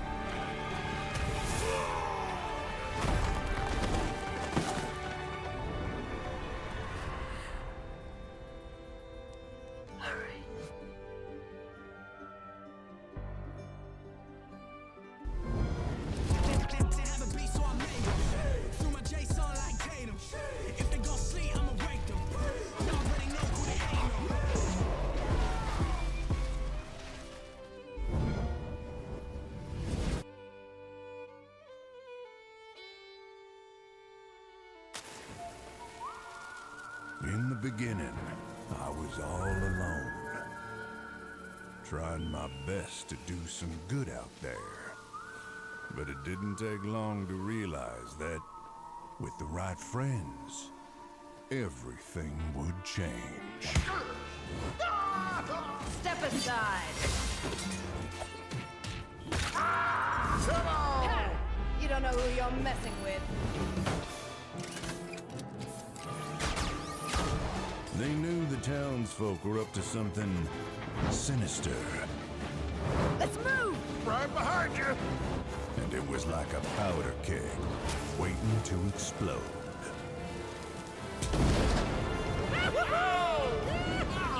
We did it! No! Oh, nuts. As it turned out, I had the right backup waiting for me. Just when I needed it. Let's do this. You got it, partner. I didn't intentionally pursue leadership. I'm gonna punch ya! Candle mudslider.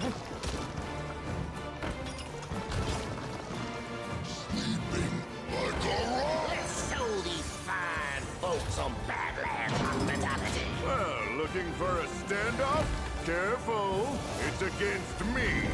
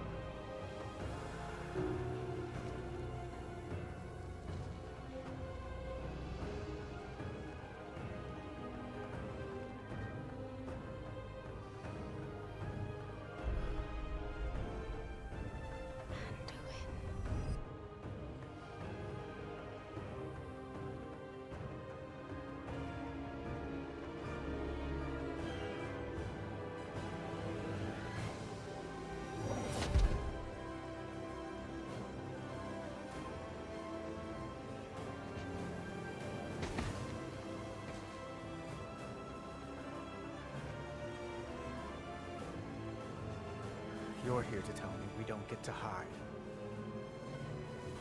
Is that it? You needed time. We stayed away. But time by itself heals nothing.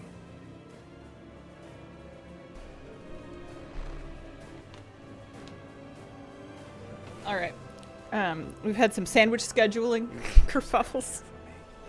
We've settled on. I had a surprise sandwich, so I have a half a grilled cheese now, and then I'm gonna have a takeout sandwich delivered shortly. Sandwich man. Gonna say Hazel looks like an avocado. Realized she's a murloc. I saw somebody wearing an avocado costume for Halloween, and then they were walking with somebody that had like a toast costume. Someone is calling out from the heart Don't mind of me. the world, like a voice from a dream.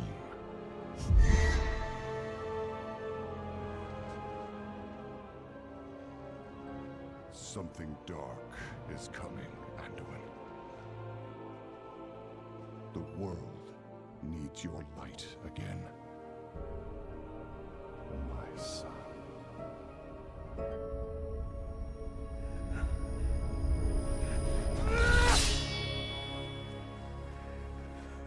I'm not that person anymore. I have no light. Not after what I've seen. Not after what I've done.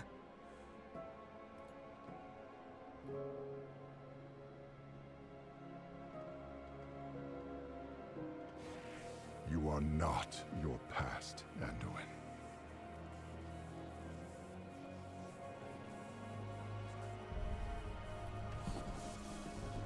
I trust you.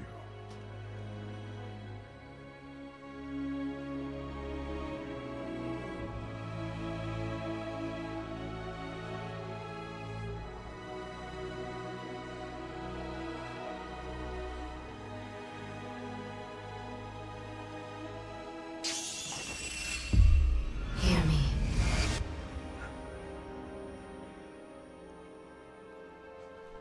Yeah, I should have stocked up on WoW tokens yesterday. Christy B, thank you for the 11-month reset. The BlizzCon stream is on twitch.tv/Blizzard, also on YouTube, and there will be VODs on both their Twitch and their YouTube. I think the token's gonna go up in price because I'm not the only one who wants to dump gold to buy the pre-order. JJ, thank you for the brand new sub. Appreciate it.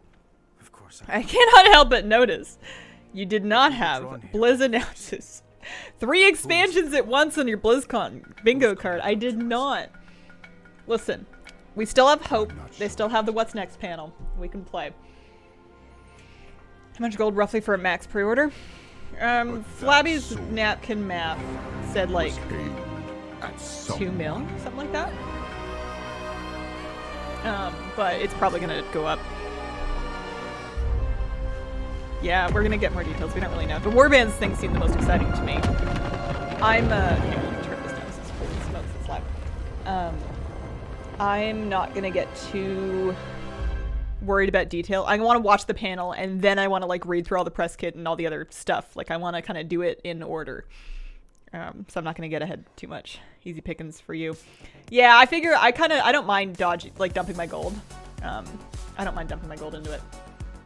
It's not for anything else, but you know, the question is, can you? Right? Like, who's coming back and spending the money to get 327k gold now? Nobody. Not nearly as many people as want to do the opposite, so that's gonna go up in a hurry. They're all sold out.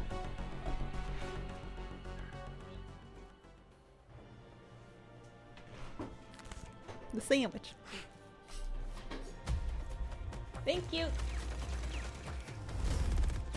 Sorry to keep you all waiting. I have double game music going on right now. That is too much. Let's have some fun. Yep. Also, I'm muting them again for a second. This right here is Gunny. And she can light up the whole dance floor. And this one. Got another 10 minutes or so. All right. Next part soon.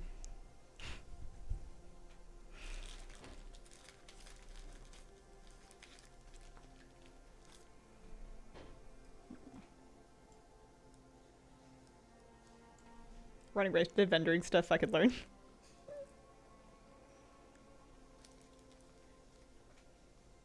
Worldview Vamp, you know, Kata.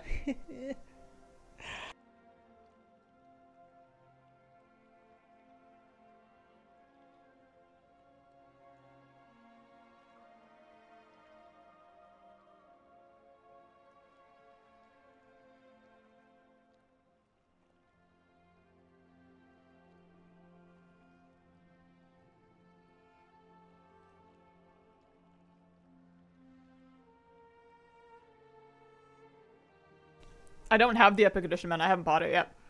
I'm too cheap to do it with money right now.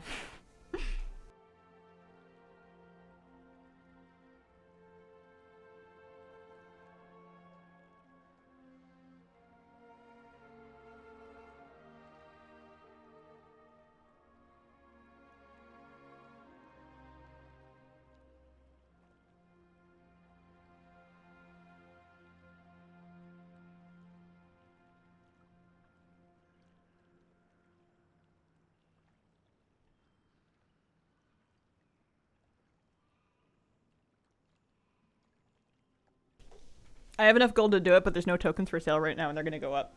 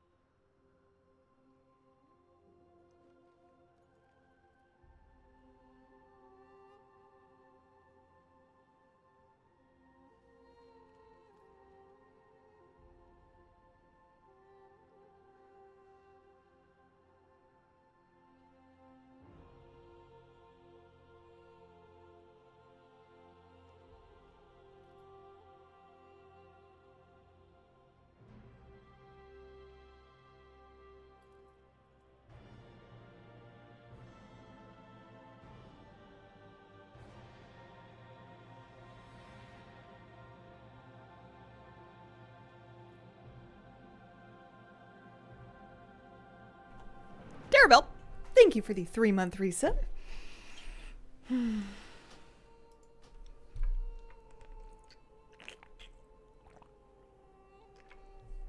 Yeah, I'm having fun. I'm enjoying this a lot. This feels like BlizzCon to me. You will not be able to get tokens for a bit. I got one just recently. Sorry, Case. Thanks for the brand new set. Appreciate it.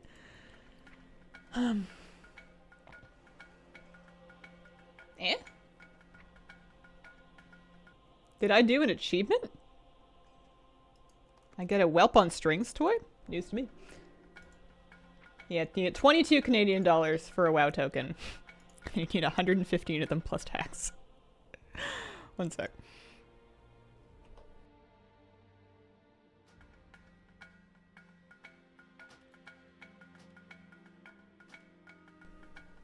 Okay, so that puts me to 76. Fire Insider, thank you for the 11-month reset.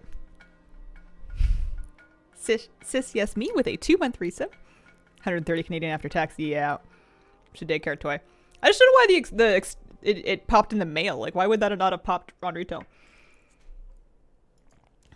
I'm buying them to try to get the expansion pre-order. Still can't get over how they announced 3 expansions. I know, right? I'm like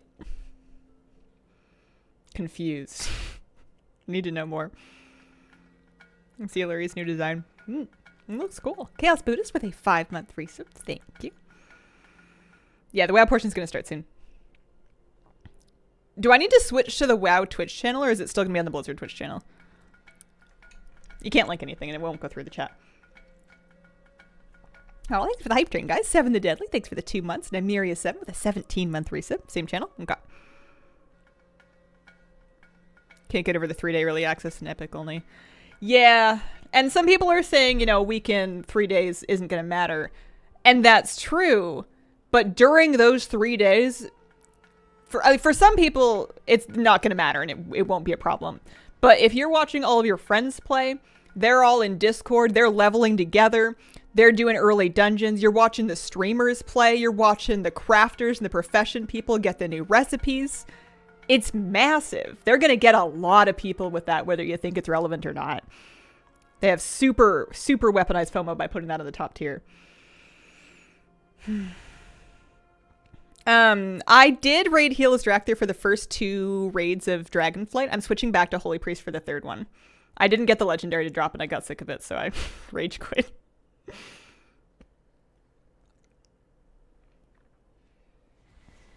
Hero talents out. Transmog for all armor types. Yeah, I'm not gonna dig too deep into the Wowhead stuff right now. I want to like watch the What's Next panel, which should be soon. Should be any minute now. I want to watch that and see. Yeah, this one. Here, let's unmute this again.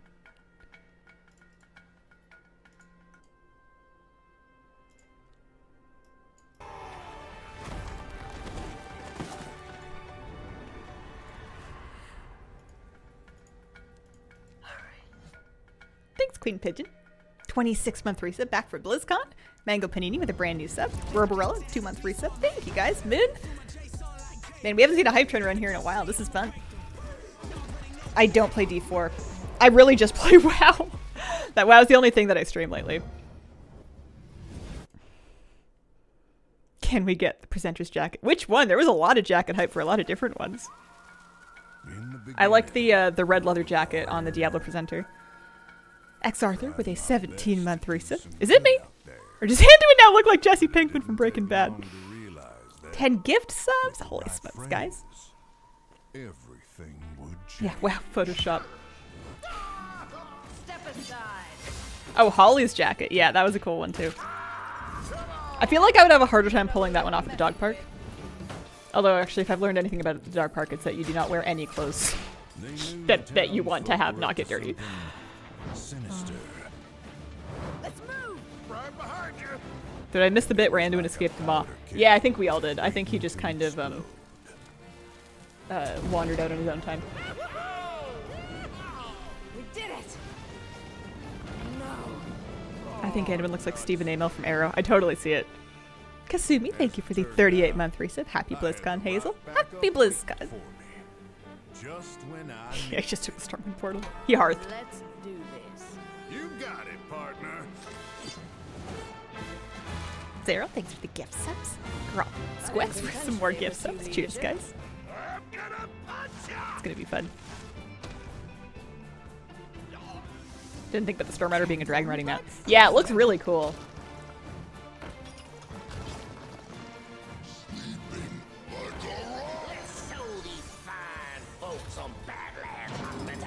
Instead of a boost token. There's also a boost, I believe. Sorry for the awful to pronounce name. By all means. I feel like I've probably missed something.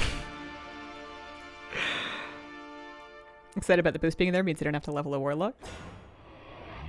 Yeah, I think the boost is in all 3 of them.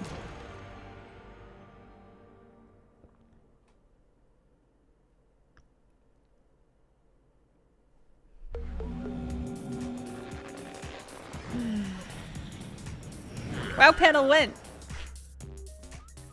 I'm so impatient. I thought I would become more patient and wiser with age. And, no. I'm just sitting here trying very hard not to be rude. Like, give content, give details, give news. Just gets worse. Still have my boost from this expansion. I've been stocking them up on my loading screen. I finally burned one because there was... I burned it for the event, the variety show. I burned one for the variety show. I needed to boost some kind of a character on like some kind of a server to use for the variety show. And they tried to like credit me a boost, but it was just kind of a big mess, so I just used mine. You will get more patient later. Gotten less patient with age. What if the queen needs it? I think where the queen's gone, she's got all the boost she needs.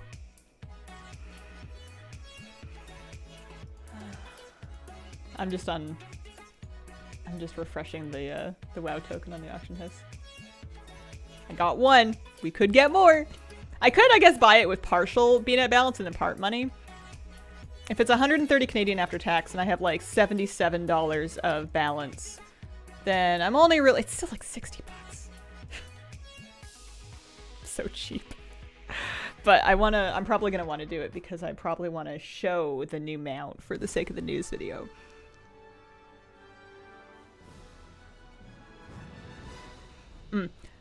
Scarlet, log out and log back in.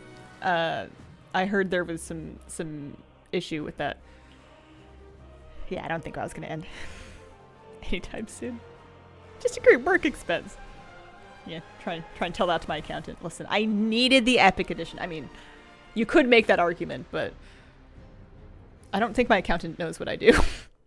I don't think he needs to. Yeah, the WoW deep dive should be any minute. Is this it? Would like to thank our partners. No, sponsors. Omen. Augie Drenner, thanks for the brandy sub. Xbox. Power your dreams. 35 after? Oh. Well, then I'm just, I'm being impatient. Mountain Dew Game Fuel Mystic Punch. What else can I do? Redeem points for gaming rewards and exclusive items. I did, Gates of Hell and Tomb of Sargeras on all of my characters. No luck. I don't think we're gonna find corrupted groups right now. Mercy Moore, thank you for the 14-month resub. Hazel and possibly Shared Alt Rep are gonna be bringing me back. I was so skeptical that they would do account-wide rep. Like, I knew people really wanted it, but I really thought that they were gonna just call it good after all the things they did to it before. I need to know more about warbands and about the bank because that was the most hype part of the whole thing. We are about to begin. Please take your seats. Thank you. Welcome back to BlizzCon 2023. Over the next 2 days, there will be a series of 8 panels and presentations showcasing a variety of exciting new games and updates, led by some of Blizzard's amazing creators, artists, and designers. So, to kick it all off, here's our first presentation, World of Warcraft, What's Next? Yeah, I'll turn it up. There you go. Thank you for letting me know stuff like that, guys. I can adjust anything that you need on the fly. 4 years have passed since the mortal races gathered together in Anaheim, California. And now, the drums of BlizzCon thunder once again. Let me hear the thunder! Yes! Ah! Woo! Oh, thank you. Thank you for being here with us today. Hello, everyone, and welcome to the World of Warcraft What's Next panel. My name is Taryn Gregory, and as you may have heard, thank you. As you may have heard from Chris during the opening ceremonies, we are at the dawn of a new era of Warcraft. The World Soul Saga. A story that will play out over the next 3 expansions and will take us on an adventure in World of Warcraft like we've never experienced before. This saga kicks off with the War Within. In this first chapter, our heroes will be called on an expedition to the subterranean depths of Azeroth, revealing a new world full of mystery, wonder, and darkness. There we will confront the shadows below and face new challenges on the battlefield as well as in ourselves. So what is next? During this section, I'll share an overview of the story of the War Within, and then next you'll hear from Maria Hamilton, who will speak to zones and cultures, and then wrapping up with Morgan Day, who will talk about dungeons, the raid, and our new systems. Let's dig in. In our cinematic reveal, did you guys enjoy the cinematic? Woo. Big shout out to the cinematic team for their work on that. It's just incredible work. We witnessed as Thrall found Anduin Wrynn, who has been wandering alone for the last few years, grappling and lost in his own thoughts and dealing with the experience that he's been through, as many of you may have remembered. Throughout this and our features trailer, we learned 2 very important developments, starting with these visions. Thrall spoke of a vision calling out from the heart of the world, like a voice from a dream. This radiant song will compel our heroes to investigate its origins, and while at the same time, a darkness has been gathering. Even as the heroes adventured on the Dragon Isles, and in the War Within, the mysterious harbinger that Iridikron spoke of will reveal themselves. Xal'atath has returned.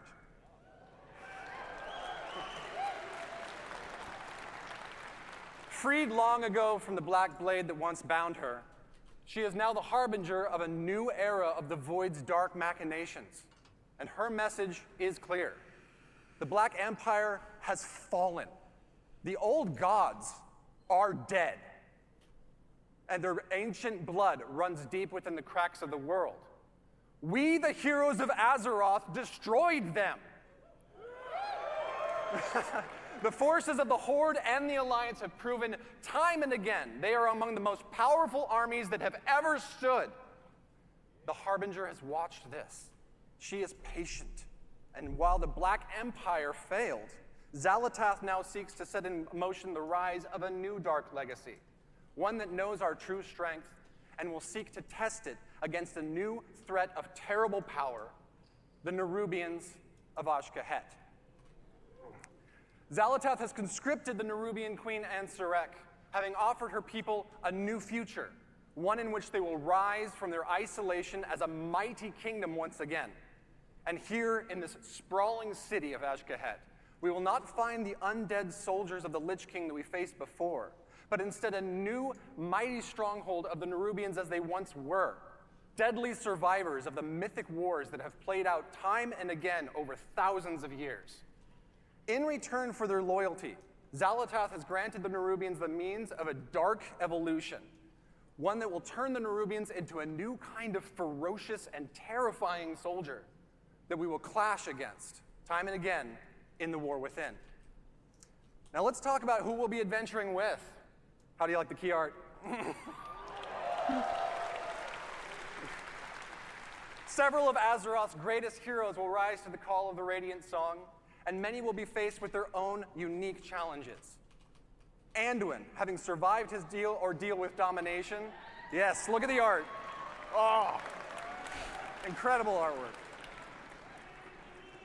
Anduin will be grappling with his relationship to the holy light that he no longer feels worthy of, while Thrall is seeking a connection to these visions, spreading across the world and working to find his new place in the Horde, while Magni Bronzebeard, long the Speaker of Azeroth, will confront the heavy weight of that responsibility once and for all. Champion! The wounds champion! Yes! But that brings us to, I know you saw this in the features trailer, Alaria Windrunner.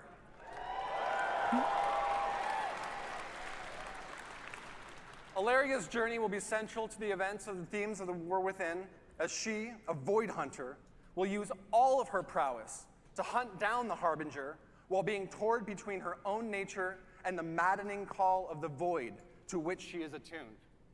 Along the adventure, she will have a unique rivalry with Xalatath, whose twists and turns will come to define the nature of this new conflict. Of course, we'll see many more familiar faces on our journey and meet a host of new and interesting characters along the way that Maria is going to tell you more about in just a moment.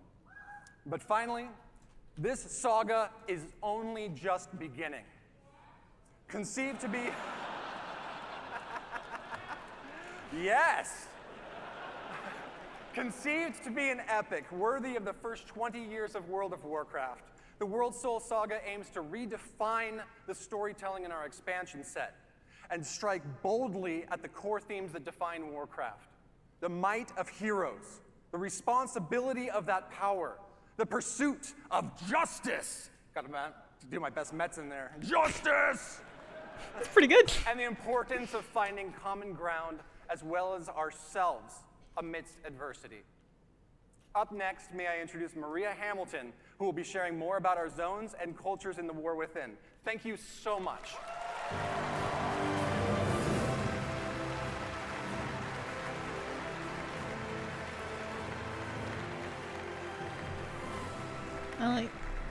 Hello, BlizzCon. Wow, I am so excited to be here and delighted to represent our team and tell you about the places that we will explore and the cultures we will encounter in the War Within.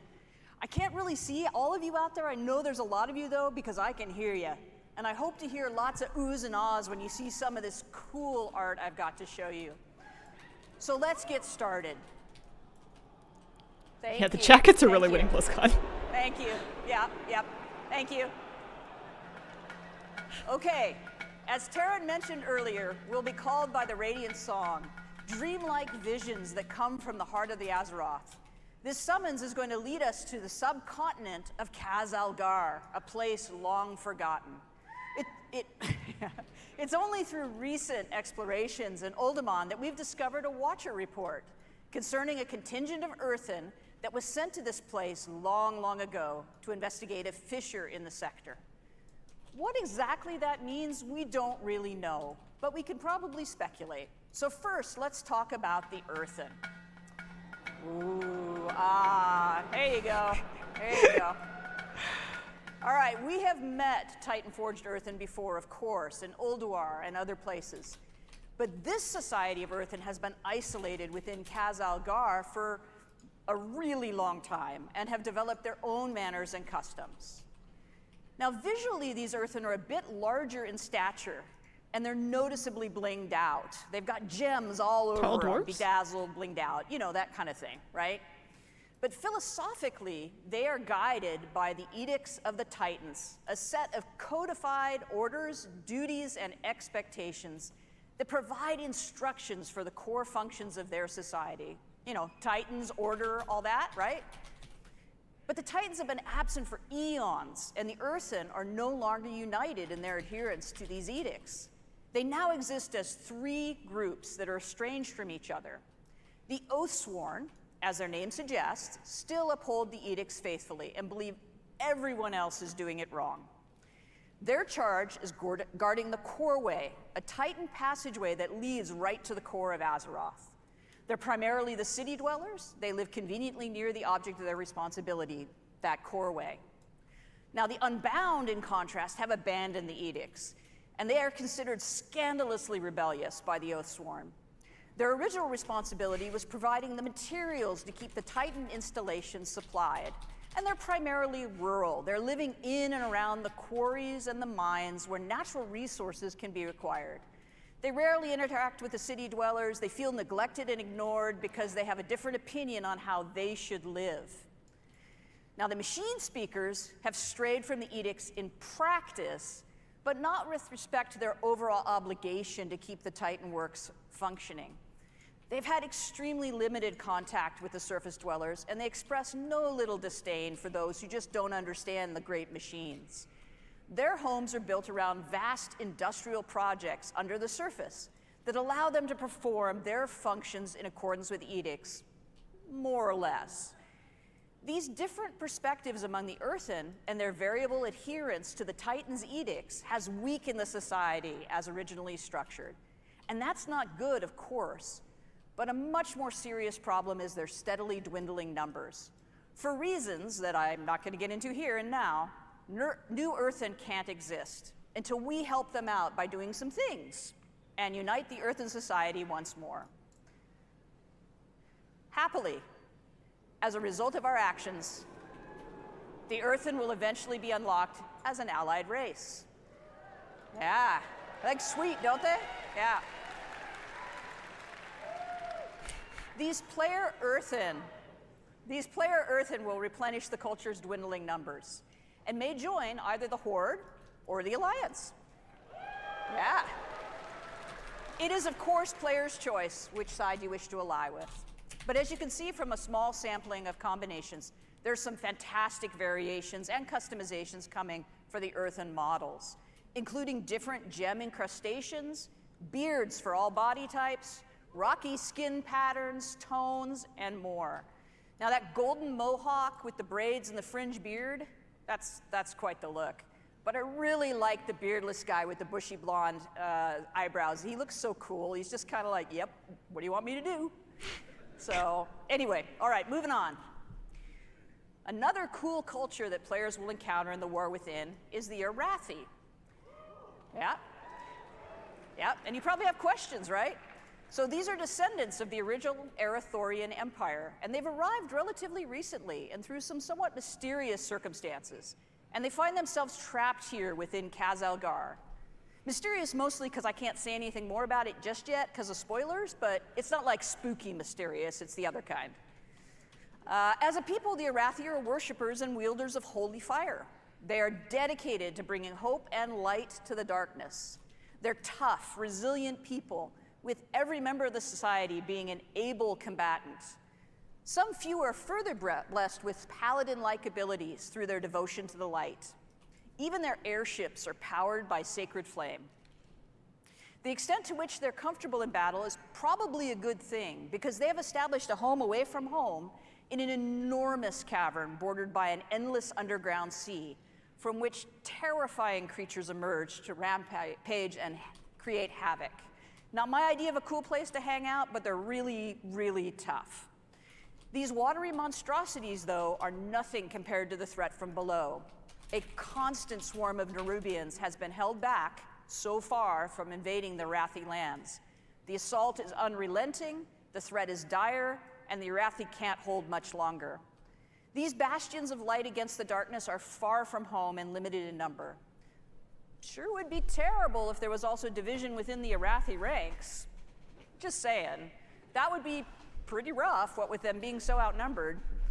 We could probably help them. All right, speaking of the Nerubians in the War Within, we'll explore their last kingdom deep within Khazalgar.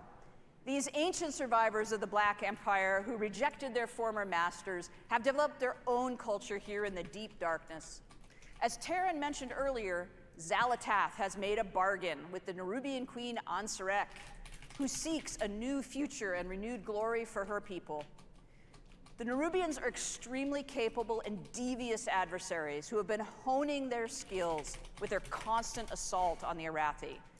But domination hasn't come fast enough for the Queen's taste, as the Arathi has managed to hold against this onslaught. So this deal with the Harbinger has included some assistance for her troops. Through some dark alchemical process, Xalatath has provided the knowledge required to evolve chosen Nerubians into paragons of their race, enhancing their viciousness. And Queen Ansarek has embraced these modifications with enthusiasm and eagerly offered her army to achieve the Harbinger's schemes. It appears to be a win-win situation. But not all Nerubians share their sovereign's enthusiasm for change and her embrace of Xalatath. Shadowy figures with far too many limbs maneuver against the Harbinger's plans in opposition to the Queen's desire. As you might expect, any foray into this Nerubian kingdom introduces us to a variety of citizens, including some forms we've never encountered before. Here's a layout of some of the Nerubian models that are completed and also some that are in progress, as well as scale reference for goblins and humans, so you just get a sense of size. In addition to the Nerubian citizens, there are also domesticated insects who serve the kingdom as beasts of burden and pets. The team is hard at work building out the full range of carapaces, carapae, I don't know, whichever, skittering legs, grabby arms, piercing spiky bits, and creepy eyes for you to enjoy, I guess. All right, let's talk about our zones. The surface of Khazalgar is our first zone, called the Isle of Dorn. This is the home of the earthen surface dwellers, as well as other native species of creatures. The fertile soil, flowering plant life, and generous waterways provide nourishment for animals in this untouched paradise. An important facet of earthen society is Cinderbrew mead. This volatile substance is manufactured from molten honey, produced by enormous fiery bees. Their home groves are a remarkable sight, as the hearts of the trees themselves glow with lava-like fluid. Harvesting is always an exciting time, as the ferocious creatures are understandably protective of their hives. Now, the roosts at Storm Watch are wreathed with lightning and fierce winds. These wild elemental rooks may choose to serve a member of the Oathsworn, who, if so blessed, becomes a Storm Rider, one of the guardian warriors of the earthen people. The Unbound deal with hostile creatures from time to time, but for the most part, the existence is relatively peaceful, fairly sort of peaceful. Their comfortable homes are often situated near the places where they once labored as adherents to the edicts. Those sites are now in disrepair, and in some cases, the lair of other creatures. Of course, the Isle of Dorn boasts a great walled city where the Oathsworn live and serve the edicts of the Titans. The city of Dornagal is the location of many important civic buildings, markets, traders, and crafters. And it's here that a traveler will find the expected amenities of a capital city, as well as the Titan Causeway, the defense of which is the Oathsworn's primary charge. Now, beneath the surface of the Isle of Dorn lies our second zone, the Ringing Deeps. As the name suggests, it is here that the Earthen are engaged in their work in accordance with the edicts. In these industrial areas of this cavernous space are huge, complicated machines, lava-heated foundries and forges, and waterworks, both to cool and to power huge machinery. Maintaining these Titan mechanisms and keeping everything running is both the responsibility and the passion of the machine speakers. The Earth has shifted too in places, revealing openings to the sky above to the Isle of Dorn. These cenotes bring light and water into areas once shrouded in darkness. Abundant greenery, flowers, and creatures that do not typically dwell in caverns may be found in these idyllic spots. It was really important to us as developers that we delivered the fantasy of the hard-working industry, but still had some break-up areas of natural beauty that don't feel like dark, constrained tunnels. Now, as the machine speaker population has dropped, they've had increasing difficulties with kobold incursions, and indeed the kobolds have taken over the mines, the work areas. They've even built a city of their own. Unexpectedly, the kobolds are actually becoming a force to be reckoned with under the aggressive actions of their leader, the Candle King. You knew it had to be a candle. No take candle. No take candle. With the passage of time, the Earthen have diminished both in number and in the knowledge required to perform the various routines to tune and repair the processes. The old ways have been forgotten, and new creative methods must be employed if the edicts are to be obeyed. So they're kind of making it up as they go along. From the Ringing Deeps, we descend further into Khazalgar to reach Hollowfall, a vast hollow area in the earth, bordered by an endless underground sea. This tenuous foothold under the bright light of an enormous crystal has allowed the Arathi to survive, using their airships to travel to high plateaus and establish docks, light towers, villages, and even a priory. From their capital of Mereldar, these trapped people strive to keep hope alive and spread the light, while engaged in a near constant battle with the Nerubians at their borders. The open spaces, the bright light, and the greenery are intended to feel as though we're on the surface, somehow, rather than in this sort of strange hollow within Azeroth. The crystal provides brilliant light, warmth, and growth for vegetation. You may notice that all the blooming plants have opened their blossoms toward the light and seem to be reaching in that direction whenever they're in Hollowfall. Unfortunately, the crystal sun has been changing in recent years.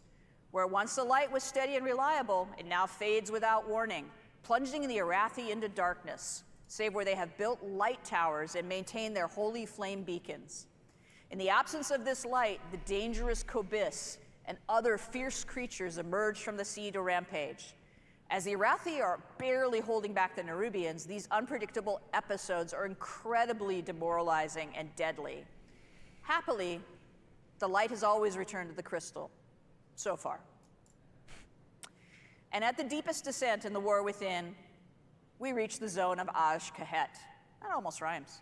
Anyway, the Nerubian city of Threads has been built on the ruins of itself, over and over and over again.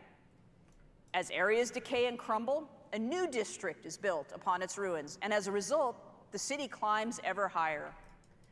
Those Nerubians favored by the queen, or possessing enormous wealth, or both, command the greatest views and live in the highest places over these swarming masses of the many districts. The Burrows is the home of the scavengers, the forgotten, deep in the decay and the filth. The Umbral Bazaar is a trading hub of fine silks, fascinating alchemical discoveries, and other exotic and hard-to-find goods. The Skanes are the home of the lore keepers and scholars who toil to maintain the history of their people and research myths and legends of Azeroth. There are many other districts and less than savory neighborhoods, both well-known and secret, that the careful adventurer could discover should they risk life and limb to do so.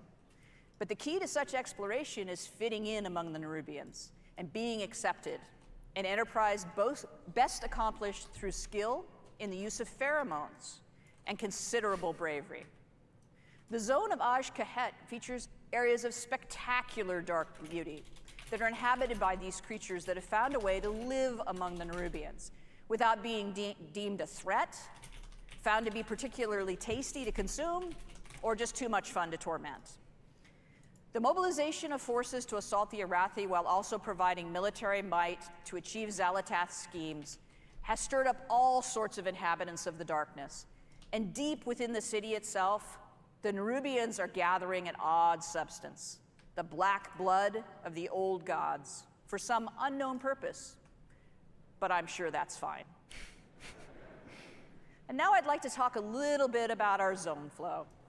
As I mentioned, awesome, huh?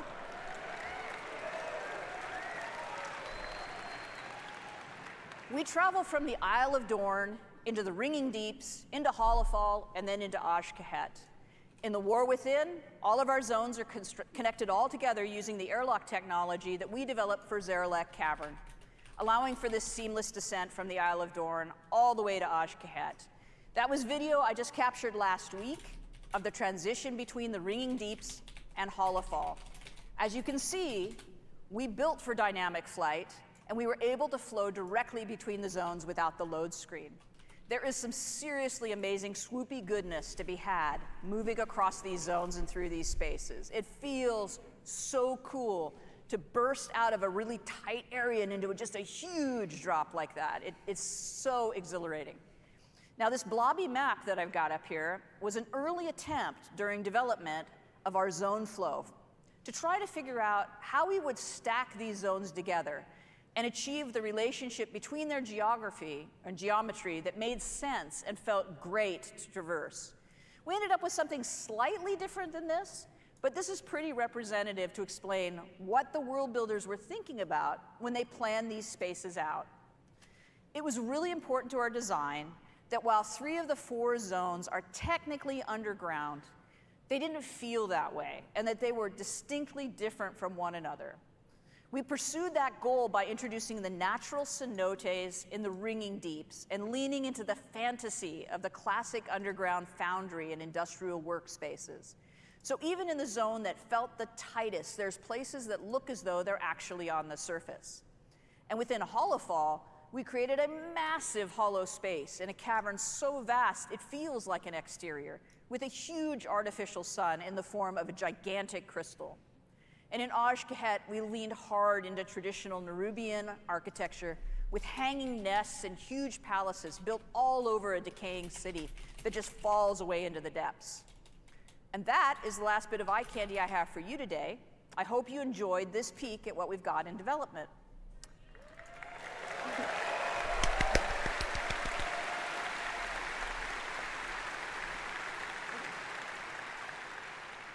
So now it's time for me to introduce you to Morgan Day, who's going to give you lots of information about dungeons, raids, and systems. Enjoy. Thanks very much. Bye.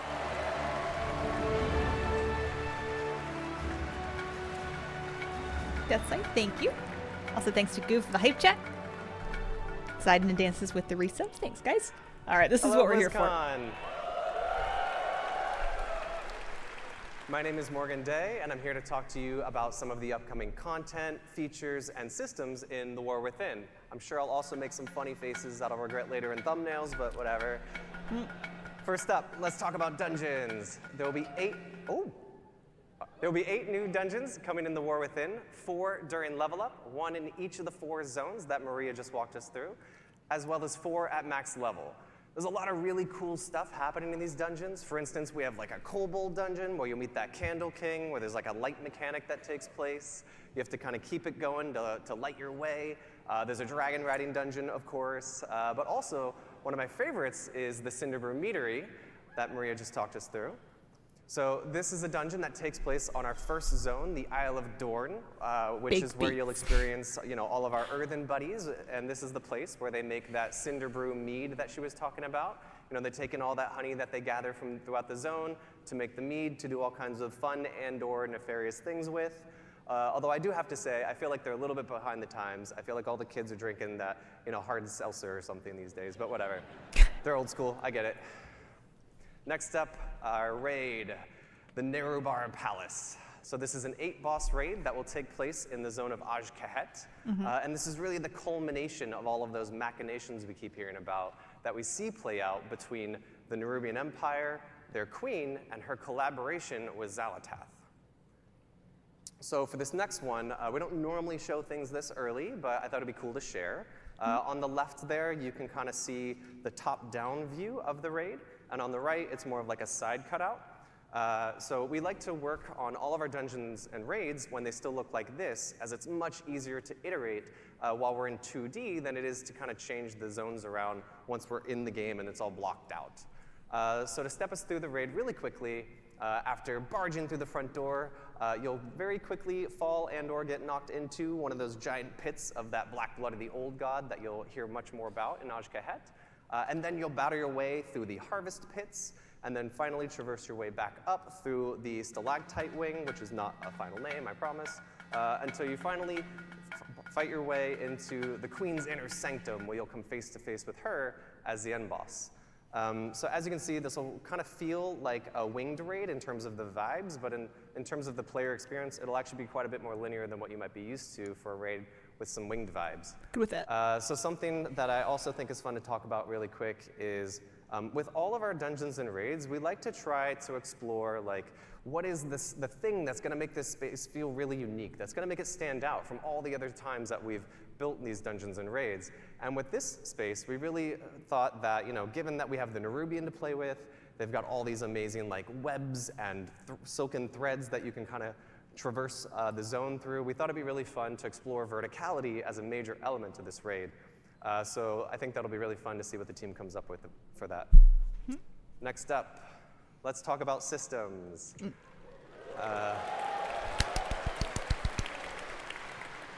So I want to walk you through some of our features and systems at a really high level, but first I want to talk about some of the philosophies that are really guiding us to add these into the War Within. So first and foremost, we really want to continue to extend the philosophies of Dragonflight into the War Within. And really, when we talk about that, there's 3 main pillars that I want to touch on. First, we really want to make sure that we're focusing on evergreen features. We want to make sure that we're making World of Warcraft better forever and not focusing on things that we know we're going to have to leave behind as we move into future expansions.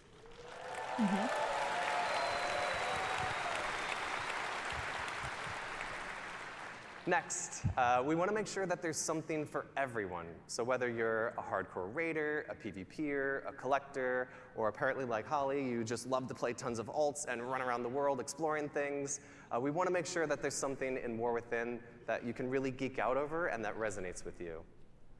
And finally, we want to make sure that we're continuing to build on our philosophy and build on our systems and content with people who play multiple characters in mind. We want to make sure... Woo! Woo! We want to make sure that we're building all of our systems to really respect the time of the player behind the keyboard and not focusing so much on the accomplishments of that individual character. Good with that. So let's talk about delves. Delves are a new feature that will be integrated into the outdoor world experience, where the fantasy of these is actually that you'll be joining the Dragonscale expedition in their search for lost treasures all across Khazalgar. So delves are an evergreen feature that is really integrated into that outdoor world experience. We want delves to be a new pillar of endgame content for those outdoor world explorers. We really view this as something like when we added World Quests back in Legion, where they are going to be really integrated and transformative into that outdoor world, especially that endgame loop. So one of the main reasons I'm stoked about delves is that these will provide an opportunity for us to give seasonal content and rewards to those outdoor world explorers. So that means things like rewards that you're used to, like mounts, achievements, titles, but we'll also be adding a outdoor row to the Great Vault with War Within. Good, good. How do they work, though? What do you do? So that all of you outdoor world explorers will be able to share in the joy of rushing to the Great Vault every week to collect your loot. And there will also be 13 unique delves that we'll be launching War Within with. And delves will scale from 1 to 5 players and be role agnostic. So that means if you want to play a delve solo, that's totally cool. If you want to go with you and your partner, that works as well. Or you can bring your whole dungeon group in, and the delve will scale based on your group size and your roles. That's cool. Evergreen just means they're not going to throw it out at the end of the expansion. And I would be remiss if I didn't mention one of my favorite features of delves, which I think Maria alluded to earlier, which is that there will be an NPC companion joining you on all of your adventures. So for Season 1, that'll be Bran Bronzebeard, as you can see. And Bran will be tagging along with you on all of your delve adventures and will totally never, not even once, aggro a pack of monsters that you didn't want him to. And I don't have my fingers crossed behind my back right now. So Bran will have a customizable talents and mechanics and abilities that you'll be able to kind of load out to suit your playstyle and needs. So maybe you need a little bit of extra healing. Well, you can load Bran out to provide that for you. And finally, you wouldn't be exploring with the Dragonscale expedition if at the end of every delve there wasn't this massive treasure trove that we need Bran to open for us, which hopefully brought a couple of keys to open some of the chests in there. But before Bran can open that that vault for you, you'll need to maybe defeat a boss, maybe you'll solve a couple puzzles, something like that, and then Bran will be able to open that vault door for you. Yeah. Evergreen content's kind of a double-edged sword because if you keep adding evergreen content, you eventually bloat your game. Warbands! So warbands are a system that we're introducing that will really be the representation of all of your characters across your Battle.net account. Warbands are an opportunity for us to create a platform where you can share your achievements, resources, and all that other good stuff across all of those characters. So the goal of this system is really to be that representation of the philosophy shift that I mentioned earlier about really respecting the time of the player behind the keyboards and not those individual characters. There's actually a ton of additions and modifications. We've talked about a few here. There's no singular UI screen that says warbands. It's more of all these modifications and updates and features are kind of wearing a big coat that says warbands on the back of it. Mm-hmm. It's how I kind of keep it straight in my head. But just to talk about a couple of those cool features, we'll actually be revisiting the transmog rules of how you acquire those appearances in the War Within. So for all of you who have... Yeah, it sounds like all of them. So that means all of you who have probably had to run 4 characters through all of those legacy instances just to make sure you're collecting all the appearances, that won't be the case anymore in War Within. You'll just be able to run with 1 character.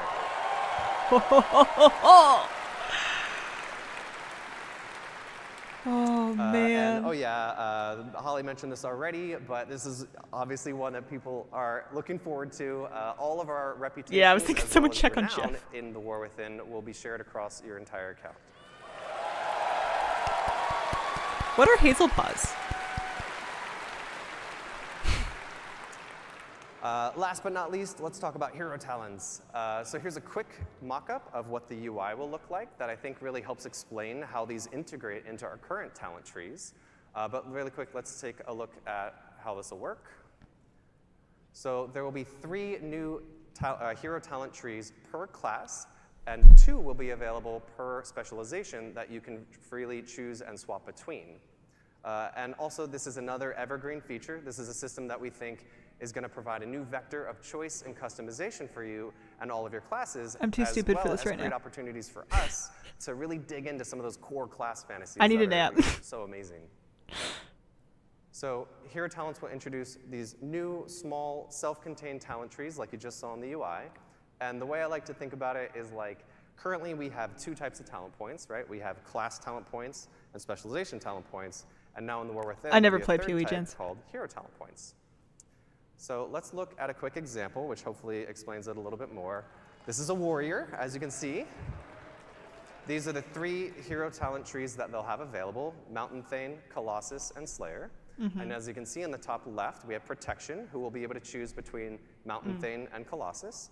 Up on the right, you see Fury. Yep, that's right. Mountain Thane and Slayer are their options. And down at the bottom, Colossus and Slayer are their options. So this is how the majority of our classes are going to look in the War Within. So you'll have 2 options per spec. You can only choose one. And Demon Hunters, who are a bit special, so theirs will look a little different. So let's take a look at how you'll unlock the system, as well as how it'll feel playing through as you're leveling through the War Within. How on earth are they going to balance that? So the system will automatically unlock I guess that's optional. At level 71, and it'll just kind of appear in your UI. You'll earn 1 talent point per level as you level from 71 to 80. And there are 10 talent points in total, with several choice nodes along the way. So I like to think of this as being similar to like the Legion artifact, where as you were leveling and progressing, you were making some choices along the way, but ultimately you're going to unlock the whole tree. And also, I want to be very clear here. These are extremely low friction to swap between those choice nodes, as well as to swap between the different hero talent trees. Okay. That's fine.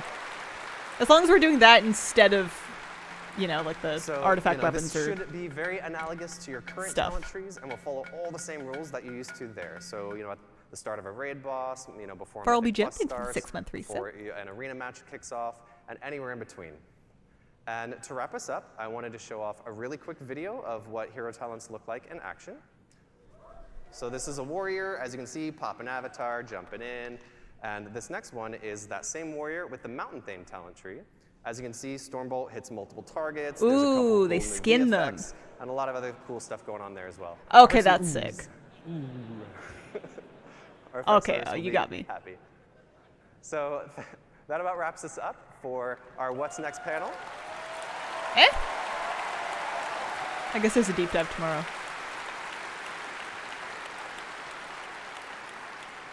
We hope you really liked what you saw here, and if you'd like to know more, please join us tomorrow at the deep dive panel at noon, where Ian will walk you through some of what you saw today in more detail.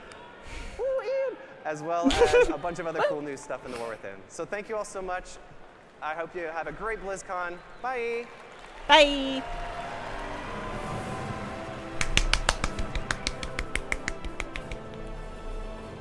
That was good. That was good. Let's go back to here. Let's mute that one again. And chat for a minute, shall we? Turn that one on, turn this one on. I can't believe they're gonna let us farm Transmog on any class. It kind of makes me want to not farm Transmog until then, because it's like, why, you know? I need a nap now. Miss the whole what's next. Are we winning? I think so. You think it was underwhelming? I think Warbound's, I think it sounds pretty good. It's a whole year of not farming though. I know, right? Didn't say we'd be able to use any Mog. I don't think that we will be able to use any Mog in any character. I think that WoW had maybe had a I didn't read the headline, but I'm assuming that they wrote it in a way that was a bit misleading by accident. I think that the implication is that you can collect Transmog for any class and any character, not that you can wear any Transmog on any character. Yeah, you can farm it, not wear it. That's my understanding. Warband picture, the Evoker is wearing leather.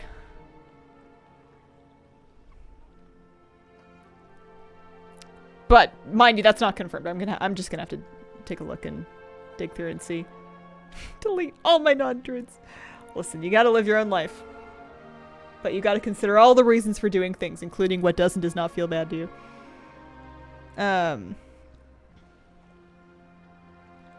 How long is it? Yeah, we don't know. They didn't say. They didn't talk about timelines. I'm nervous that they're gonna speed up the cadence, but keep the same kind of box price plus the same sub. I mean, I guess it's... I mean, I don't know. We'll see. We'll find out. Classic Plus for the year that we don't get WoW content. Yeah, it's true. Smaller, more frequent expansions. Chris mentioned... Yeah, so this one's going to come out in the fall of next year. Like, fall 2024. They said that. The question is, the next two they announced, how rapidly after the War Within do they come out with the purple one and then the yellow one? 3-day early access. Yeah, it's dirty. Like what they hear? Hope my hopes and heart don't get broken.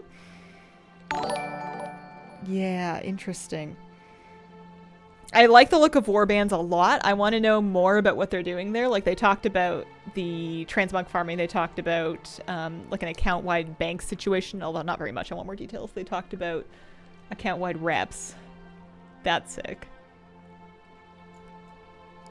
They didn't say they would give us a house to live in, but maybe that's for one of the later ones. My copium will never die.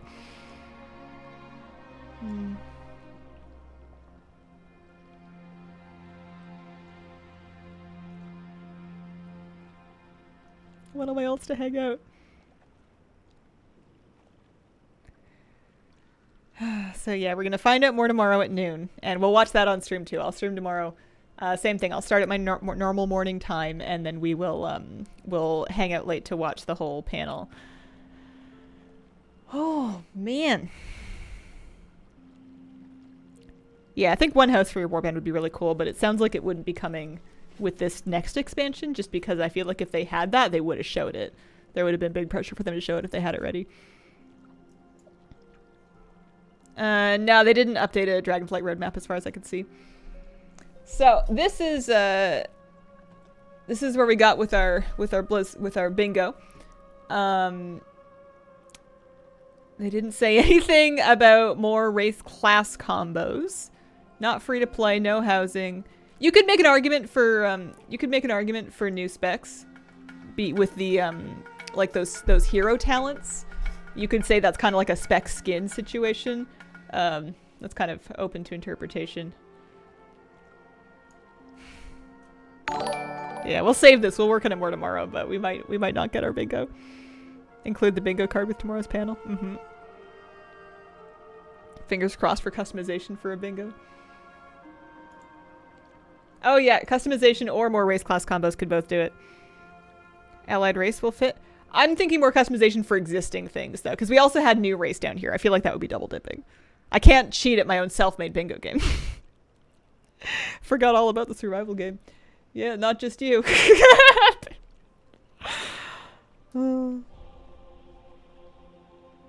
Yeah, no Game Pass. This new commitment to making evergreen content. I like the sound of it. The delves sound cool. I forgot about those for a second. The delves sound fine. The adding outdoor content to the Great Vault is great.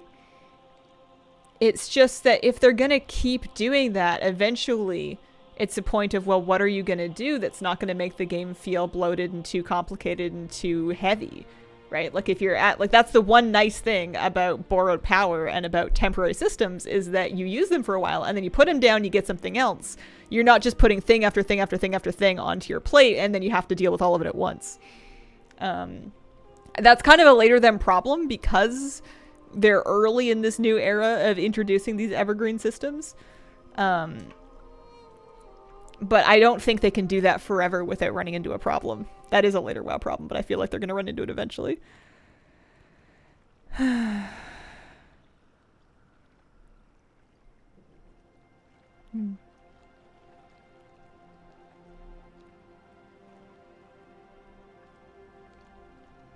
More customization with hero towns. Customization meant cosmetic customization for existing races. So like, you know, if they extend the femme beards to regular dwarves, I would count that. If they're only for earthen, then I would stick that still with the new race. I feel like scenarios with Mop that are kind of with us, but not in anything like the original format. Yeah. Scaravolts mixed with the Sniffin' Seeks. Yeah, kind of. I would have been down if it was like Torghast mixed with Sniffin' Seeks, because I like Torghast powers. I thought those were fun.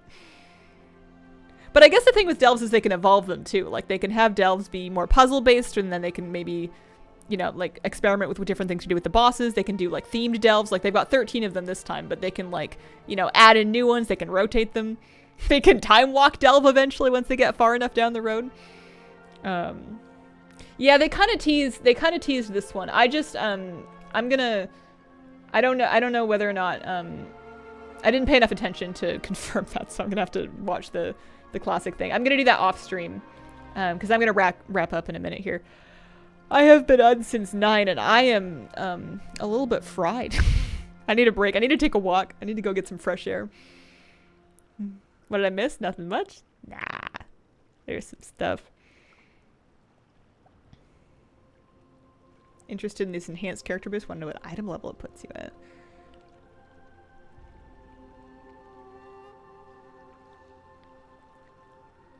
Yeah. Well, now I'm just excited for tomorrow. They told us some stuff in the WoW What's Next panel, but I feel like it didn't quite scratch my itch. I feel like Chris came on stage and said a bunch of bananas things. And we were all like, wait, what? And they were like, trust. And then they just told us normal stuff. But I need to go digest this. I need to process this. Sexy Gordon Bombay with a 31-month resub. Also, Effie Red had a 12-month resub. Happy 1 year. Can't believe it's been a year of subs already. Love your channel still. Shucks, guys. Thank you so much to everybody that that subbed today, followed today, the gift subs and all that. I know I missed a few while we were watching the show. I didn't want to talk over the presentation. I appreciate all of it. It's all fantastic. Thank you so much. I'll be back tomorrow in the morning. We're going to do this again, but with less BlizzCon watching because we're just going to do the WoW deep dive and that'll be it. I was going to say we can farm some Transmog or something while we wait, but I don't know if I want to farm Transmog anymore. Find something to do. Appreciate you guys. Thank you so much and have a wonderful, wonderful day. Bye.